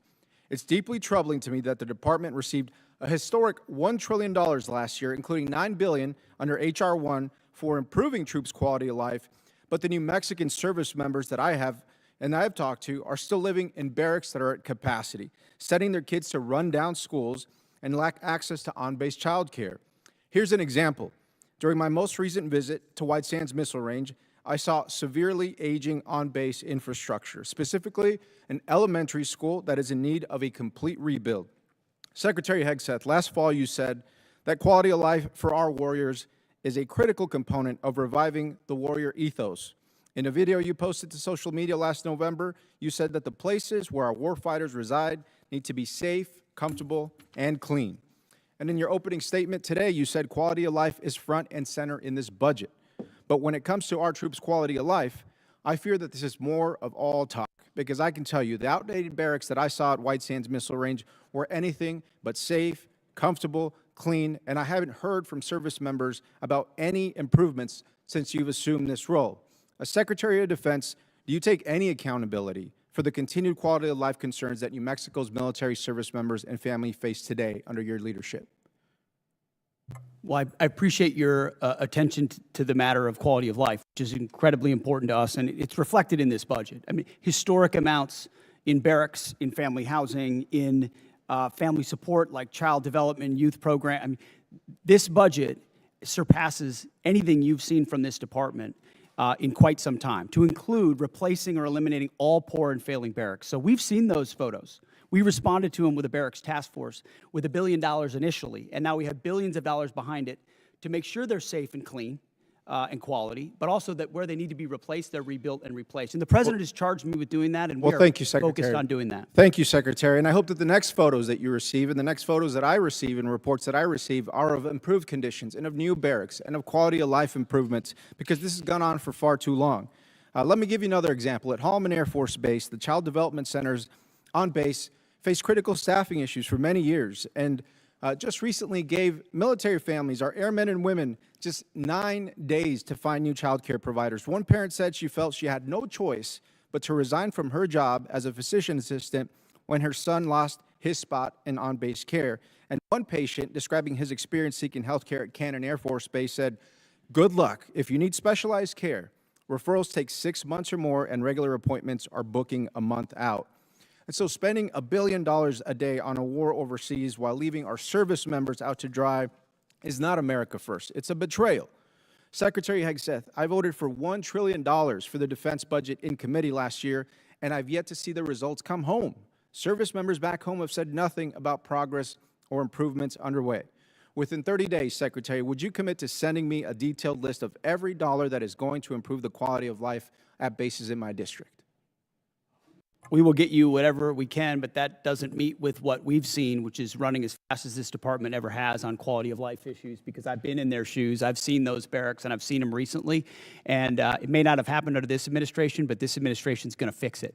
And ultimately, this budget reflects that kind of priority across the board. Well, thank you, Secretary. And I will just suggest that it needs to run faster. It needs to run at the speed of light. It needs to cross time travel. I don't care what it takes, but it's gone on for far too long. And so I appreciate your attention to this issue, but we have got to get it done, and we cannot be here again next year discussing the improvements that haven't been done despite what's in the budget today. And so let me be clear that these issues have persisted for years under both administrations on both sides of the aisle. The department has received billions of taxpayer dollars as this committee has continued to work in a bipartisan fashion to support our troops and their families. And at a time when cost of living is the top issue for families, including those who serve, the department is in the position to address these costs of housing, child care, groceries, and other needs. I hope the department chooses to do that. Thank you, Chairman. I yield back. Gentleman yields back. Chair now recognizes the gentleman from Texas, Mr. Gooden. Thank you, Mr. Chairman, and thank you, Secretary, for being here and the work you're doing. Over the past decade, Bitcoin has evolved from a fringe asset into a matter of national security. Iran has demanded Bitcoin as a toll for transit through the Strait of Hormuz. North Korean cyber actors have leveraged it in ransomware campaigns, and China is believed to be stockpiling substantial holdings as part of a strategic reserve. Just last week, Indo-PACOM Commander Admiral Paparo stated that Bitcoin has direct implications for power projection, and he noted that Indo-PACOM is operating a node on the Bitcoin network in furtherance of that mission. Secretary, do you share the opinion that Bitcoin is a tool to project power, and are there any department-wide initiatives to ensure the U.S. secures a strategic advantage in Bitcoin and combats China's digital authoritarianism? I guess my short answer would be yes and yes. Long an enthusiast of Bitcoin and crypto potential, and a lot of the things we're doing enabling it or defeating it are classified efforts that are ongoing inside our department, which do provide us a lot of leverage in a lot of different scenarios. I appreciate that, and I share your views. I thank you for that. I also wanted an update with our operations in Qatar. How are those going since the Iran war, and how has Qatar been as a partner to work with over these last few months? I think it's fair to say that the Gulf states, to include Qatar, have done a nice job integrating on air defenses specifically, and then providing access basing and overflight. Qatar being one of them, UAE, Saudi, Kuwait, Bahrain. They've lived the threat of Iran. There's some complicated aspects with Qatar, but ultimately they've provided support to what we need in the theater. I appreciate that. I also appreciate the job that our men and women are doing there at that base. I realize they're going through a lot. We really appreciate the work you do, and I'll yield back to you, Mr. Chairman. Chair, I recognize the gentlelady from New Hampshire, Ms. Goodlander. I want to thank our witnesses for being here today, and I want to begin by getting right to it, since my time is limited, on this $1.5 trillion budget request. Mr. Hegseth, you testified last year and you testified again today that you will be accountable for every American taxpayer dollar that comes to the department, where it goes and why. That's really important since, as it's been pointed out, the department has failed 8 audits. The department remains on GAO's high-risk list. The Inspector General just last year alone identified billions of dollars that could have been put to better use, and in questioned costs, that is spending that raised red flags. So this is a crisis right now in accountability of where the dollars of the American taxpayers who are in the middle of a cost crisis, where this money is going. I want to ask about your war in Iran. And Mr. Hurst, you testified earlier today that $25 billion has been spent to date. I just want to clarify that that is money, that taxpayer dollars that have been spent already in this war. $25 reflects the costs of the war, right? So we've already spent the dollars on munitions and things like that. So we're factoring in cost of munitions expended into that total.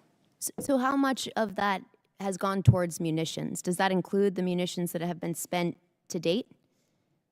Yeah, that reflects the munitions that have been spent to date and other operational costs.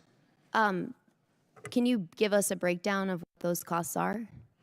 We'll work to get you guys a product that has a detailed breakdown of those costs. Yeah, my concern here is, Mr. Hegseth, you've testified repeatedly that you're going to be accountable for each and every American taxpayer dollar that you spend, that you're going to be accountable for the rationale. Here we are 60 days in to your war of choice in Iran, and you can't give us an answer on a breakdown of the basic breakdown of American taxpayer dollars that have been spent in your war of choice?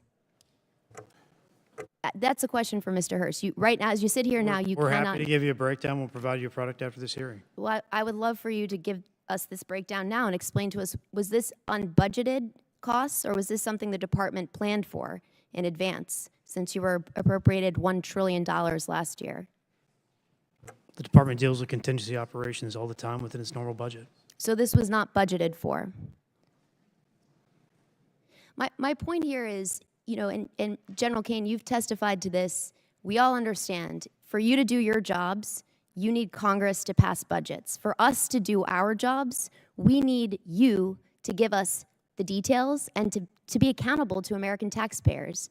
And so I got to say, it's an extraordinary dereliction that as you sit here, you cannot account for billions of dollars that have already been spent. You're in this briefed war. on munitions every week. You and your entire staff have every, asking just so the you- American public know, it's not Mr. as if you Hegseth, don't have you- munitions levels. Mr. You do Hegseth. from us every single week. So Mr. you know Hegseth, exactly the numbers you're Mr. talking Hegseth, about. you have testified that American taxpayers need to know where their dollars are going. And as you sit here today, you can't provide us with a basic answer to the most simple question that you should be able to answer to each and every American You're asking taxpayer. a question to an answer with an answer you already have. No, I'm asking you for a breakdown where you said you will be accountable for every taxpayer dollar. You cannot tell us where any of the $25 billion in taxpayer funds that have gone to fund your war of choice in Iran. And I look forward to getting details from our witnesses after this hearing, because the American taxpayers need to know. Mr. Hegseth, can I ask you, do you know what the average cost of a gallon of gas was in this country on February 28th? Well, it depends on where you live. If you live in California, it's $8. $2.83. Do you know what the average cost of a gallon of gas is today? Much higher in California. $4.23. I gotta say, Mr. Hegseth, you said you've got a crack economic team that's looking at the impacts of this war on the American taxpayer, and you can't answer this basic question. That should shock the conscience of every American. General Caine, I want to come back to something, a really important principle, and my time is limited. you testified to an important and bedrock principle of American law, that our service members follow lawful orders and lawful orders only. Is that right?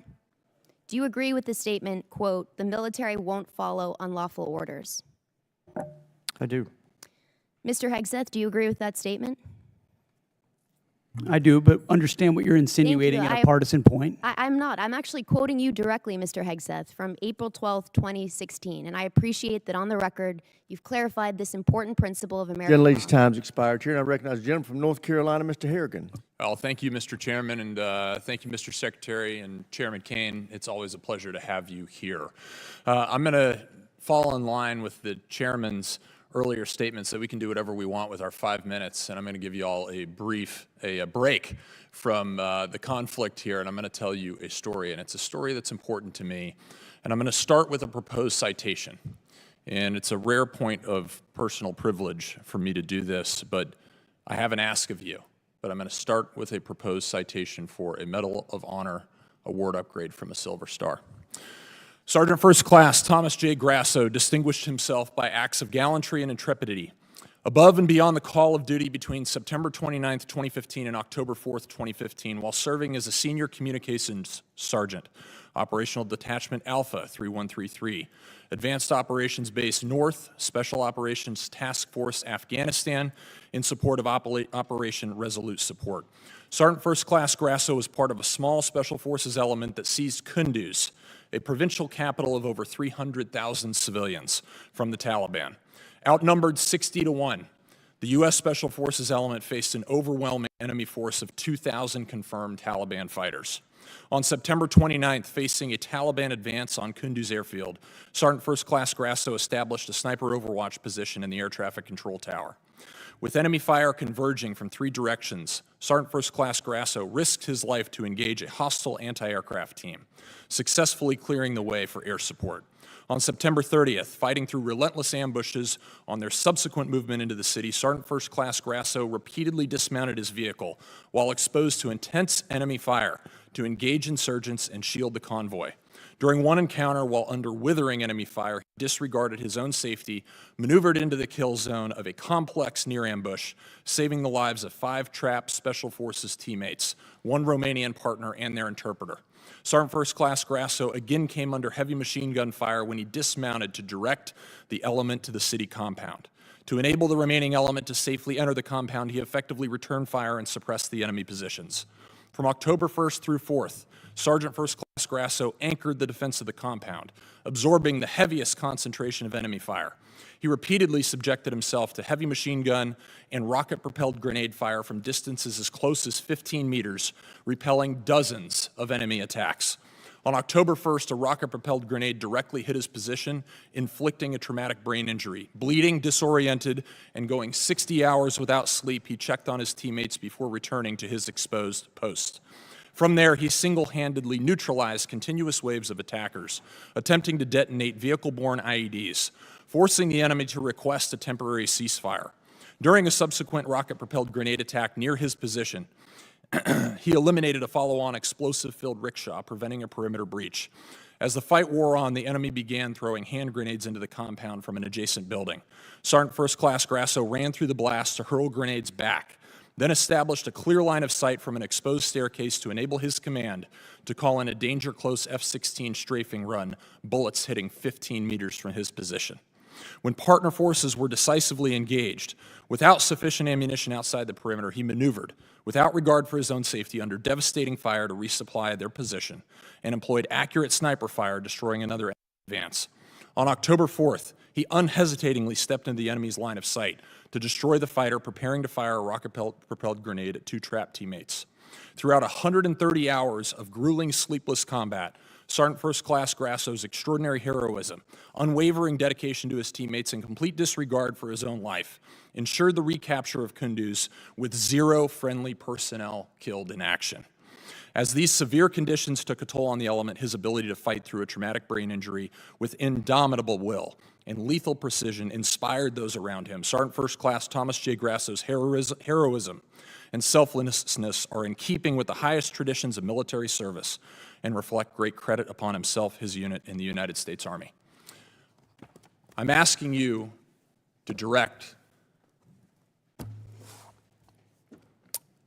the board chair of HRC, Awards and Decorations Branch, to board Sergeant First Class Thomas J. Grasso's packet. I know these things to be true inside of this packet because I was there. And I'm here today only because I was one of those 5 that he rescued out of that near complex ambush. And I'm grateful for your service to our nation.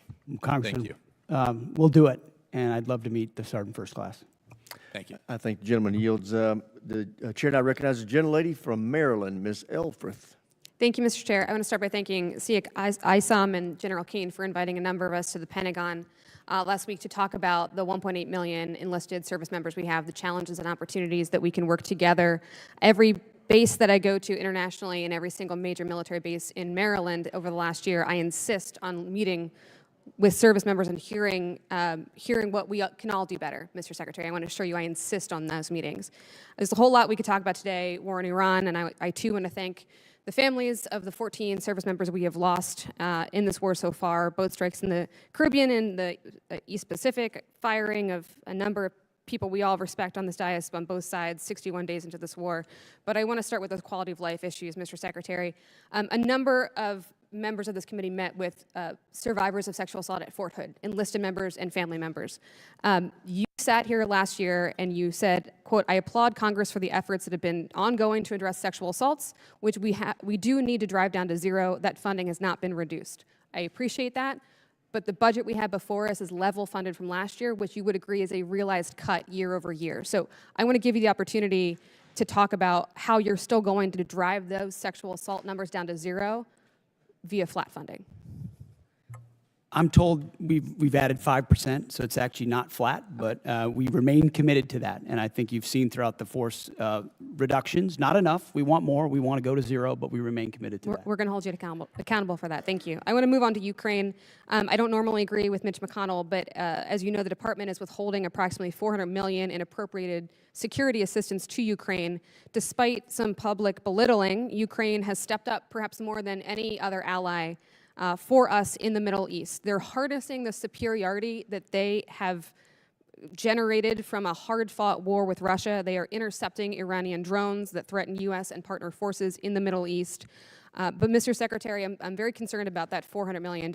Can you please let this committee know, folks watching at home, the Ukrainian people, when they can expect that $400 million in Ukraine support passed by Congress bipartisanly last year to be released and put on contract for its congressionally intended purpose, the defense of Ukraine? So the department recognizes that $400 million was allocated for European capacity building, and as of yesterday, it has been released. As it released, and under contract released as of yesterday. How would you describe it, Jay? Not under contract, but released to be put under contract. Let me ask you a different way, Mr. Hurst. When will it actually be on the ground in Ukraine? That depends on what they buy with the money. And Okay. we're going to take the advice of the EUCOM commander as we employ those funds for best use. Okay, we're gonna keep on that because it's incredibly important, as we heard from everybody, including the King of England yesterday. I'm gonna stay on our allies here. It's clear that the president didn't account for the Strait of Hormuz being closed, global market, oil market disruption, gas prices skyrocketing. Mr. Secretary, gas in my district, Maryland, not California, $4.11. The president did not notify allies abroad or Congress before he went to war. He has repeatedly berated and belittled our NATO allies, and I am not interested in Twitter diplomacy. I'm interested in our actual exit strategy from this war. So I'm actually going to pose it to General Caine, if I could. Well, the president did understand the risks and had the courage to undertake the endeavor nonetheless, which the American people voted for, that kind of courage in taking on that Iranian nuclear threat.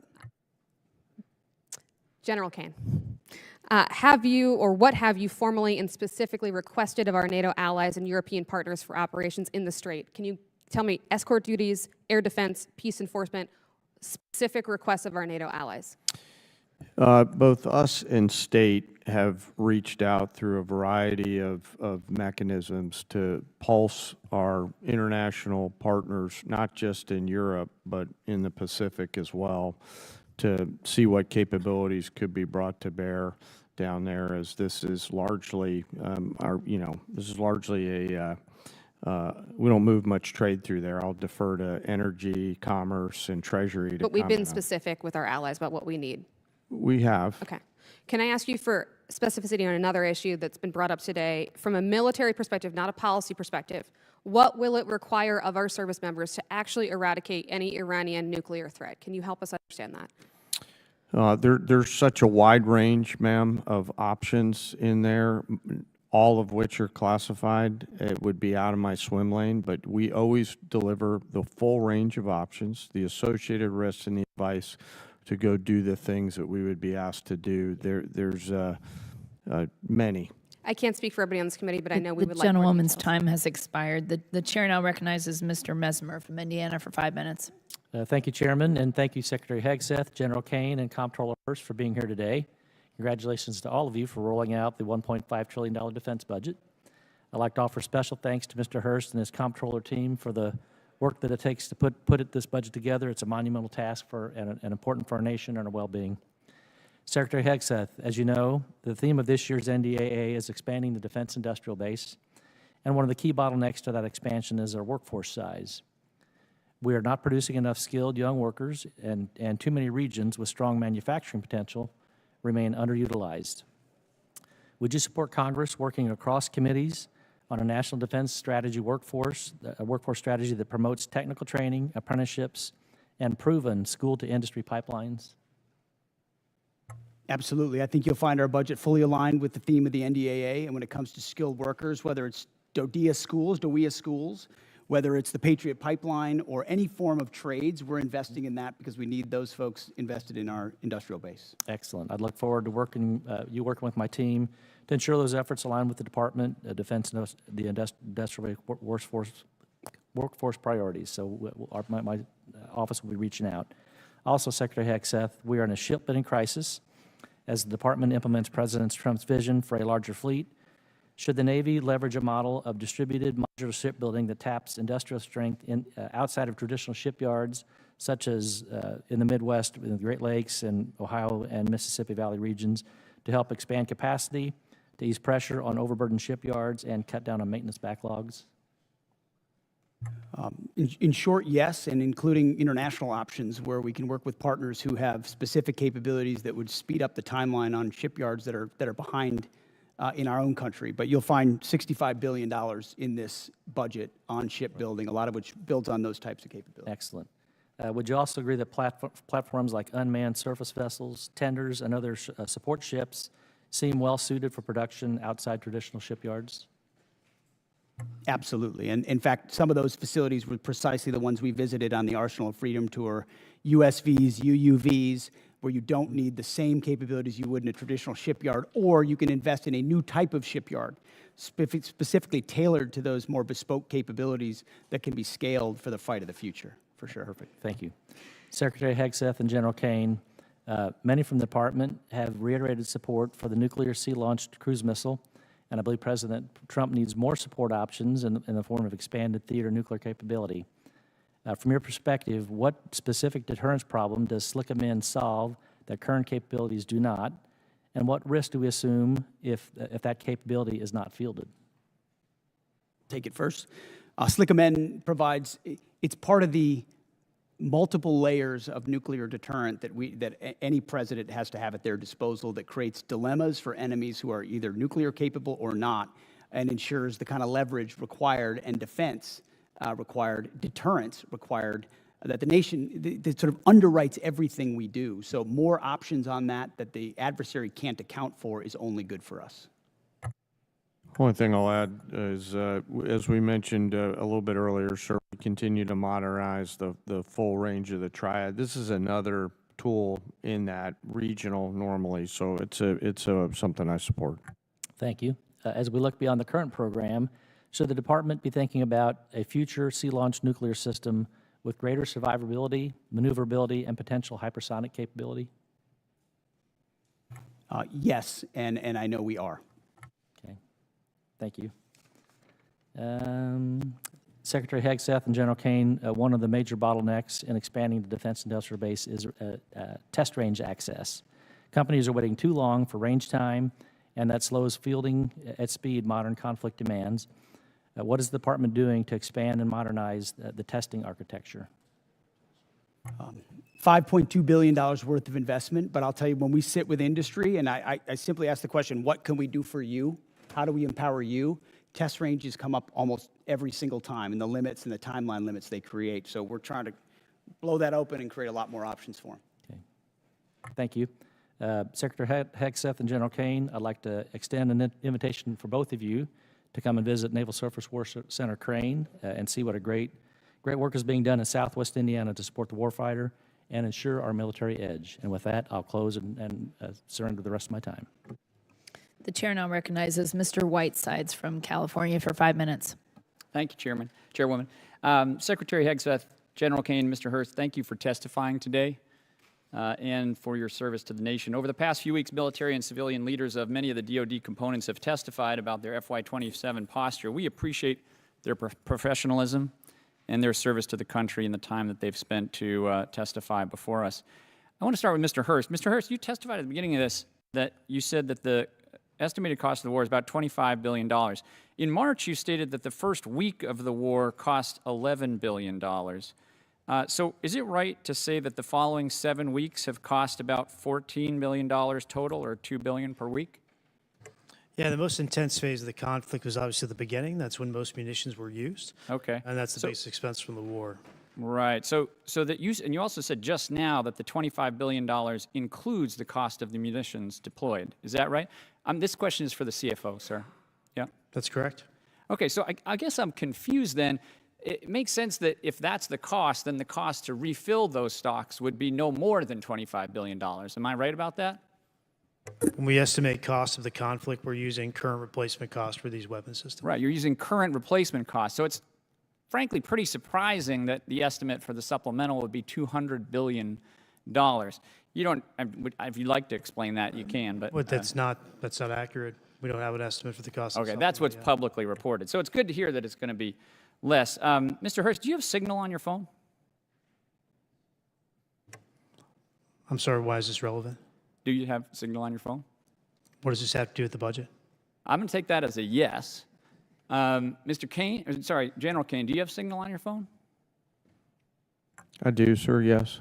Okay, so I want to talk about Signal. Last year, the Secretary and other administration officials discussed sensitive and almost certainly classified information about a strike in Yemen using the unclassified Signal app. Mr. Hurst, what's the current policy for Signal on official DoD devices? I'm the comptroller.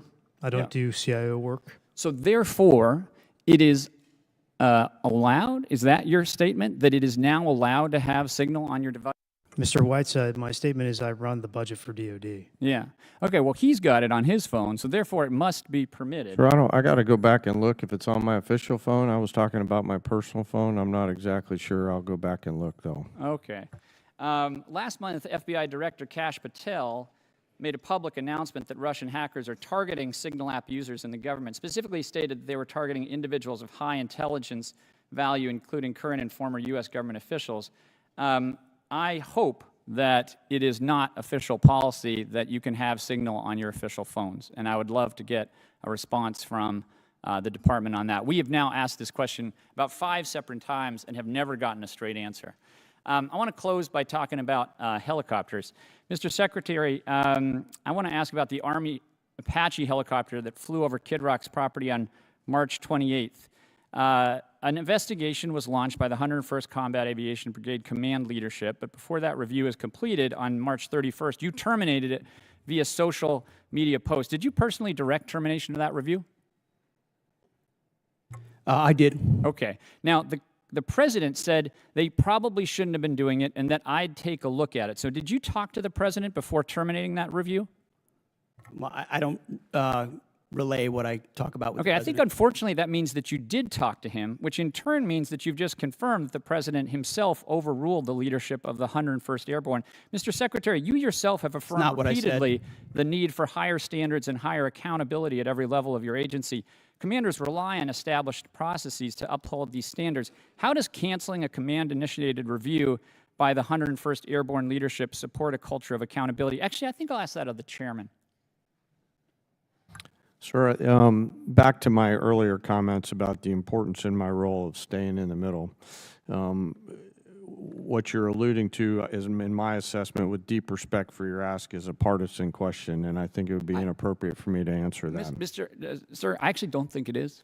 I think it is actually a very fundamental principle of accountability in our department, and I think it was the wrong decision. I'm going to close by just saying one thing. Mr. Secretary, you started this hearing by politicizing it, and I want to make one point. Poll after poll shows that the American public does not support this war, and support is dropping every day. We are all representing our constituents, which is our constitutional duty. And to state that we are politicizing it is an affront to Congress and every member in this House, and I yield back You my are time. politicizing it, Congressman. The gentleman's time has expired. The chair now recognizes Mr. Schmidt from Kansas for 5 minutes. Thank you, Madam Chair, and I want to thank all three of our witnesses for being here today and answering our questions. Mr. Secretary, let me start with you. A little bit off topic for today, but relevant. We are now more than 2 months into the funding shutdown for the Department of Homeland Security because folks at this end of the avenue have not yet been able to get to yes. I hope we're going to get to yes here shortly. I think we made some progress here today while we've been in this gathering. It's been necessary, as I understand it, for the administration to scrape out the pennies under the couch cushions in order to keep DHS running and honestly running not at full speed. Has your department had any role in contributing to the ongoing operations of DHS while things have not been funded? Well, I wouldn't comment on the status of DHS. I'll just say the ways that we cooperate with them have continued. I mean, look at the southern border and the 11,000 troops we have there, Task Force Southern Border, ensuring that our border is locked down.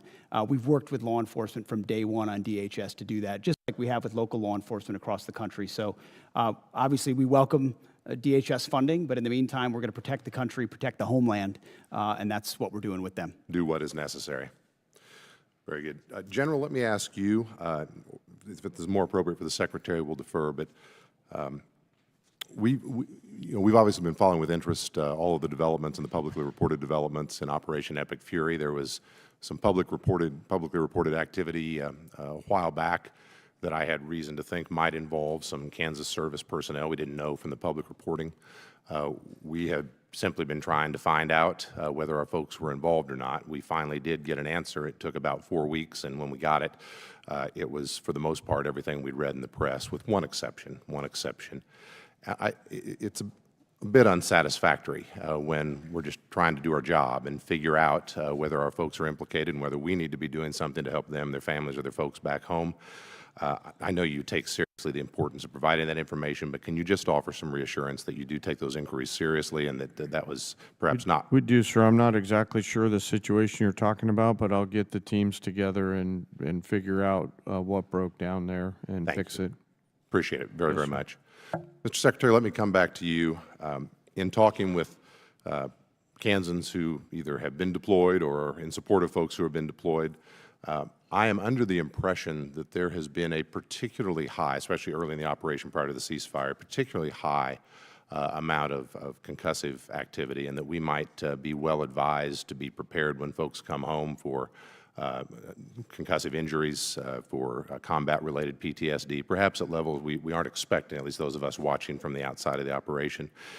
Can you say anything either about that in particular or more generally about what types of health and post-combat related health injuries we ought to be preparing for when folks come home from this operation in particular? Well, I know, Congressman, all of that is tracked very closely. As it pertains to this budget, there's $70 million for more research on that. But I would note that as it's tracked and identified, also 90% of those with injuries in this conflict have returned to duty.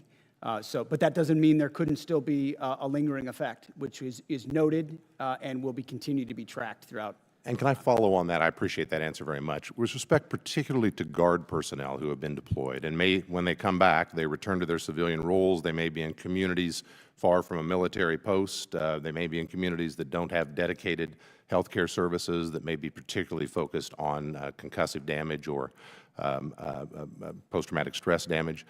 Is there particular thought on things we ought to be doing to prepare to serve that population when those men and women come home?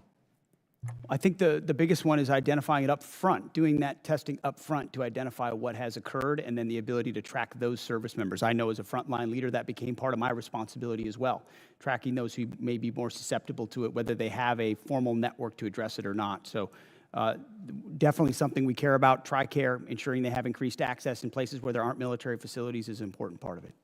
Thank you, Mr. Secretary. We care as well. We want to be helpful in that front when our folks come home. Last question, particular to some folks in Kansas. When you were here last year, Mr. Secretary, I talked about cooperation between the Veterans Health Agency and DHA and some work we've been trying to do at Irwin Army Community Hospital at Fort Riley. This committee and the Congress and the President enacted into law a provision that causes some cooperation between the two to happen, and we are very excited to report are looking very good out at Irwin. The reason I raise this with you today, some of the folks who made that happen were the commanding general at the 1st Infantry, General Roan, who's about to deploy to Europe, I believe in early June. His chief medical officer, who's about to leave for a different assignment. The gentleman's commander time who's has about to leave. expired. Can we get those things signed before they leave? The chair now recognizes Mr. Tran from California for 5 minutes. Thank you so much, Chairwoman. Thank you, Secretary Hegseth, General Caine, Mr. Hurst, for being here today. You know, after I was honorably discharged from the Army Reserve, the GI Bill helped me go to school and ultimately become a lawyer. My focus was representing clients who were wrongfully terminated or faced discrimination and harassment at the work. Mr. Secretary, if I were in the courtroom trying to prove that you discriminate against our military heroes, I wouldn't have to look very far or very hard. In just 16 months, you have fired more than a dozen senior military leaders. You've delayed or canceled the promotion of even more. Your chief of staff told the Secretary of the Army that President Trump would not want to stand. That's not true. That was totally false reporting. I'm not getting You to my know it. question yet, Mr. Secretary. You told the President, the Secretary of the Army that the President would not want to stand next to a black female officer at the military events. But, you know, despite all of this, I remain very hopeful that you can and will do better for the men and women who have dedicated their lives to protect our great country. You're here to ask for $1.5 trillion. That's a huge budget, and I want to make sure that you have the ability to manage it.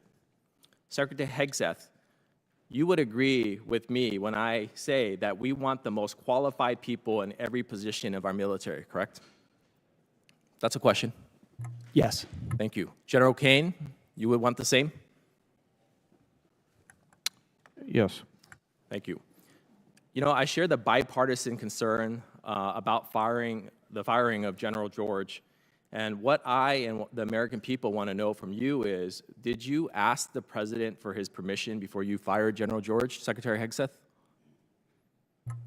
It is my responsibility to confer with the Commander-in-Chief on especially high-level personnel matters. And ultimately, I won't relay what was discussed, but he was aware of the action that would be taken. Okay, great. Thank you for that. And when you made the decision to fire General George, did you consult Secretary Driscoll? There had been multiple consultations over a year, yes. Do you and Secretary Driscoll have a good working relationship? Yes, I appreciate the work he's doing for the Army. And for the record, would you agree that Secretary Driscoll is doing a great job as the Secretary of the Army? I appreciate the work that the Secretary is doing and made the personnel change based on the Chief of the Army. In fact, he was so good that at his job that the President sent him to Ukraine to negotiate a peace deal. Do you know why the President chose to send him over you? I'm grateful that the President puts in players at key moments to advance policy priorities, and that's what occurred there, and I was very supportive of it at the time. Recently, Secretary Driscoll testified in front of the Appropriations Committee that he refused to strike the names of 2 female and 2 black officers from a promotion list due to their exemplary service, names which were ultimately removed. Did you order him to strike those names? I know we removed those names. I did. Okay. Why? Because we review every general officer. You mentioned 12 general had been reviewed. The number's much higher than that. I would also note that under Barack Obama, 197 general officers were removed. So this is not something specific to this administration. Every officer serves at the pleasure of the president, and when they need to be removed in order to ensure we have the right leadership in those services, I will make those calls regardless of what you might say from the dais. You know, about a year ago, the Army began their transformation initiative. I'm all for modernization, but this process seems to have been completely rushed in a way that compromises our readiness, including deactivating a medical evacuation Black Hawk unit at Joint Training Forces Base, Los Alamitos. I've heard recently from senior Army officials who support slowing down the Army Transformation Initiative, specifically as it relates to aviation. Secretary Hegseth, can you commit to slowing down ATI as it relates to aviation?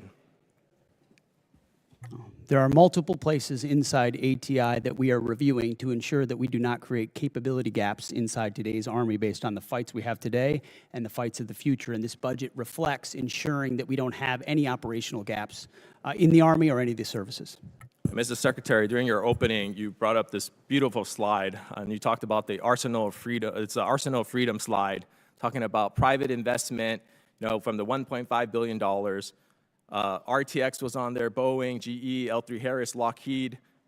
My question to you is, do you or your wife have any personal investment in those companies? No. Thank you. The gentleman's time has expired. The chair now recognizes Mr. Crank from Colorado for 5 minutes. Thank you, Madam Chair. Mr. Secretary, the Department's FY27 military construction request includes plans for a new $250 million Space Force operations facility at Schriever Space Force Base.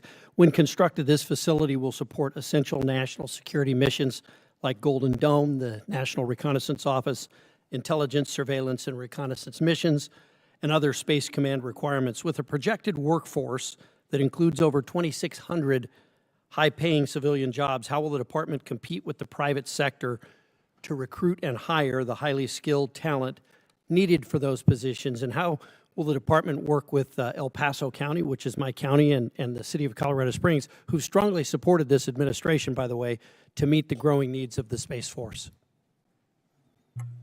Well, first and foremost, and I mean this, I would welcome your input. That's usually what I say when I'm on the road and in the field with commanders is, okay, you ask me, we meet with battalion and brigade commanders all the time. They ask me a really detailed question, and the first thing I say is, what do you think? And usually they know the problem set much better than us, so we take that feedback back to HQ and we action it. So I would welcome how we can ensure that that workforce is properly cared for and competitive, considering how important the Space Force is, which is doubled in this budget in size. That domain of warfare we have to get right. Yes. Okay. Mr. Secretary, sometimes here in Congress and on these committees, sometimes we do oversight, but sometimes we just overact. And there's been a little bit of that today. There's been some overacting. I would hope that when I look back on my congressional career, I've only been here a little while, I do know that when President Biden did some military operations, I supported him. I wasn't here, but I supported those operations because it's important to support the men and women of the military, and it's important to support our commander-in-chief when he makes the decision to deploy those troops.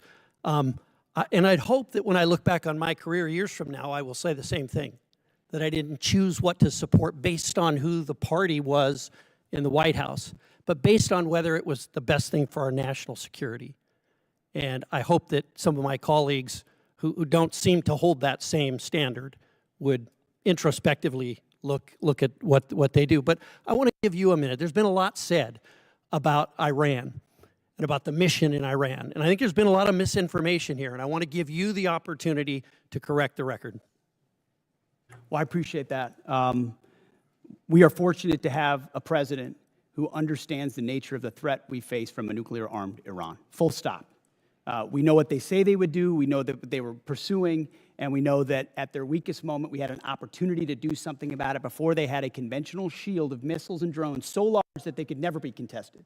And then without inspections and from a bad deal, they could possibly race to a bomb. So the threat was right there in front of us. All it took was the courage to act, which no other president had done. And he gave us a clear set of objectives, which the chairman and I talked about from day one. In pursuit of ensuring that Iran never gets a nuclear weapon, you degrade their missile program, defeat their missile program, get at their conventional Navy, and ensure they don't have a defense industrial base so they can rebuild those capabilities. That's what we briefed from the podium. That's what we talked about. That's what we were focused on. And in service of that, had overwhelming military victories in pursuit of it. I mean, we've never seen an air campaign like what we did alongside the Israeli Air Force, not to mention the rescue of those 2 pilots and the professionalism of that joint force that went downtown twice, once in the day and once in the night, to leave no man behind. That is a call the commander-in-chief makes, and he had the guts to make it. And as a result, we're in a ceasefire, in the middle of negotiations, in a very strong place with a blockade that will ensure that when this is done, when a deal is set, it's a deal on the president's terms to ensure Iran never gets a nuclear weapon. That's a fight worth having. And if the American people remember 47 years, Americans remember 47 years of what the Iranians have done to us, targeting and killing Americans. If they had a nuclear weapon, they would use it. This president has unleashed his military to do something about it. We've had historic successes. And if we need to go at it again to ensure that success, we are prepared to. But we're hopeful over time that a deal will be compelled and compelled quickly. So this talk about endless wars or forever wars, the president points out rightfully what this town tolerated in Iraq and Afghanistan and Vietnam. That is not this. This is a discrete mission to pursue U.S. objectives, and we're doing it in a historic fashion. I support this president's operation right now in Iran. I supported President Obama when he said he opposed a nuclear Iran and would do what was necessary to do that. And I supported President Clinton when he did the same. It's time to act, and I'm glad that this president did. Thank you. The chair now recognizes Mr. Vindman from Virginia for 5 minutes. Thank you. Earlier, Secretary Hegseth, you talked about flexible realism. So let's see if we can figure out how much of it is realistic and how much of it is just flexible. Secretary Hegseth, last year I asked you some questions about Indo-PACOM and threats in Europe, and you had a hard time answering those questions. I'm sure you prepped better this year, and I'm hoping you can answer some of these basic questions since now we are at war. Do you know what the price of oil is today? I don't know where it's gone as this time of this hearing, but roughly $100 a barrel. It's actually closer to 120, 117. Well, it depends on the index you're looking at. I'm looking at Brent. Do you know what the price was the day before of Brent, the day before we went to war? It was certainly lower. You understand you're taking some economic risk. But I would note, a lot lower. The energy dominance this president has Let unleashed me has put get us in an to incredible my question. position. Thank you. So it's $72, and so now we have a 62% increase. By the way, the department obviously will be paying those extra fuel costs. That's going to be not insignificant, but so will the American people. Now, at its narrowest point, how wide is the Strait of Hormuz? I think it's about 12 miles, but I'd have to check. It's 24 miles, but 12 miles is actually the relevant number because that's the navigable channel. That's the international water navigable channel point. And do you know how many barrels of oil transited the Strait of Hormuz each day before the war started? I don't know the exact number, but you're looking at over 100 oil tankers usually transited a day, or 120 a day would transport the strait. Yeah, and so 20 million barrels a day, and right now they're at an 81% reduction. So it sounds like you've done your homework. You're tracking pretty well what the strategic situation is. So a couple of questions. Were you aware that if we struck Iran, that they would most likely close the Strait of Hormuz? Of course, our department was prepared and planning for every possible contingency, being front and center as something they may do in a desperate state to attempt to which is what they've done, some kind of control. And I appreciate that. And earlier you told Mr. Moulton that this department has looked at all aspects of the risk and that the president got every possible perspective. And then recently you just said that the president did understand the risks and had the courage to undertake the endeavor nonetheless, and that's leadership, or words to that effect, pretty close. And so I just want to kind of give you the state of play right now. It's been 2 months of war. We have hopes for a resolution, but the war continues, really. Iran has closed the strait, and we've now gone in and blockaded their ports.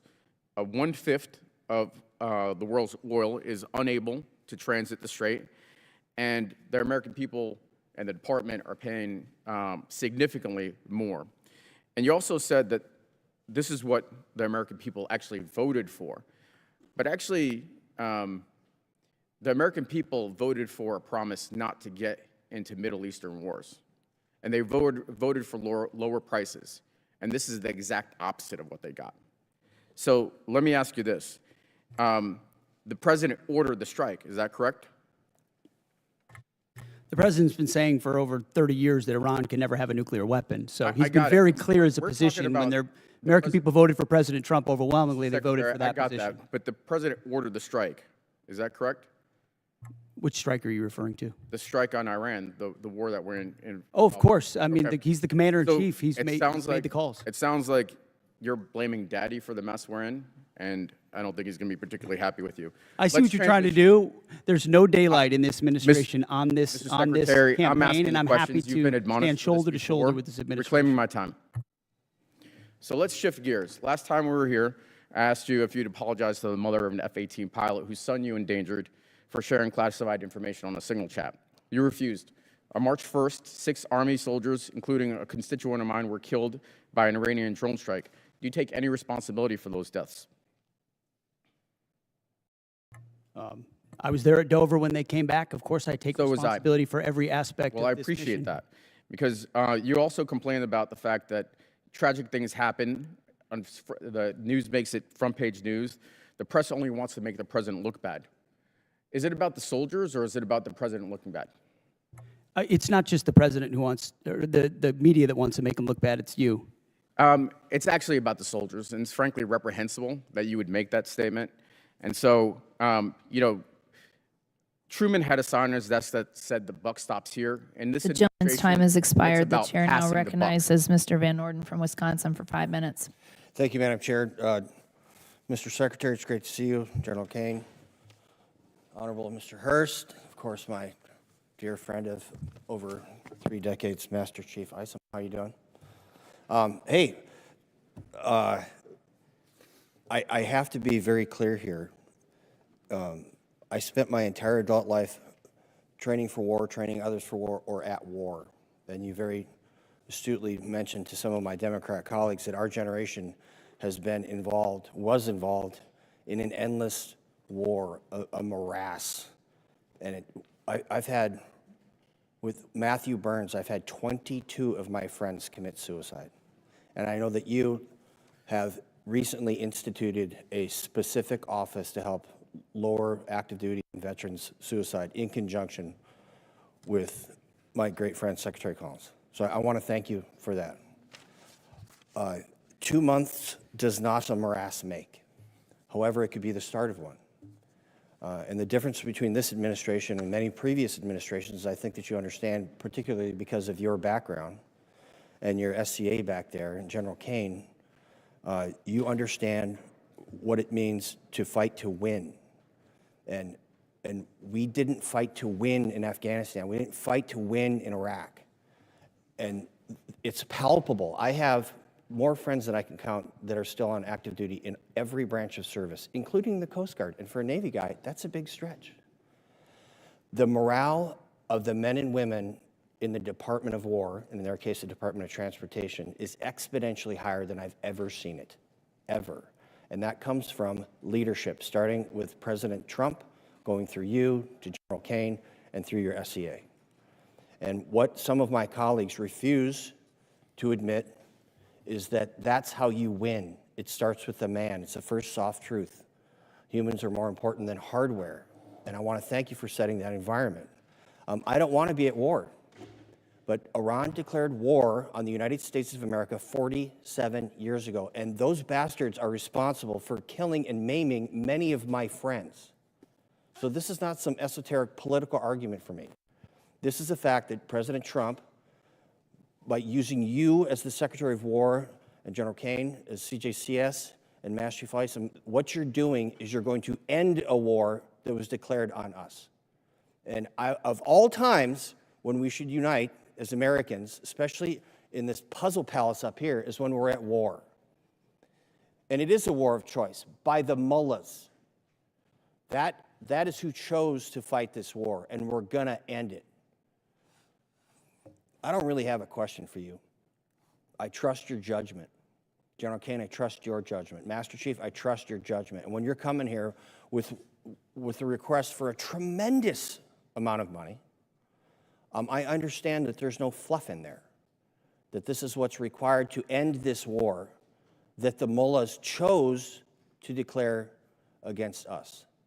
And I'm telling you right now, we have your back. And there are a lot of my Democrat colleagues that do also. They're just afraid to say it out loud because they'll be crushed by the left of their party, and that is reprehensible. So with that, whatever you guys need, you just holler. Okay, Mr. Secretary? I couldn't say it any better. Thank you very much, Congressman. You're welcome, sir. With that, I yield back. Gentleman yields back. Chair, and I recognize the gentleman from Missouri, Mr. Bell.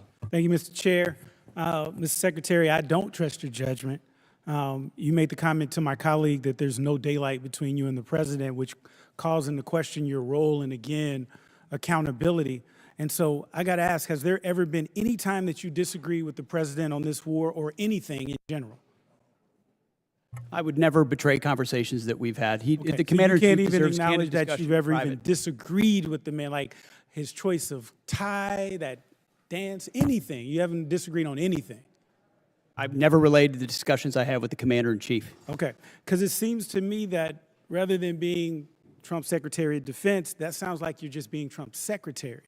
And we need someone who's going to be there that is actually advising, that is also pushing back when necessary and serving the country as opposed to the president. So you said you've never called him out privately or publicly, because we know that hasn't done. But have you ever said the words, and you don't have to tell me what it was about, have you ever said the words, Mr. President, I disagree with you? As I said, I don't relay the private conversations that a commander-in-chief You can't even acknowledge deserves. that, like if you've just said, Mr. President, you're wrong about this or you're wrong about that. You can't even acknowledge, you can't even admit that, if that's happened. You can ask it again if you want, but I don't relay the private Fair conversations enough. that a commander-in-chief The deserves. objectives of this war have constantly shifted and changed. You see that though, right? Like you can acknowledge that, because 1 minute it was to dismantle the Iranian nuclear program. But I don't know how that objective has not now been the listed objectives as far as I understand. Then there was regime change. Trump even said when announcing the start of the war, the hour of your freedom is at hand. It's yours to take. He also posted on Truth Social in January, help is on the way, to the Iranians posting in the street. Do you still believe in this particular objective? The objectives have been clear from the beginning, and I've supported the president throughout in having the courage to take on this threat.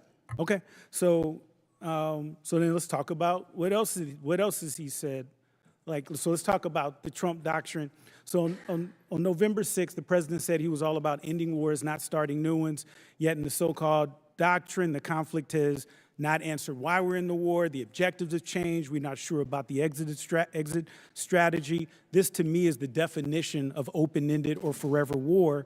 And you cannot claim to end forever wars while engaging in one. And then here's the one that really gets me. So I don't know when it's over when I feel it in my bones.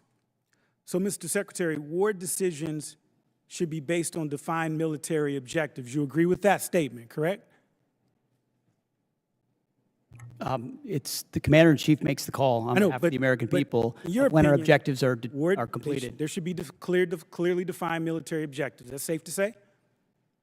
Ultimately, the commander-in-chief makes the decision about when our objectives are achieved. Okay, because because I'm just trying to figure out, like, what kind of analysis, evaluation are we looking at with objectives when it's just what the president feels in his bones? Like, are we talking about like some Da Vinci Petruvian man or what? Like, what are we talking about when we just talk about feeling it in your bones? Because my thing is, we're not set up here to trust anyone's judgment. We're here to represent our districts and the American people. And so my next question is, the problem that I'm concerned with is that Iran continues to increase their negotiating leverage with us. And so we've been told that we've won this war, it'll be over in a few days, but now they didn't control the Strait of Hormuz, and now they do have leverage in the Strait of Hormuz. I remember even in the strikes in June, after the strikes in June, I should say, they struck Al-Udeid, and we never responded to that. As a matter of fact, Trump even said he knew that strike was coming and he allowed it. Do you agree with that? Ultimately, the president's been clear about his objectives, and if Iran thinks they're going to outdeal the best deal maker on the planet, they got another thing coming. But they struck us and we didn't strike back, and you're okay with that? He even said he authorized, he allowed it. He said that, and you're okay with that? The president has done many bold things for this country to ensure Iran never has a nuclear weapon. Okay, well, allowing another country to attack us, isn't that treason? Allowing Iran to get a nuclear Gentleman's weapon, time's Obama was expired. willing Chair to now do, recognizes the gentleman that's what from you want. Arizona, Mr. Amadei. I want to thank your team behind you for having the discipline and stamina for being here. I know what work was involved in doing this type of hearing, so thank you all. Mr. Secretary, I want to ask you about the A-10 Warthog. How effective has it been in the war in Iran? As I'm sure you know, it's a very effective platform. Yes. And so why is the Air Force, I mean, they've been trying to retire this platform for 40 years, since 1984, and it seems like it keeps proving itself no matter the technological advances that we have in the military. So why is there a need or a push to retire this platform? Well, the push to retire the platform was from previous administrations, based on mostly requests from the Air Force. But given how, anybody of our generation knows how impactful, important, and significant the A-10 and the Warthog has been. And that's what you want when you need close air support. Full stop, everybody knows it. To include when you've got down pilots and you need to go downtown Iran. And it was incredibly effective in those missions. Now, there are other places where it's less survivable, and I understand that. But there's still most of the world where it is the most effective close air support platform.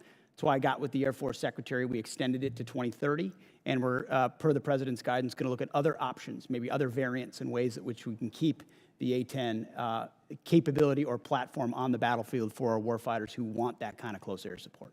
Thank you. I appreciate that. Just, you know, as technology advances, sometimes we forget, sometimes the old school machinery we have works just as well. I know you just, got the Apache helicopters. I mean, that's a 50-year-old frame. If you look at the AK-47s, my God, it's one of the most effective rifles, and from 1947. So I don't want to lose sight of that. I think too much is spent on so many defense companies coming in here selling us the newest, greatest product, but warfare ultimately is about killing the enemy, and we know that Warthog does that.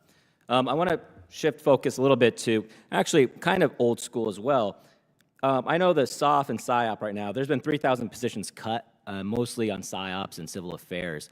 How is, I've been wondering, we have air superiority in Iran, and it seems like there's no internet connectivity in Iran. Are we doing any leaflet drops over there?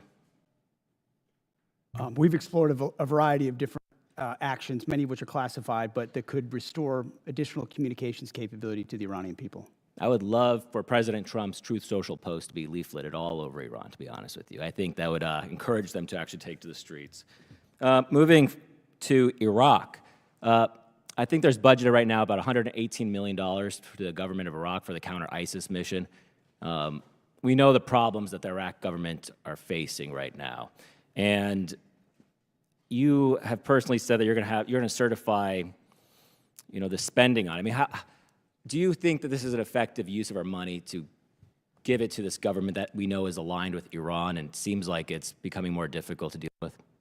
It's very much an open question. We're paying very close attention to the new government there and the counterterrorism efforts, some of which have been successful over time and others of which have not in this conflict where Iraq has not stepped up in those efforts. And we're reviewing funding, basing every aspect accordingly, just like we did in Syria. The president directed that we leave Syria. We had 8 bases. We went down to 4, 2, and then 1, and now ultimately are in northern Iraq. And we'll review our posture throughout the region. Great. With that, I yield back, Mr. Chair. Chair now recognizes the gentleman from New Jersey, Dr. Conaway. Thank you, Mr. Chairman, and thank you and Ranking Member Smith for holding this hearing today. Thanks to the witnesses for presenting themselves to us to answer questions. At the outset, let me say that I'm proud of the work that our service members do every day to keep our nation safe, and I have profound respect for those who voluntarily put on the uniform to serve and protect our country. The Trump administration's reckless military actions are driving up costs for everyday Americans. This war, as you know, is not supported by a significant majority of the people in this country. The administration has increased military operations around the globe, including strikes in 8 countries, and the war in Iran is costing taxpayers billions of dollars. Estimates are by the time it's over, it could cost $1 trillion to the American people, a lot of that off budget. It's estimated that the first 6 days of the war cost around $12 billion alone, and we are now hitting 60 days of war fighting without a plan to exit this conflict. The administration has failed to transparently tell the Congress or the American people what the costs of the war are and why we are at war, and expects Americans to keep footing the bill. The comptroller has, and thank you for coming, sir, given us an incomplete number, and I understand we're in the midst of war and there's you do have some challenges in that regard. But Congress, I think, my colleagues would have appreciated a more thoroughgoing cost estimate so that we may properly conduct oversight as is our duty. I would agree with my colleague, Ms. Goodlander, about the Department sharing the full breakdown of the cost of this war and understanding where every dollar is going. That number does not likely reflect the full costs of war, as you know. There are many estimates out there that say that this war will cost much more than you and the administration are putting before the American people. If you look at our past conflicts, when we went to war in World War I, and this has been mentioned, Wilson went to Congress and called for the American people to help pay for the war. Franklin Roosevelt went to Congress, asked for a declaration of war, and the Americans pitched in to pay for this war. Conflicts after that, sadly, too many of them are off budget and are leaving Americans with trillions of dollars in debt. Average Americans are suffering the consequences of this war in Iran, including increased fuel prices in my home state of New Jersey, where gas is now on average $4.20 a gallon. Diesel is almost $6 per gallon. In addition to increased fuel prices, everything costs more: groceries, housing costs. And the people have to pay for it, have not asked for this war, and I think are a little bit bewildered as to why we're in this war. I'm not disputing the fact that the Iranian regime is a malignant, dangerous regime that has killed its own people and indeed has killed Americans over the decades. I think where we disagree is what's the best way to get at Iran. Do we negotiate with them and control their access to nuclear weapons in a multilateral way that included even Russia in the deal and the agreement that President Obama brought forward, or do we go and try to and engage in a costly war in order to get at those nuclear weapons? I think that's where the principal conflict lies. How do we achieve the same goals, costly war or through negotiation? And we've seen that apparently there wasn't a plan to deal with the action that Iran had to take, that is to close the Strait of Hormuz, because it's the only thing you can do when you are the weaker country in an asymmetric conflict. Of course they were going to do that, and I wonder whether or not the President was apprised of this before he took the actions that he has taken. So let me just ask this question. And before, let's make this comment too. This war is just 60 days so far.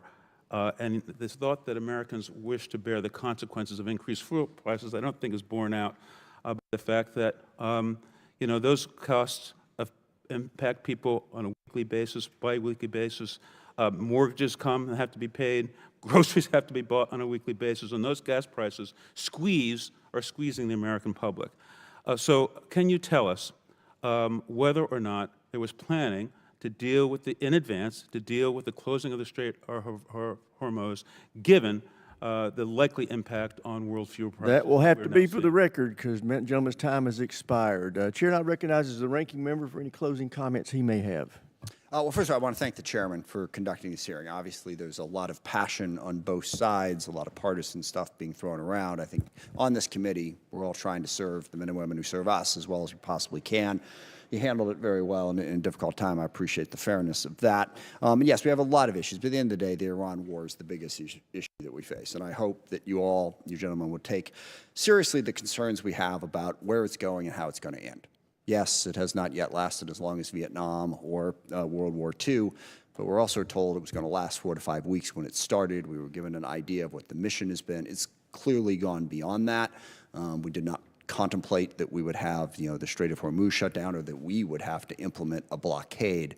So how we get to the result is something we really are going to want to hear from all of you about on a regular basis, and what role the service members who are over there, some 50,000, are going to play in that. And we all agree, Mr. Secretary, that Iran should not have a nuclear weapon. Is this really getting us there? That's the connection we want to see. I mean, you can say, well, we had to start a war to stop the nuclear weapon. That in and of itself doesn't make it true. How is the war and the military action actually stopping that nuclear weapon? How does it put us into a better position? I think that's what we really need to hear, and what we'll have to continue to work on long after this hearing. But I thank our witnesses for coming before us. It is the democratic process. We're all part of a representative democracy. I have never met too many people at the Pentagon who loved coming over and talking to Congress. I get that. But I hope you understand how important and how necessary it is that the people's voices are heard, and we do have an opportunity to question and challenge the decisions that are made by our executive branches. We have a right to do under the Constitution, actually an obligation to do under the Constitution. So look forward to continuing the conversation. I thank the chairman again, and I yield back. I thank the ranking member, and I thank the witnesses. Thank you for your service to our country. Thank you for 6 hours of tough duty, and you've done a great job. I want to end this hearing the way I started it. This is a historic budget request by this administration. We are in unacceptably low levels of spending historically, and this president is meeting the moment with a budget request that meets the requirements that we have to meet if we want to remain at peace. This is about peace through strength. This budget will help us have peace through strength, and I urge my colleagues who are not in this chamber to pay attention to what we talked about today. This department, I think, is done an admirable job of defending the budget. And with that, thank you for being here. This hearing is adjourned.